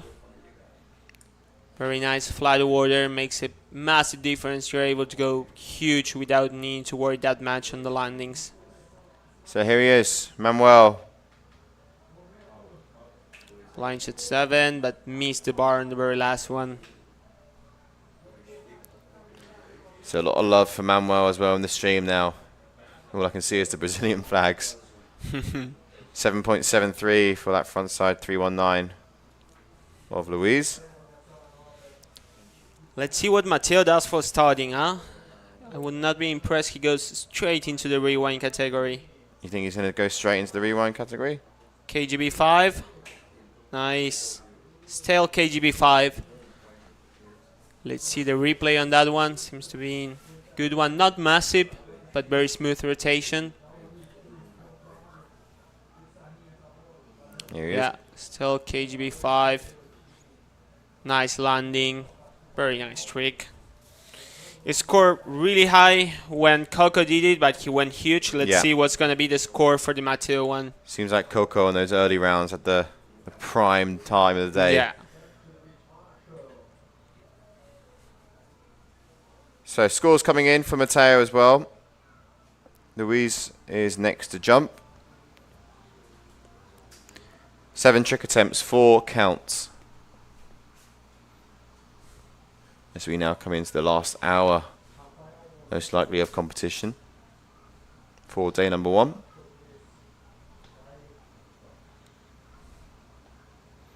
Luis ready.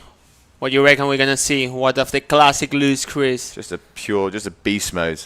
It's a beast move, no? Maybe a slim 7 or a kite loop pass. We'll see what I'd like to see a kite loop pass. I'm sure we will see one during this hit. Yeah. I think this is going to be the case from the slim. Slim 7. Oh, how the hell is he? I thought he was done in there. Yeah, I thought so too. From the angle of the camera, thought he was going to hit an edge and have a nasty landing there.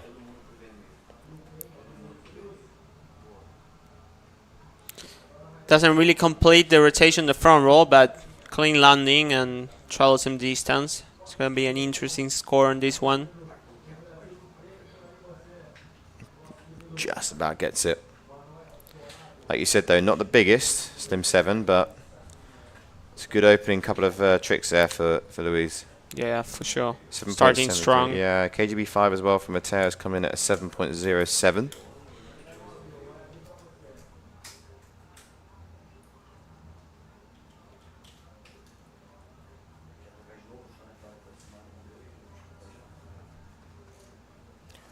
Okay, so we watch the replay one more time of Alberto Cruz.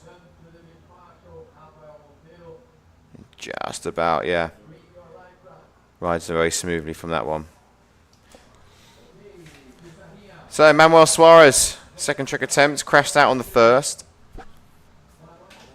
So here we go, second one coming in. Going left foot forward by the looks of things. Yeah, it's pumping, it's looking for some speed. Doesn't really find it, maybe he's probably gonna try some right foot forward. Going again for that blind shot 7, scoring that safe hit for him. Yeah, slim 7 as well. It's 6.93 for Luis now. Has just dropped. 14.66 for him. But Manuel is going to need to be quick here now because he's only got 40 seconds. Yeah. Doesn't want to get timed out here. Gotta go. Gotta go now. It's loading. Let's see. Maybe a little gas there. Slim 5. Definitely not what Manuel was looking for, but still a score. Probably high 3s, low 4s around there. Yeah, it's going to be one to open up his account though. And we're going to go over to Matteo now. So Matteo coming out of Italy. Quite a few Italians as well in this competition. Yeah, Italian's been taking over the kite world lately. On the big air scene, strapless surfboard, freestyle, It's the doing trap, good. isn't it? It's the trap. Yeah, it's the trap. Also riding the new sea kite from North. Seems to be performing good for him. Yeah, had it over in Dunkirk as well. Looks pretty chilled out with the palms there, just cruising. Is it Trapsty, that one? Okay, here we go. Matteo coming in, right foot forward, in towards the judges. Good angle here. Blind shot 7. Stomping it, almost going into the buoy. That's going to be his hillside tricks probably. Now it's about time to start with the variety. Nicely done. Also part of he joined the park event this last season. Yep. Did really good. He has quite a nice wake side style. So Manuel for the slim 5, 4.73. And we also have Matteo Dorotini scoring that 6.47 for that backside 317. Luis Cruz ahead, probably will give us a Kite loop. Go on, do it, Luis. Yeah, he's going for it. Kite loop, just the front 3 is not that strong for those tricks, I guess. First rider we've seen tick that category though, tick that family. Yeah. But yeah, you want to see him go fully loaded with that. Yeah, just all the way to the moon.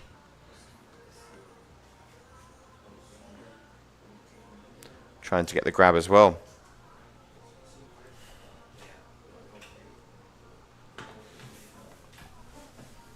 The moment is pretty tight between Luis and Matteo. This score will definitely put Luis a bit farther, but doesn't mean much because we're not expecting him to keep that score, but we'll try to outbeat it, but nothing is for granted. Let's see what happens. So Manuel, you can see, yeah, wind definitely on the lighter side now. Yeah, riders, you see, not going as big. Backside 317 for Manuel. He can do that trick pretty much eye close. Yeah. You can see, yeah, just not getting a crazy amount of height. One of the few out there riding a sea kite with a not Dakron construction. Not sure if it's like a Hokipo or a Lula, but it's one of those high-tech manual.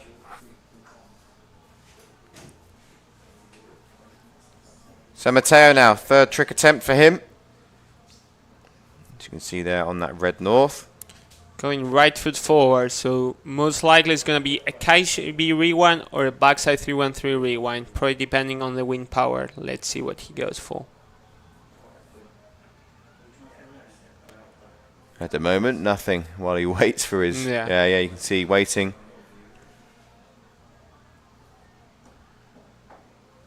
For his turn flag to appear.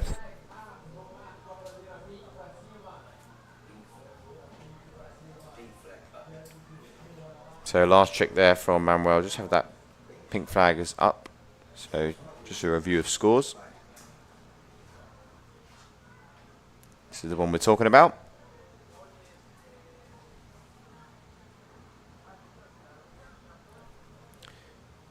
But I do believe the scores now have come in. And Manuel will remain in third place just purely because he is the rider that has 2 tricks counting. Luis has 3.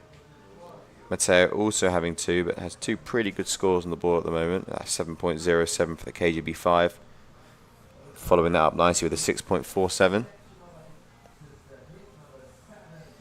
So here he comes now, right foot forward.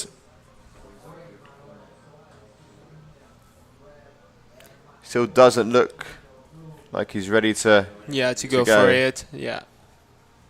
Holding there in position.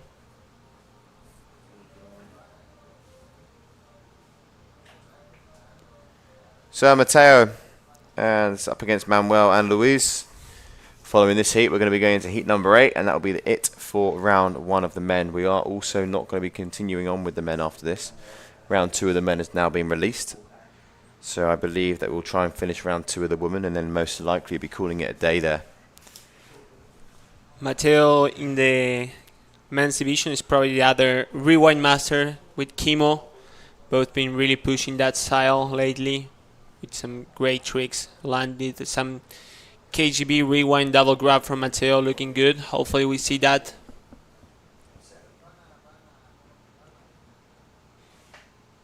Big Italian crew right there. Yeah, let's have a look who else is in the... obviously, Gianmaria Coccoluta being one of them.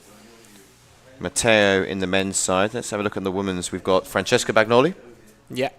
She's also riding with the Italian flag. I believe there's one more. Yes, nice Balbanot. Also from Italy. So there's 4 of them.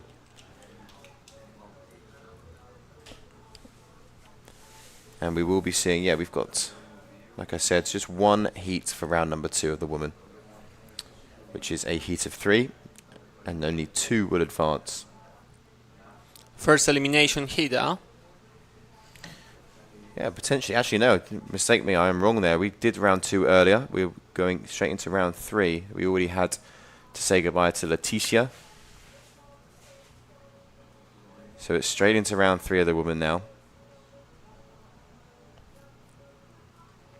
With the likes of Bruna, Francesca, Matilda Roux, Kaya Leman, Rita as well, back in business. Yeah. Yeah, it was unfortunately for her. Saw an injury come in guitar. She's back now riding. Second of the World Tour at the moment, huh? Yeah. Riding Duotone, also sponsored by Porsche. From Spain. Great rider out there. So we can see the pink flag is still up. So just while we wait to validate these scores, up next it will be Matteo Dorotini.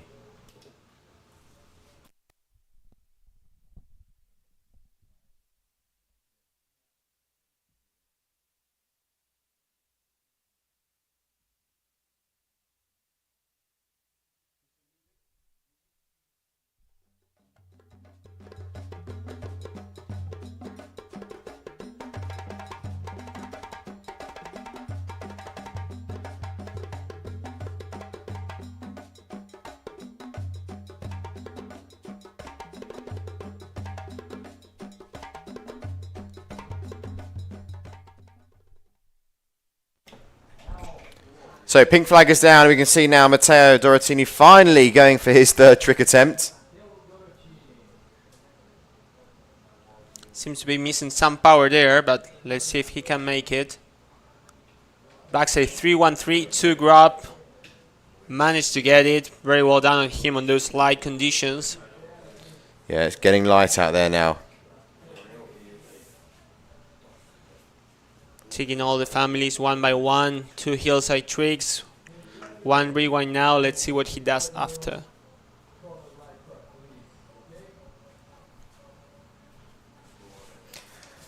So not the biggest of scores coming in here, but most likely will push him into first place.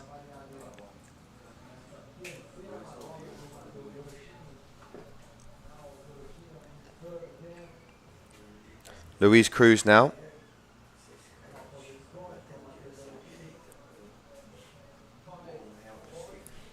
So here we go, following Luis Cruz. 4th trick attempt for the Dominican Republican. Maybe a combo. Touch down one another family. Let's see. Or another kite loop going for a bigger score. Yeah, I was thinking maybe that as well, but Not enough. no, he's not going right foot, is he?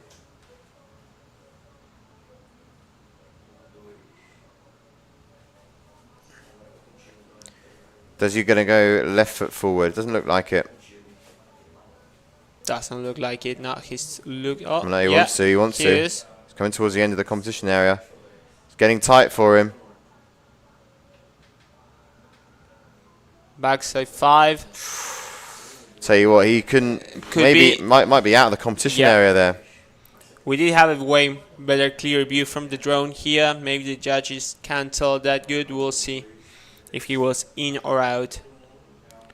I mean, He he looks was pretty very far away from the judges. Even said. Yeah.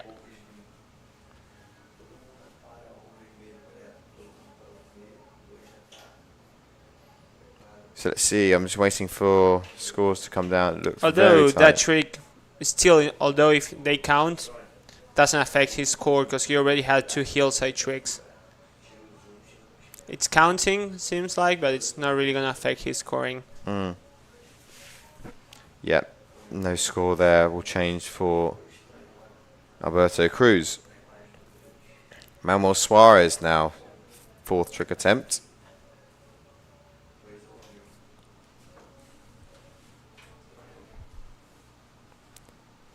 Seems to have slowed down a little bit the comp at the moment, Yeah, but it's going through a little bit of a lull, let's say. yeah. Let's see if the golden hour brings us some late action.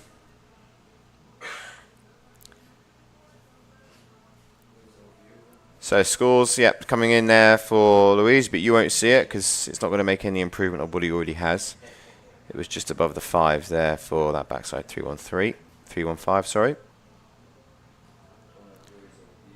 So Manuel now, here we go. Hoping that the wind gods just give us a few more knots. Yeah. Coming right foot. Probably going into the combo. From blind move. Into a backside 315.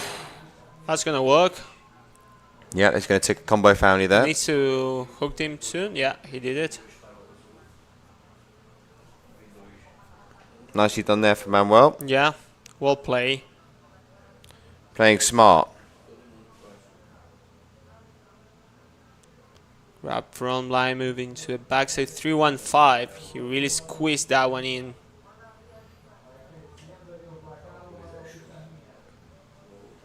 Looking very relaxed out there. Just about squeezed it in, as you said. So Matteo now, Dorotini, 4th trick for him. Combination score dropping for Manuel.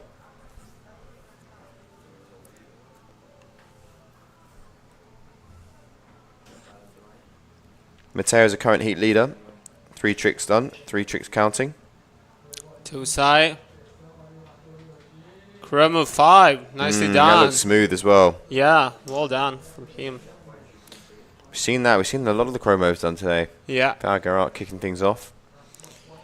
Jean Pretty Maria as well. Smart selection of tricks from Matteo Dorotini with the KGB5, the balance 7, backside 3, 2 grab, and now a crow 5, really ticking all the categories, maximizing that score for the light wind conditions. Yeah, now it's just about him improving those lower scores. But he's in a very good position here.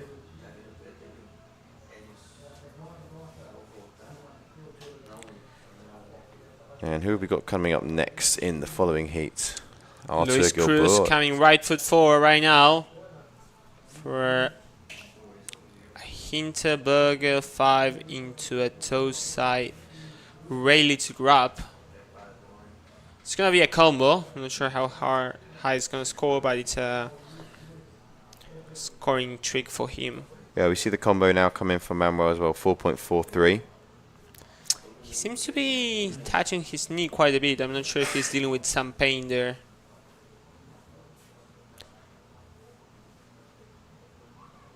It's never easy on the knees, is it, Freestyle? No, it's not. It's quite a bit of impact. On flat water spot like this, it's not too bad unless you twist yourself very, very hard. But on choppy conditions, it can be very tricky on the knees. Yeah, he is just feeling a little bit of pain on the knee. Yeah. Combo score coming in, it's going to be low. But it's another family ticks for him.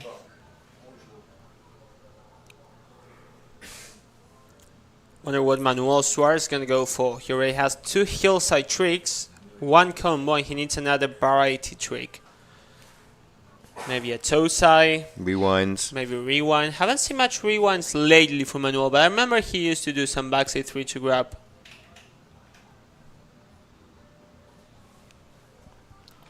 So, Manuel now. Yeah, does need that variety group, doesn't he? Mateo's standing pretty good on this hit with 24.58. Really nice score. Manuel would need a 9.1 to catch up with Mateo. Going left foot forward.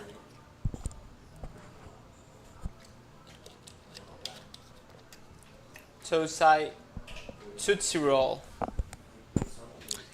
That's a toe side S move. For those who don't know the name, it's called Tootsie.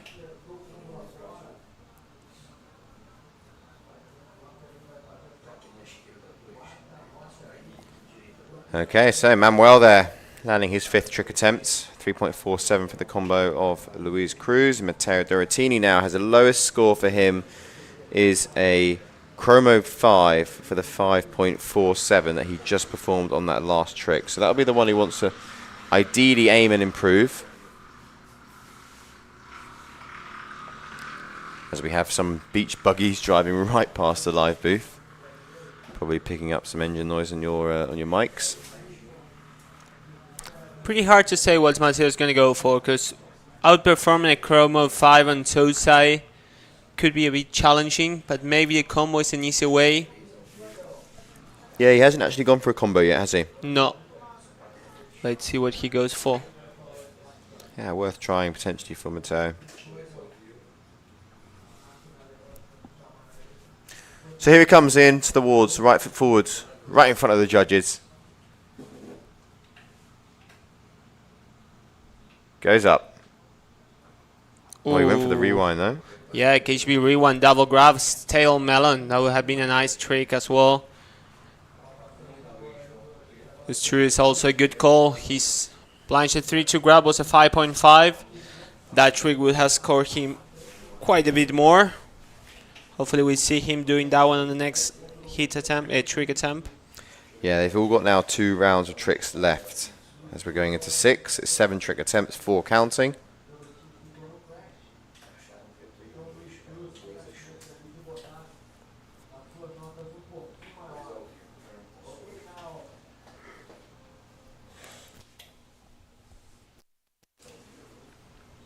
And you can see there, Luis just waiting for that flag to be raised.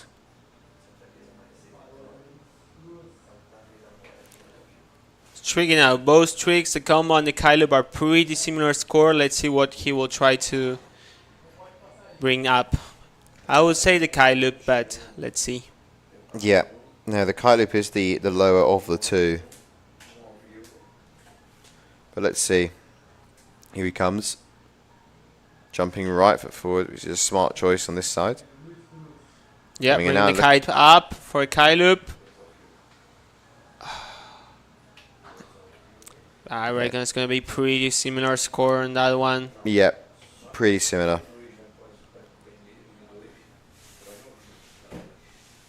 Luckily, we finished. This is the last hit we have from the men's, or still have? We have one more. We have Artur Gilbert, Oh yeah, Arthur. Juan Rodriguez, who hasn't competed in a while, and Leonardo Mendes, one of the local wildcards. Arthur's probably going to do good. Those elevate kites pull quite a lot. In the light wind conditions, they do great. We'll see Juan Rodriguez and Leandro how they go riding proper sea kites.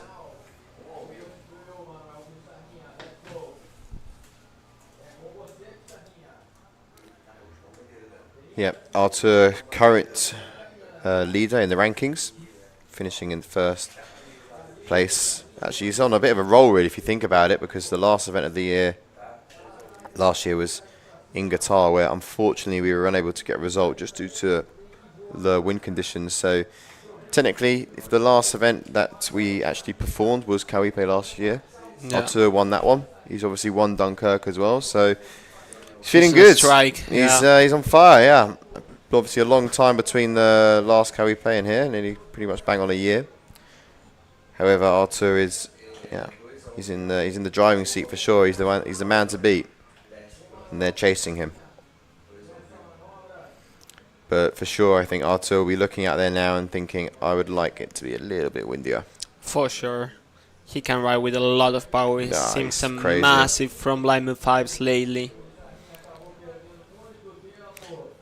Coming up, Matteo. There, the camera is pointing at it.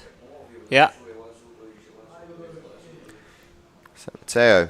Still KGV Melon Rewind. That's a really nice one. I'm not sure if we have seen such a good KGV Rewind before on competition. He knows, he's happy about that. Yeah. Let's see the replay on that one. That was crazy good. In. Stale melon poking it. I love the pause, like the little pause between just before that rewind kicks in. So nice. Nice style. Holding there the grab, waiting for having the inertia to go for the grab, and last minute stomping it. So last round of tricks now. I would say probably the two best rewind tricks we've seen this comp so far. This one and the blind slim to blind from Kimo. Yeah, that was nice. Yeah. But you called it, didn't you? The Rewind Kings. Yeah, the Rewind Kings. We're getting the score. Seems on the height 8. Yeah, it looks really good for Matteo here, especially in these lighter conditions. Really good. It's looking just below the 9s, in fact. 8.70 for Matteo Dorotini. Nice score. Oh, Luis Cruz going huge once again. So Manuel Suarez is going to be up next. The lowest score he has is that Tootsie Roll of 3.57. He's not far off second. No, he can definitely do it. Last trick attempt.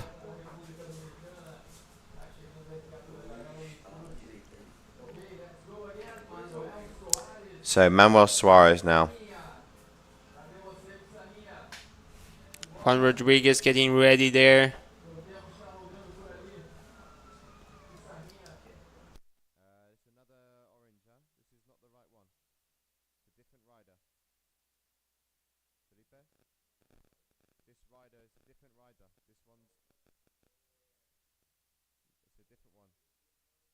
Look for a big white kite. Big white kite. F2. Brazilian boy. Orange.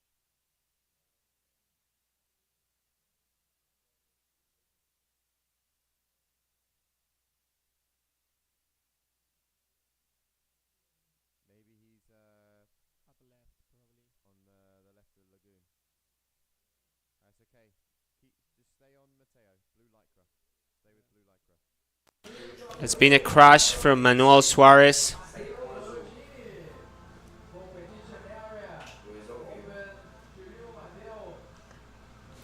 Matteo going left foot forward for his last trick. Yeah, last trick of the heat. Maybe slim to blind double grab. No. Mov. Oh, going for that Mov 7. But can still be happy. I mean, 27.71, not too bad there. Although he did crash that Really last nice. one. I mean, good score here with that KGB to wrap, that 8.70. Big score there from him. Straight through to round 3 from Mateo. We'll see Luis and Manuel up again in round 2 tomorrow.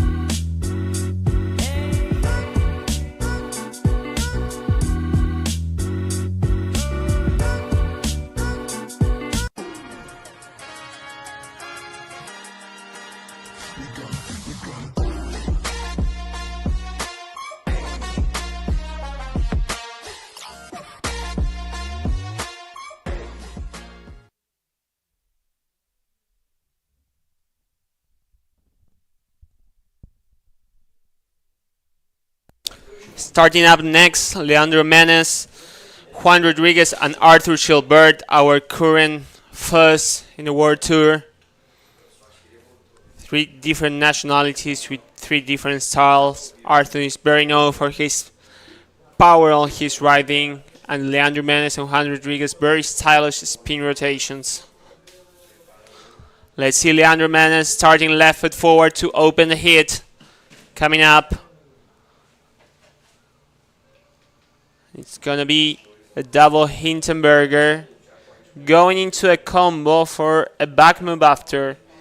It's a bit of a similar trick between both. That's a thing that judges are not really looking forward to it, but it's nice to tick off the variety trick straight away.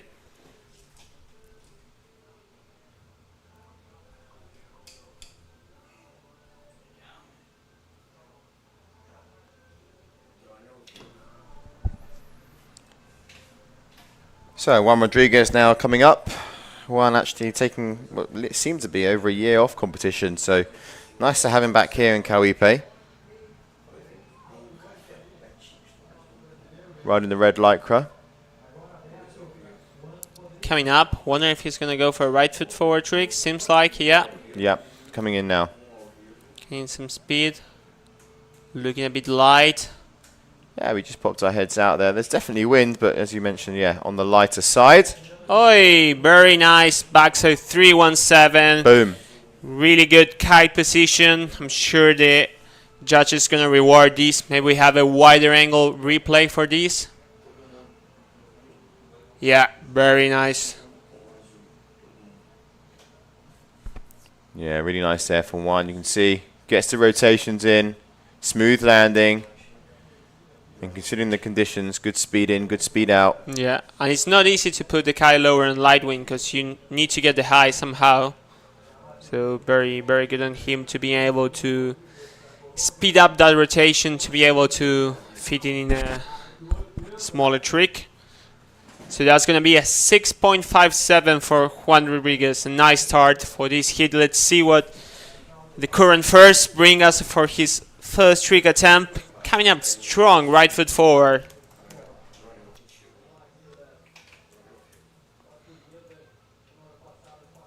Drone shot, we get that from Blindwood 5, but it's a crash. That would be a pretty crazy start, especially considering the wind conditions at the moment. Great inversion. Good slack in between. It's not really holding the bar to be able to pull around the last rotation. It's all generated on the pop and he's just going through it.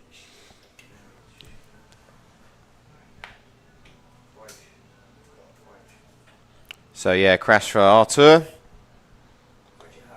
6.57 for that backside 317 for Juan Rodriguez. And a 3.80 for the combo of Leonardo. Here he is now going for his second trick attempt. Probably going to be coming right foot forward.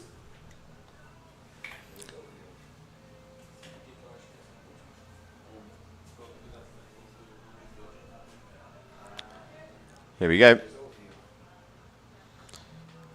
From blind move into a rally to blind.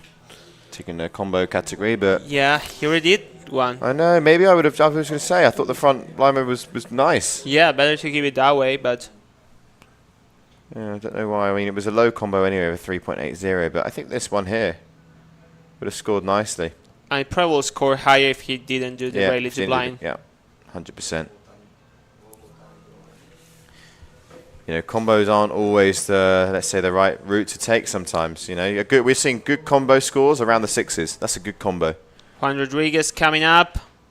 Hurt attack 5. Boom. Stomping it. Really good performance from Juan Rodriguez. Yeah, he's cooking. Yeah, stoked to see him back and full on.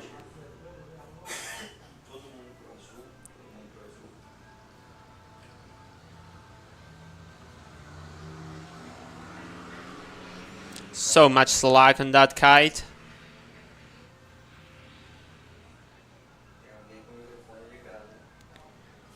Yeah, good start here for Juan. Very nicely down from Colombia. The Indio Calima, as he's called. Coming next. So Artur Gilbert riding a 12 out there, I saw when we were outside a minute ago. Here we go. Hurt attack 5 and crash again. That's a pity. He's not used to these light conditions. He likes to fly out. Yeah, he wants to be fully stacked on the 12, doesn't he? Yeah.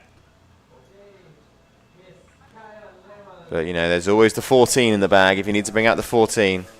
Still time. Sure, Nico Delmas is probably holding it right there on the shore.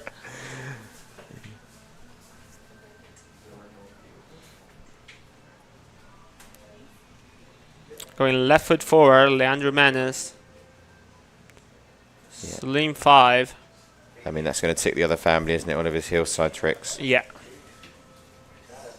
The combo he scored before didn't beat or better the first combo he did, so yeah, could have had 3 tricks counting by now. Yeah, true.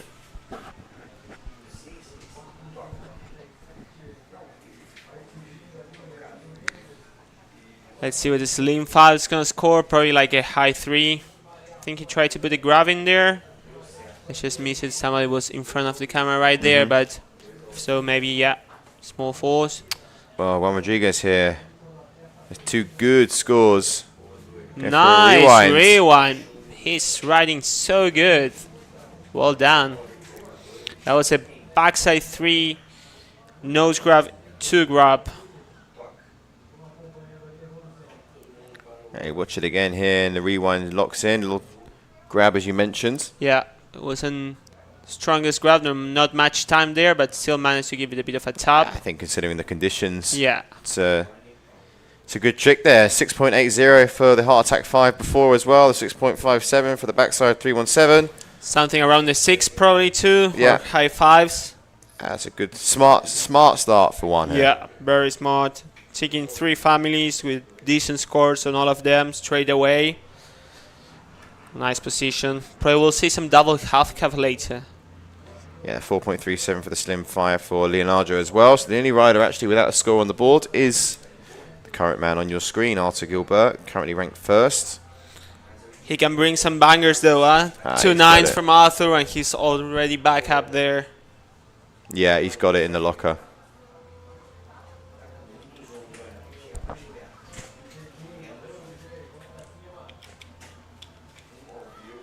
So here we go, Arthur Gilbert. Keep your eye on that elevate kite. We still don't got the score from Juan Rodriguez, so I think he's waiting on that. In the meantime, the acai is being delivered, Ramiro, Oh. the local treat here in Brazil. The purple gold, huh? Delivered by yours truly, the guys that make the stream happen. Just don't go spilling it Awesome. on over this camera gear. Arthur coming up here, right foot forward. It was a 6.55 for that rewind from Juan Rodriguez. So let's see what Arthur has for us. Looks like he needs a bit of power, but still coming in. Blanche Boom. at 7, massive one. Very nice executed. That's going to be a good score. Yeah, very nice from him there. And that's going to be the highest scoring trick of the heat so far. Yeah. Somewhere on the 7s, high 7s probably. Ah, for sure. Maybe touching the 8 was really big. Yeah, considering the conditions as well, like we mentioned. Yeah, I think around that sort of the mid 7s maybe. Yeah, mid 7s would make sense. We haven't seen actually any back 7 scoring over a 7.5, to be honest, now thinking about it. So we may have been carried away by the motion, but Yeah, maybe a little bit, but it's good to see. yeah. You know, we've seen a lot of moves today. So we go into trick attempt number 4 now. So reaching that halfway point in this heat. Leandro Mendes coming left foot forward. 3-1-7 there. Kite high, but stomping the landing. That's probably going to be one of his high scoring tricks so far. Probably on the low 5s. Yep.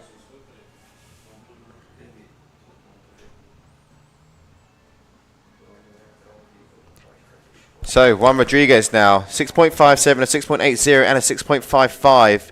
He is having a great start so far into this first round. He looks like a guy that hasn't taken a year off competition by any means. So going for now for trick attempt, you can see just waiting by what looks, I think that's Dewey Cornell there, who's caddying him. Nice to see the riders working together as well, despite being in the competition against each other. We're probably going to see a combo then. Yeah, he's you going reckon? right foot forward. Boom. Ooh. Double hurt attack into a... Oh, he wanted it, didn't he? So score now dropping still for 1. We see big, the 7.10 from Artur previously.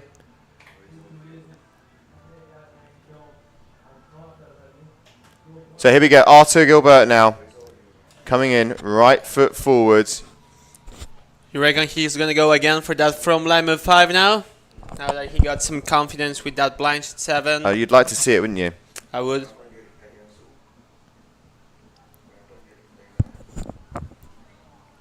Yeah, there's a lot of kites crashing with what looks to be in the Some competition area. lessons there. Not quite what you want as a competitor, having a lesson crash on you. No, definitely not. A bit of a distraction there. Is that Artur as well? Arthur is up here. Ah, he's just Yeah. upwind, yeah.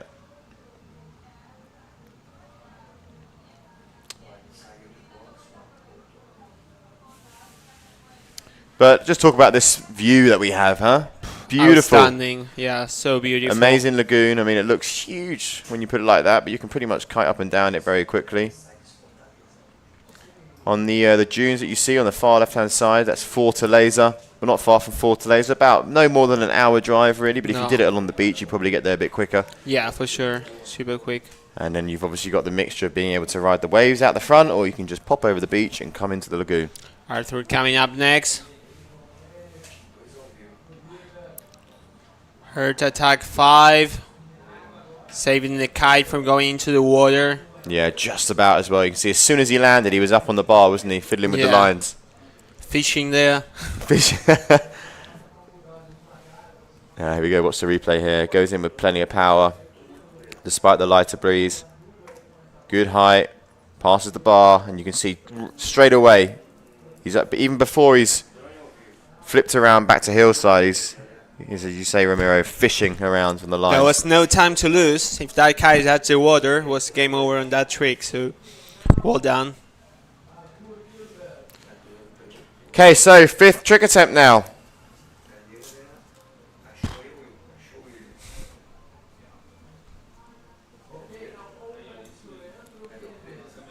And it goes to Leonardo Mendez.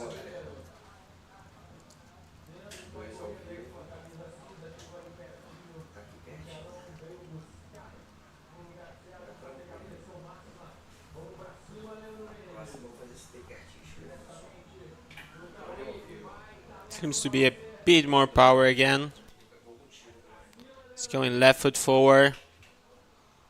It's going to go for a slim. It's just a slim. The kite went too high. We're not sure if he wanted to go slim to blind or slim 7, but definitely there was another swap intended there.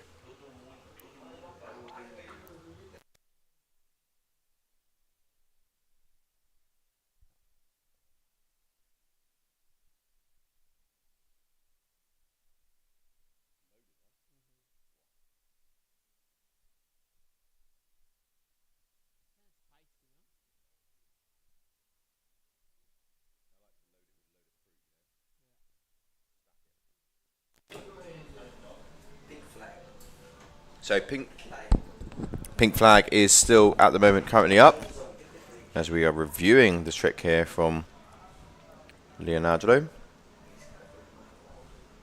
Watching the replay. Coming down a little bit heavy.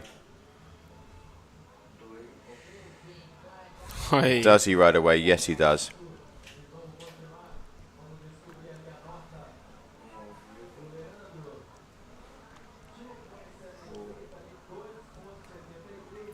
So it's going to be Juan Rodriguez coming up next. Yeah. So far, 4 tricks, 3 scores. He's probably going to go for that combo again. Yeah, that would take that. Toes high. Whoop. A crow move. Got a trick there. Yeah, he's going to tick that last family he needed. Yeah. I reckon he'll go for the combo, at least in one of these last 2 tricks that he has. He'll definitely attempt the combo. Yeah. He used to do some really good double half cab and double half cab. I was expecting him to go for that left foot forward, but he seems to be playing the right foot forward tricks as there's no match win.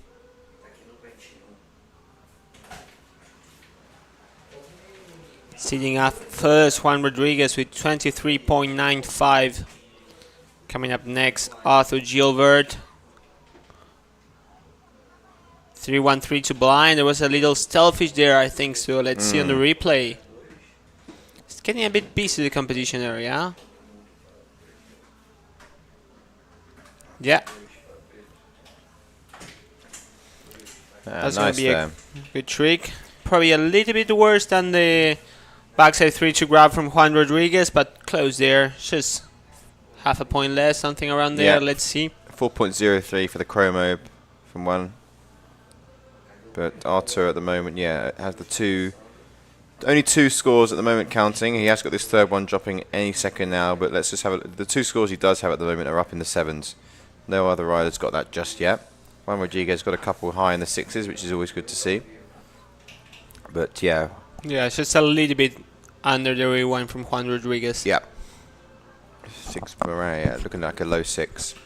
Bit of a better grab, but less amplitude and bit of a kite position a bit higher.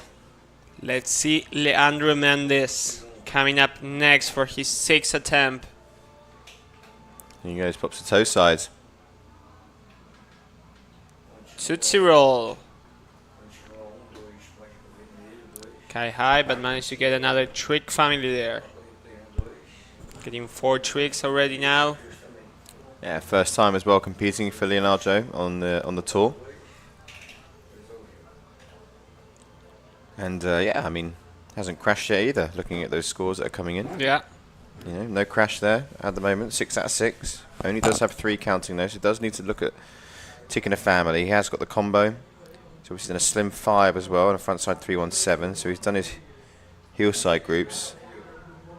Could do with ticking another variety. Juan Rodriguez coming up next, trying to secure his first spot with Arthur coming up close behind him. I think it's going to go for that left foot trick. Maybe we're seeing a double half cab now. Here we go. Oy, slim 7 there. Wonder what's going to take out.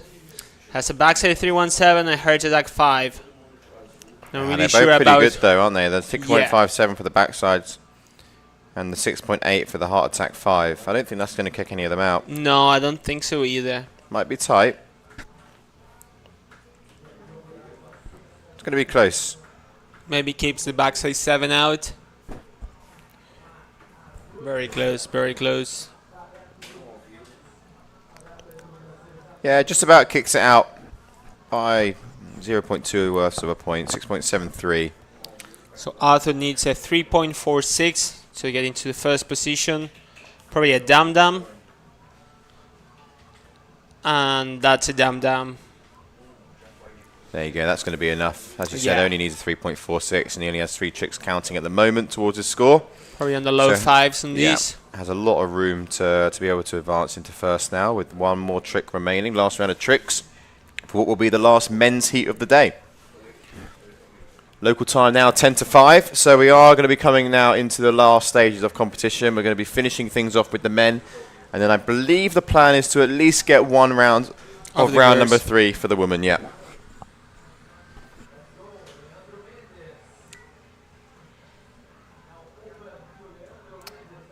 So here we go, last round of tricks.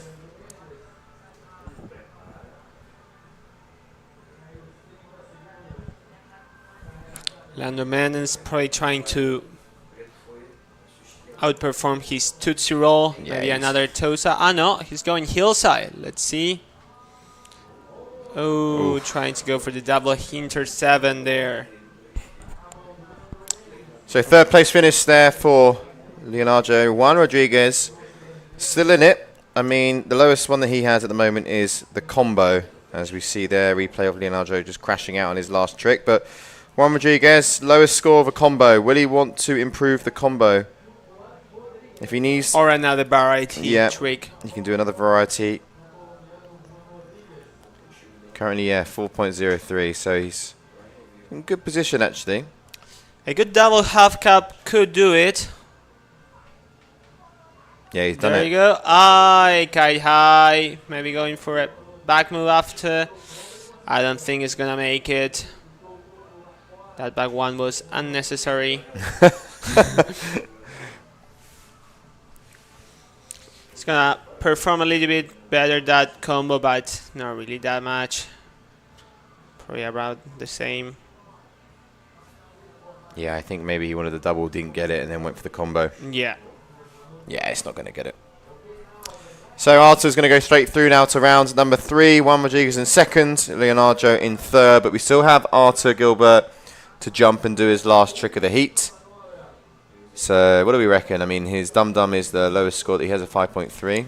Yeah, but I think he's not going to outperform that one. No. Probably going to go for a better rewind or a flown blind mode 5. That's what we want to see, isn't it? Yeah. Let's see. There you go, full power. I went for the front blind mid 5, but didn't really got that landing that he was looking for. No, not at all. So that's a crash there for Arthur, but it makes no difference. He'll be advancing through to round number 3. And that is the end of the men's today. And then it's, as you can see, the sun is starting to set. Believe we're going to be going with the woman for at least one round. Stay tuned. We'll be back very shortly.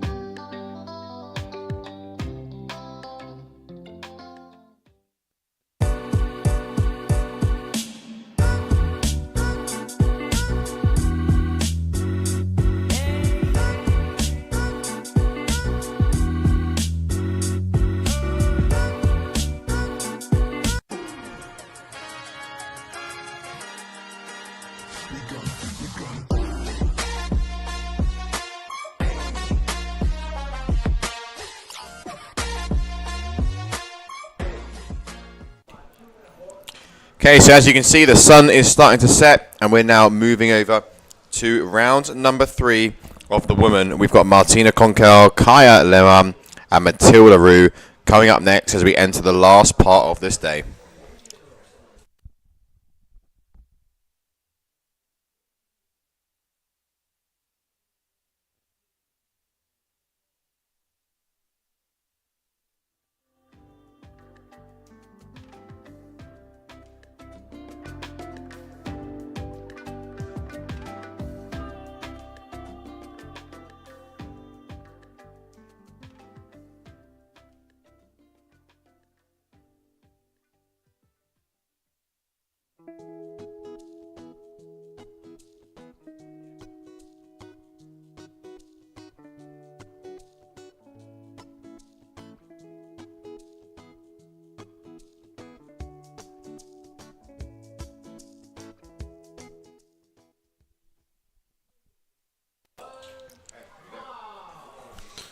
Martina coming up next with the black lycra.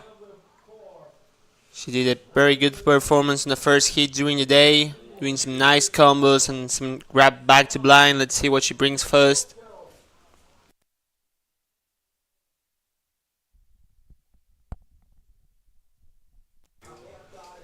Looking for some power there. I think she's gonna just pop right there on the gas. We can see on the water. Yeah. Espen to blind, nice way to start. Good on Martina. Yeah, nice way to open up your heat there. She had a great heat, if I remember. I mean, what feels like a lifetime ago at the start of the day. It does feel it's been a while from then. But yeah, she has quite a bit of a crew cheering for her.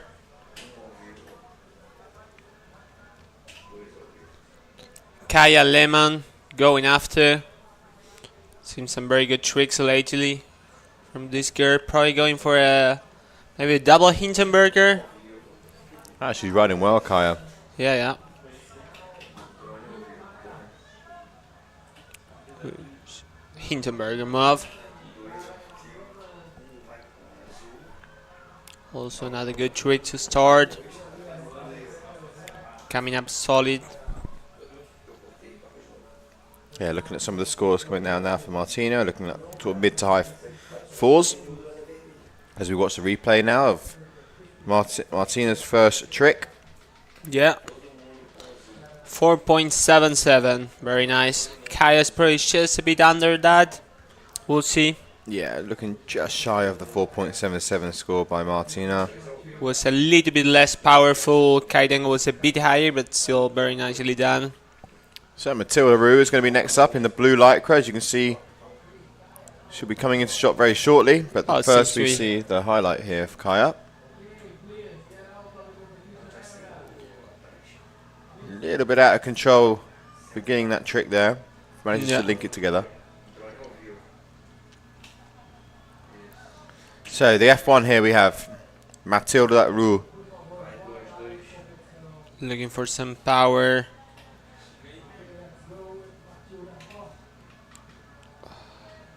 Maybe a combo. Yeah. Oi, that's a new combo from today. We only seen Espen to rally to blind. Now we got an Espen into a back to blind. That's probably gonna score a bit higher. Not exactly right after the landing the next trick, but still pretty good. Let's see how the judges take that one. Yeah, just wraps it around there. As you said, one that we haven't seen so far. 4.23 there from Kaya. Scores dropping now for Matilda. We go back into sequence now with Martina Conkel. 4.17. Not a bad combo there at all. No, pretty good. I actually didn't think she was going to combo until the last minute there. I thought she was going to land that first bit, and that would be it for Martina. It's going to be pretty low though. But Kaya's up next.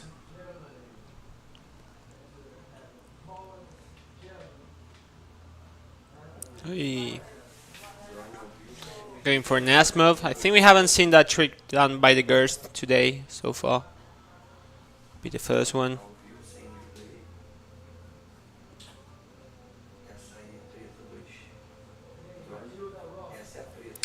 So that's a crash for Kaya. Coming up next, we have Matilda, currently sitting 5th on the tour. Yeah, so worth noting, if riders win this heats in round number 3, they advance straight through to the semi-finals. Espen to blind, nice. Squeeze it in, but well done. Another score there for Matilda. Yeah, Martina just getting the 1.27 for her back roll, but Matilda here going for a nice big second trick. Down into blind, as you mentioned.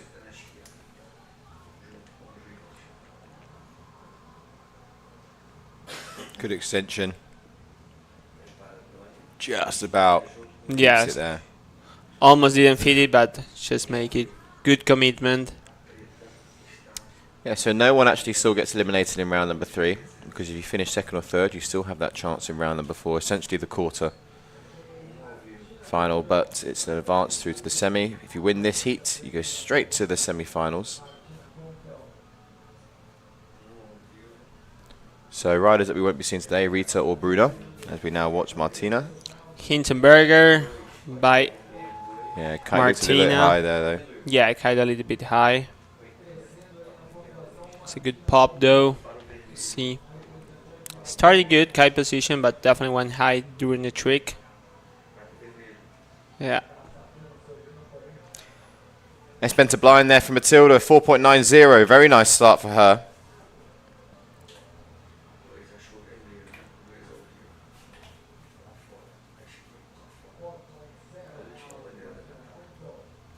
So here we go, Kaya now coming right foot forward.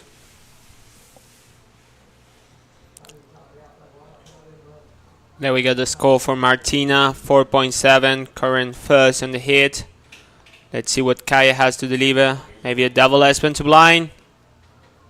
Double S-bend, too blind. Oh, Nicely what done. a goal, Herrero.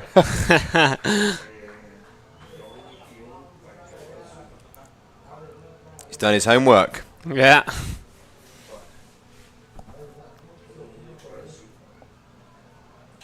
Pretty good one. Probably is going to be the highest scoring That's trick nice. of the girls from today. Good squat on the landing. Kite position was okay too. I reckon we probably will see this in the Yeah, some good high scores. 6, At something least. around there. Yeah. Yeah, I'm trying to remember what the highest score we've seen today from the girls is. I probably have it written down somewhere.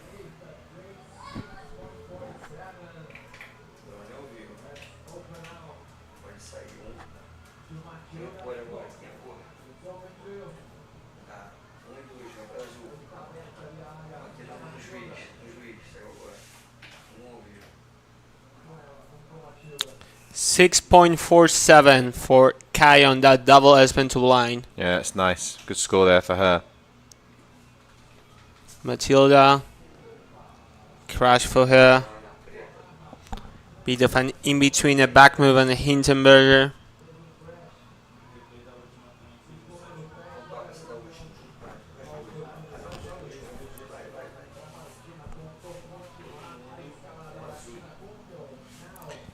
Some amplitude there too, Yeah. huh?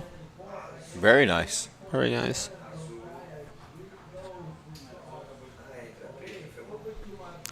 Coming up next on the duotone dice, going left foot forward, Martina Conkel. Oh, seems turning Yeah, around. she heard you. She's going to go, nope, I'm going to go No. right foot now. Can hear this guy's in the booth. So, she's currently just ahead of the rest.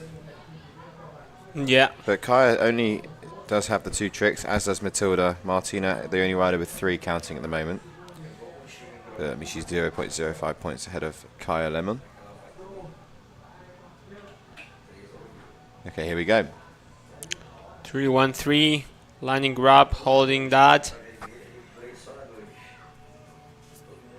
Not massive, but very clean. We'll see what she gets for that.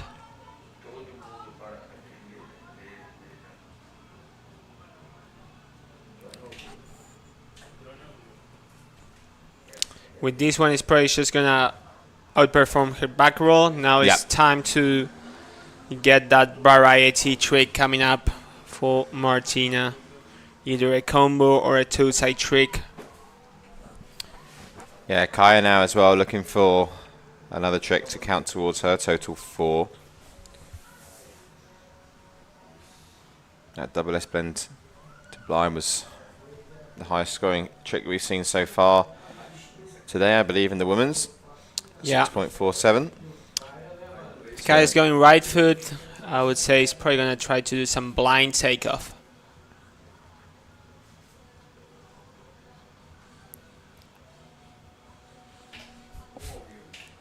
There we go.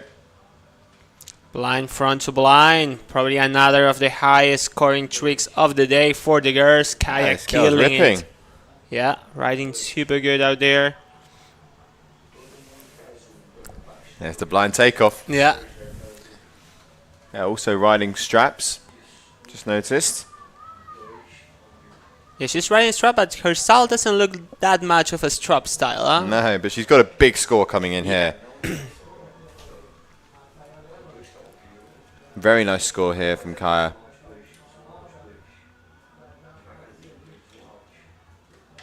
I think this one's going to just push that 6.47 and give it the highest scoring trick of the day so far as well. It does look like, huh? Yeah, it's looking super nice.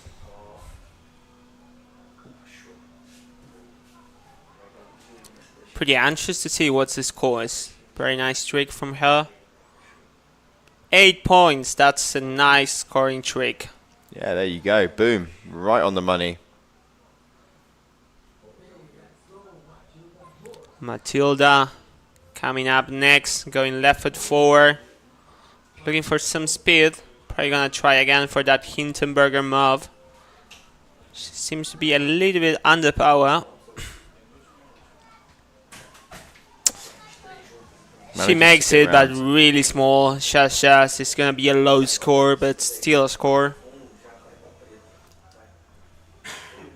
Yeah, she's had, here we go, we see the trick from Kaya, unhooks. This was the 8-point score. And then we've just obviously seen Matilda as well finish her 4th trick attempt, which is the replay here. Doesn't get sort of fully extended there. Okay, so round 5 of tricks. Martina now needs to add some variety. We've seen her doing some combos before, probably gonna go for that again.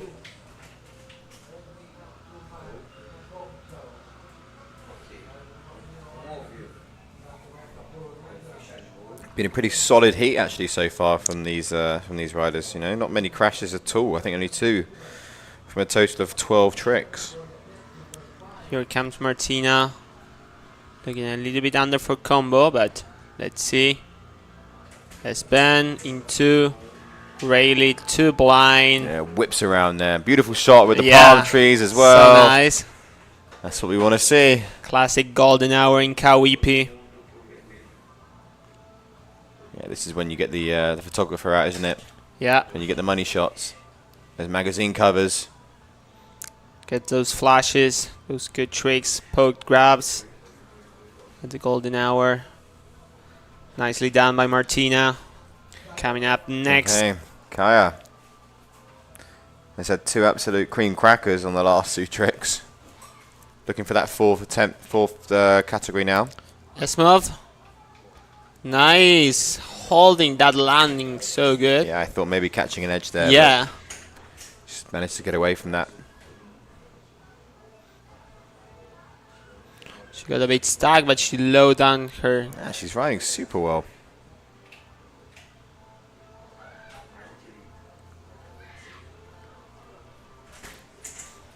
Let's see what's the total score for her so far. That's going to be a hit hard to beat.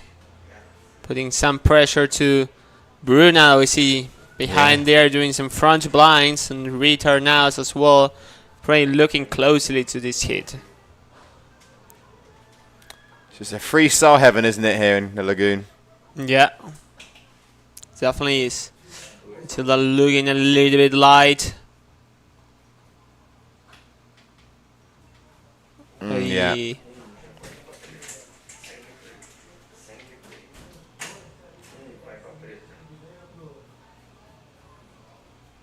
So crash there for Matilda, her 2nd one.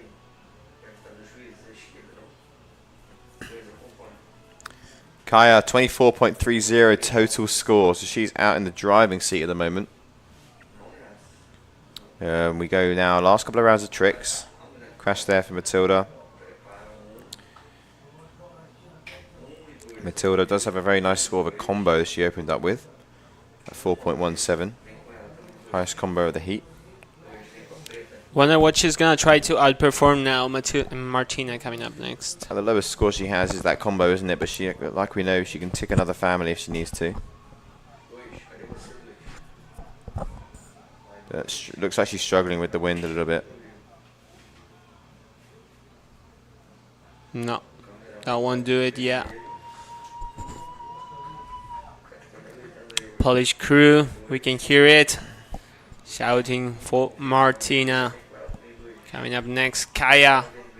So yeah, lowest score for her. Which one is it? It is the 4.23 Hinter. Yeah, Hinter to grab. Yeah, her first trick score of the trick, or trick of the heat, sorry. Likes to do a lot of her tricks going left foot forward. Double Hinter, not sure. No.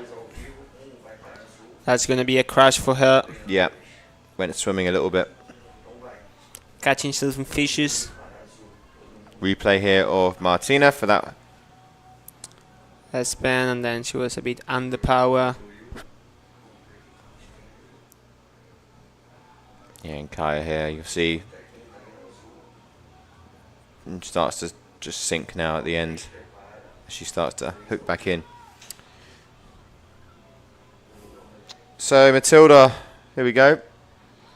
Getting some tips from Nico Dalmas there. The one and only. Yeah.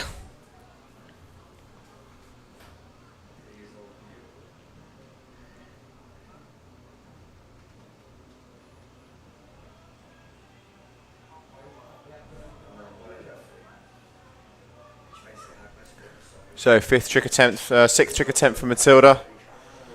What does she need? Well, she needs a 5, doesn't she? Really, just above high 4 to go into second place. To go into first, she needs to hit 2 really solid tricks, and that's not going to do it. So the best that Matilda can get now is second place. So she's guaranteed to be fighting it out in round number 4.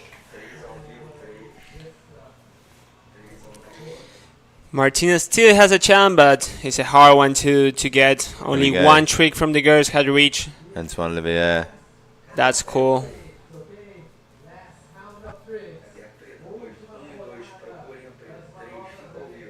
The man behind the mask. Yeah. Arthur racing with the knee brace. Maybe the ice. Is it ice? Nah. You know, something there.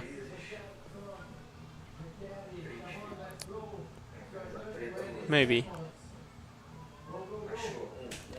Well, we're on the last round of tricks anyway. Oh, maybe a kite change here. If we missed that. Yeah, it looks like we've got a kite change here for the last trick of Martina. So the best she can do now is obviously go from second to first, but she needs a huge score.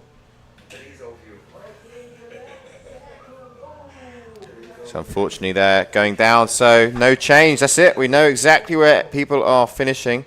Well, not quite actually, because Matilda can still finish in second place.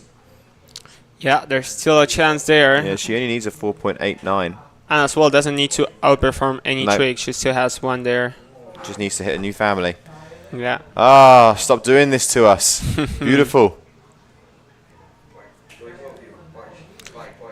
Kaya coming up next for her last trick. Toe side. Crow move. Going blind to take off again. Ah, that was a good attempt. It's nice though. She's having fun out there, isn't she? She's trying some new stuff and it's nice. Very nice. Yeah, she's going to be pushing the girls division for sure. Seeing some new tricks there.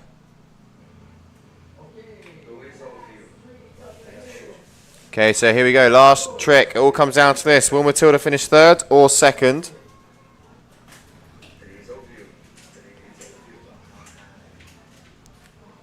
Getting a bit dark out there now. Local time, 5:15. So yeah, one more heat left after this trick. Looks a little bit underpowered.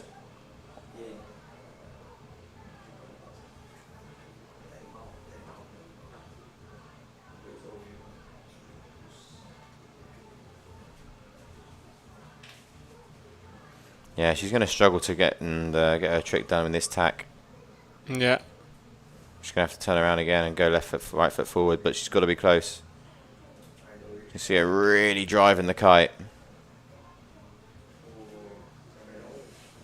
Yeah, no wind.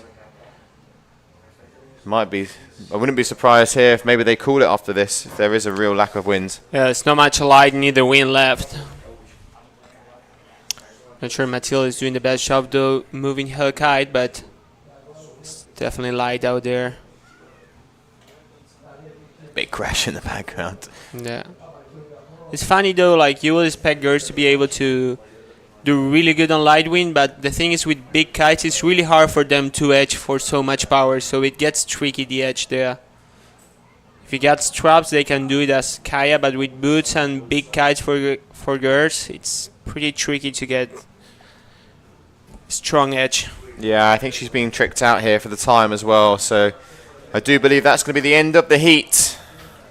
So going over into the semi-finals, Kaya, and then second place will be Martina, third place will be Matilda, and while we find out if we carry on or not, we'll leave you with this beautiful sunset.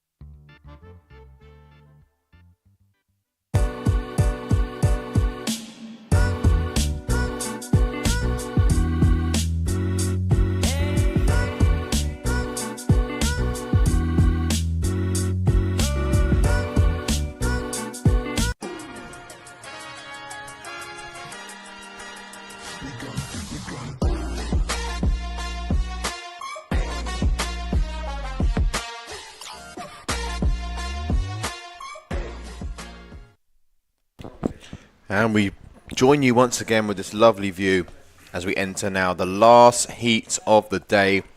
Round number 3, heat number 2 for the women. And we're going to have Kristina Kuskova, Julia Heckhausen and Francesca Bagnoli.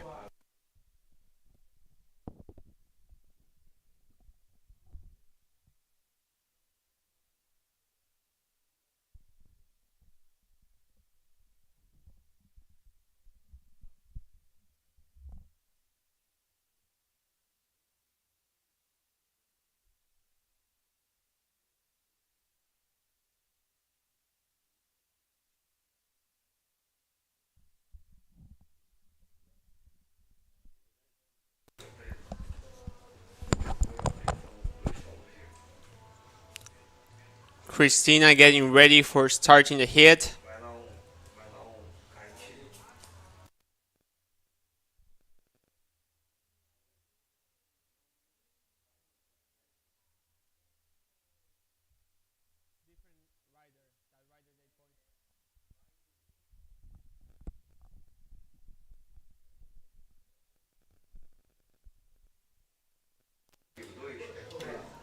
Okay, so here we go. Final heat of the day. You can see there on that nice colourful white, pink, purple, blue, whatever you want to call it, kite. That's Bruna Kajir over there, just doing some training. You won't see her in action today, but probably most likely going to be kicking things off from finishing round number 3 for the women first thing in the morning, and then going over to round number 2 of the men. Plan of action today as well. We've done the early rounds, and we'll be picking things up tomorrow with the round number 3 of the women, and then doing round number 2 of the men.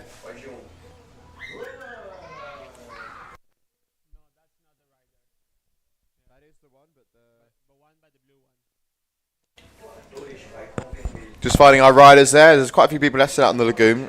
Also, some naughty people in the competition area. Yeah. What are we going to do about that? The light's pretty tricky as well for the camera guys to actually find our riders out there. That's why we're calling out for the last hit. Boom. Let's go, Julia. Tell you what, Ramiro, we walked up here in the morning. We're going to be leaving at night. It's been a full day here. Yeah. Julia coming up for her first trick. Yeah, missed the one from Christina. Espen to blind, nice one. Super fast, good angle. Plenty of power. That was a nice Espen to blind. Ah, the woman pushing we're seeing today. She's happy with that one as well.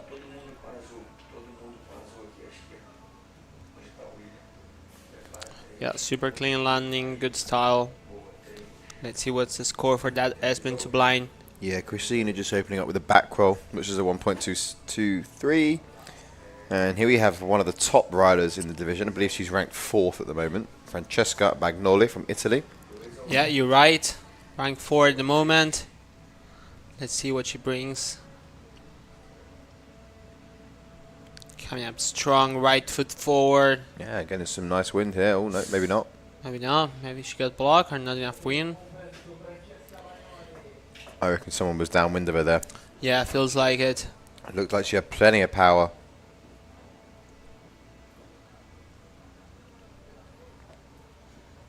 The judge is gonna give probably a bit of time as it was interfere and not a decision made by Francesca. Yeah, definitely. They have been strict on the 40 seconds today, but like you mentioned, if there's a little bit of interference, then they can give a little bit of flexibility there. But she's got to go now on this tack here. Yeah, yeah. You still see she's really having to work the kite a little bit though. Blind shot. Yeah, she's not happy. Her She's not. previous tag was way better win, but still a trick. Yeah, she was, even before she had landed, she was having her hands up. So Christina now.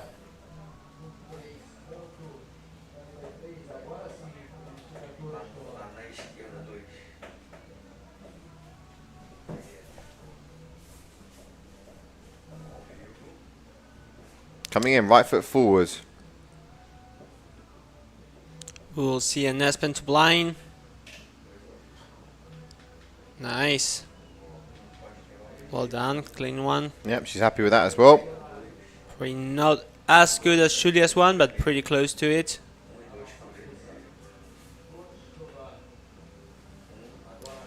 So Julia with the good score of a 4.53 for her S bend to blind. Let's see how that one compares.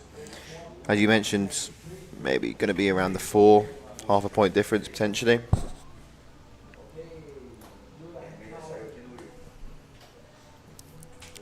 Yep, 4.23. Julian coming out.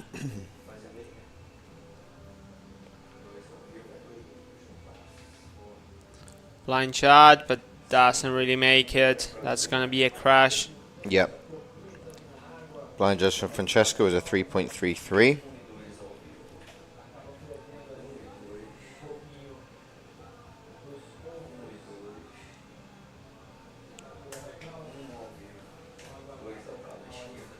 Not many air swaps these come by the girls so far. Probably we'll see some, but done by Francesca.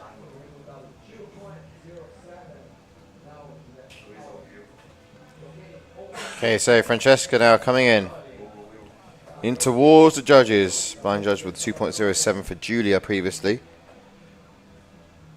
She goes. Ooh. Ooh, it looks like it might have S bend crashed. blind. That's gonna be hard to tell. I don't know. Can't see the kite.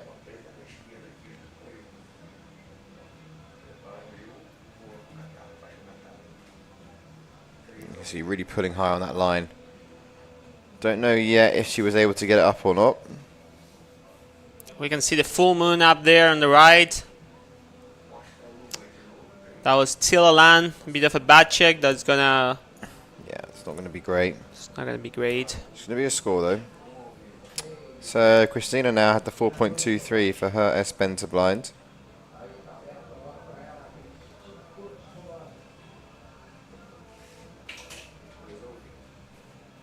Going for a combo. Combo has been into ready to blind.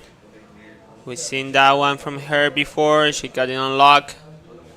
Doing it again for this hit.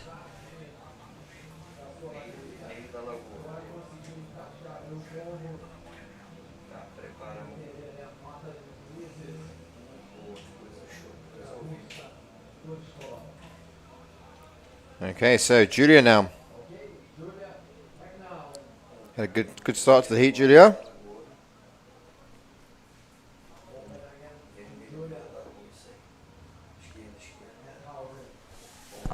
She still have room for another hillside trick, or maybe she brings up some variety. Yeah. Okay, so third trick attempt. Here we go. Julia now coming in, right foot forwards. Goes for the pop. Back roll to blind. Doesn't make it. That was a close one. So first crash of the heat there. Francesca Magnoli going to be up next. Probably wants to go improve that S bend to blind at some point during this heat as well. She only has that at a 2.90. We see the other two, Julia and Christina, both up in the 4s for the same trick. I reckon she's going to go for an S move maybe, or a Hindenburger. Let's see. Yeah. She has She's done going some left very forward. nice S move on the past. Here we go. Oh, yeah, going for the S move, but doesn't really make it. Not getting enough speed to get the select that she wanted. So she remains in third place. Fourth trick attempt coming up. Christina with the full moon on her back. I reckon it's going to be pretty dark by the time we finish this heat.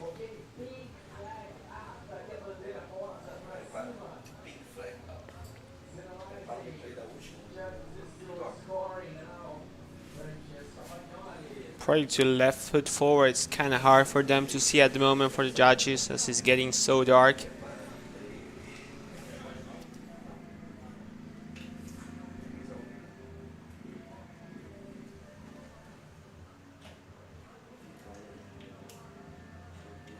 Okay, here we go, Christina. Go time. Fourth trick attempt. Looks like, yeah, she's got Francesca downwind there as well. But it's all happening. Unhooks. Back roll to blind, but doesn't make it. There's a nose dive there. Yeah, proper sinker there.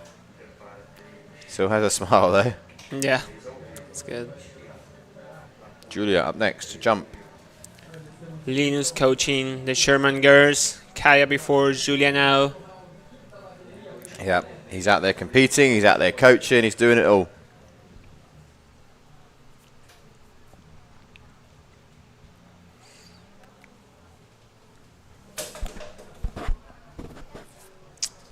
So we have a blind shot and an S-bend to blind from Julia. Let's see if she will retry that back to blind.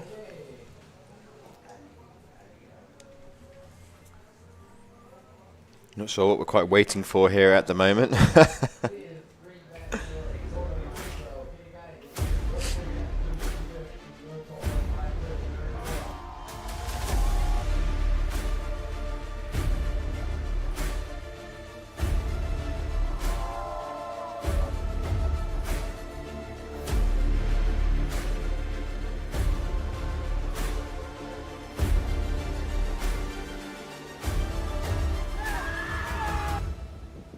This is a dream come true.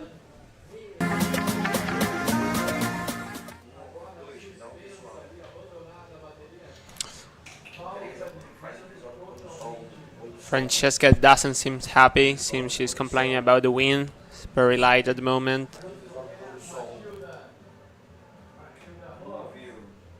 Yeah, as you can see on your screen, it's getting dark. Maybe the call has been made to actually sit back and go for tomorrow. Just waiting for confirmation from our team.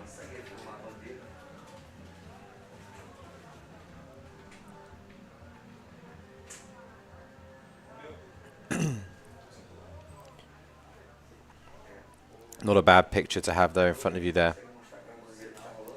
It's allowed to take screenshot of the screen at the moment. You can put that as your phone background if you want.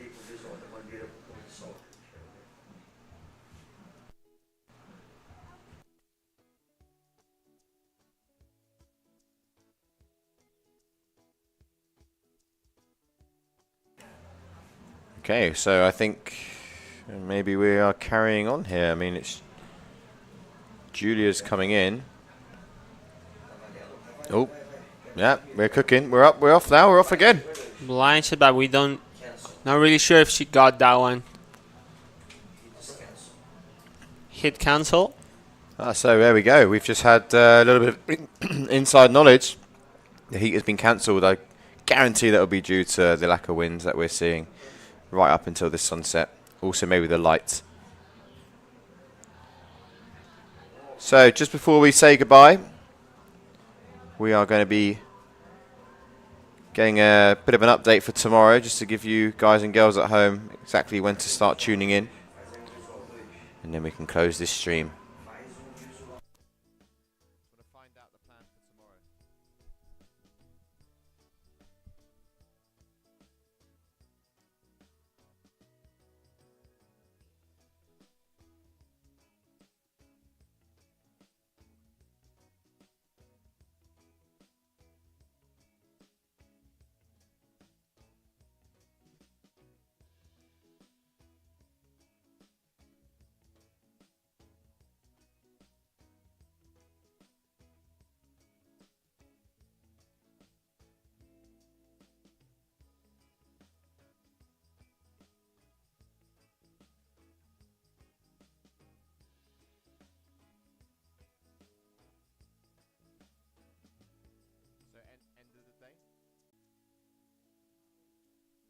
Okay, we're done. I close it now with Okay, so we've had a little update, and that will be the end of the day for day number 2 here in Cauipe. Ramiro, what a good day, but plenty more to come for the next 2. That's great. Can't wait to see what's coming up next. A few NBDs today, so looking forward. Perfect. So tomorrow morning we will be kicking things back underway with both the men and the women's division. Stay tuned on our socials and follow those to see the first possible start time And in the meantime, we look forward to seeing you tomorrow for more men and women freestyle action here in Cauipe.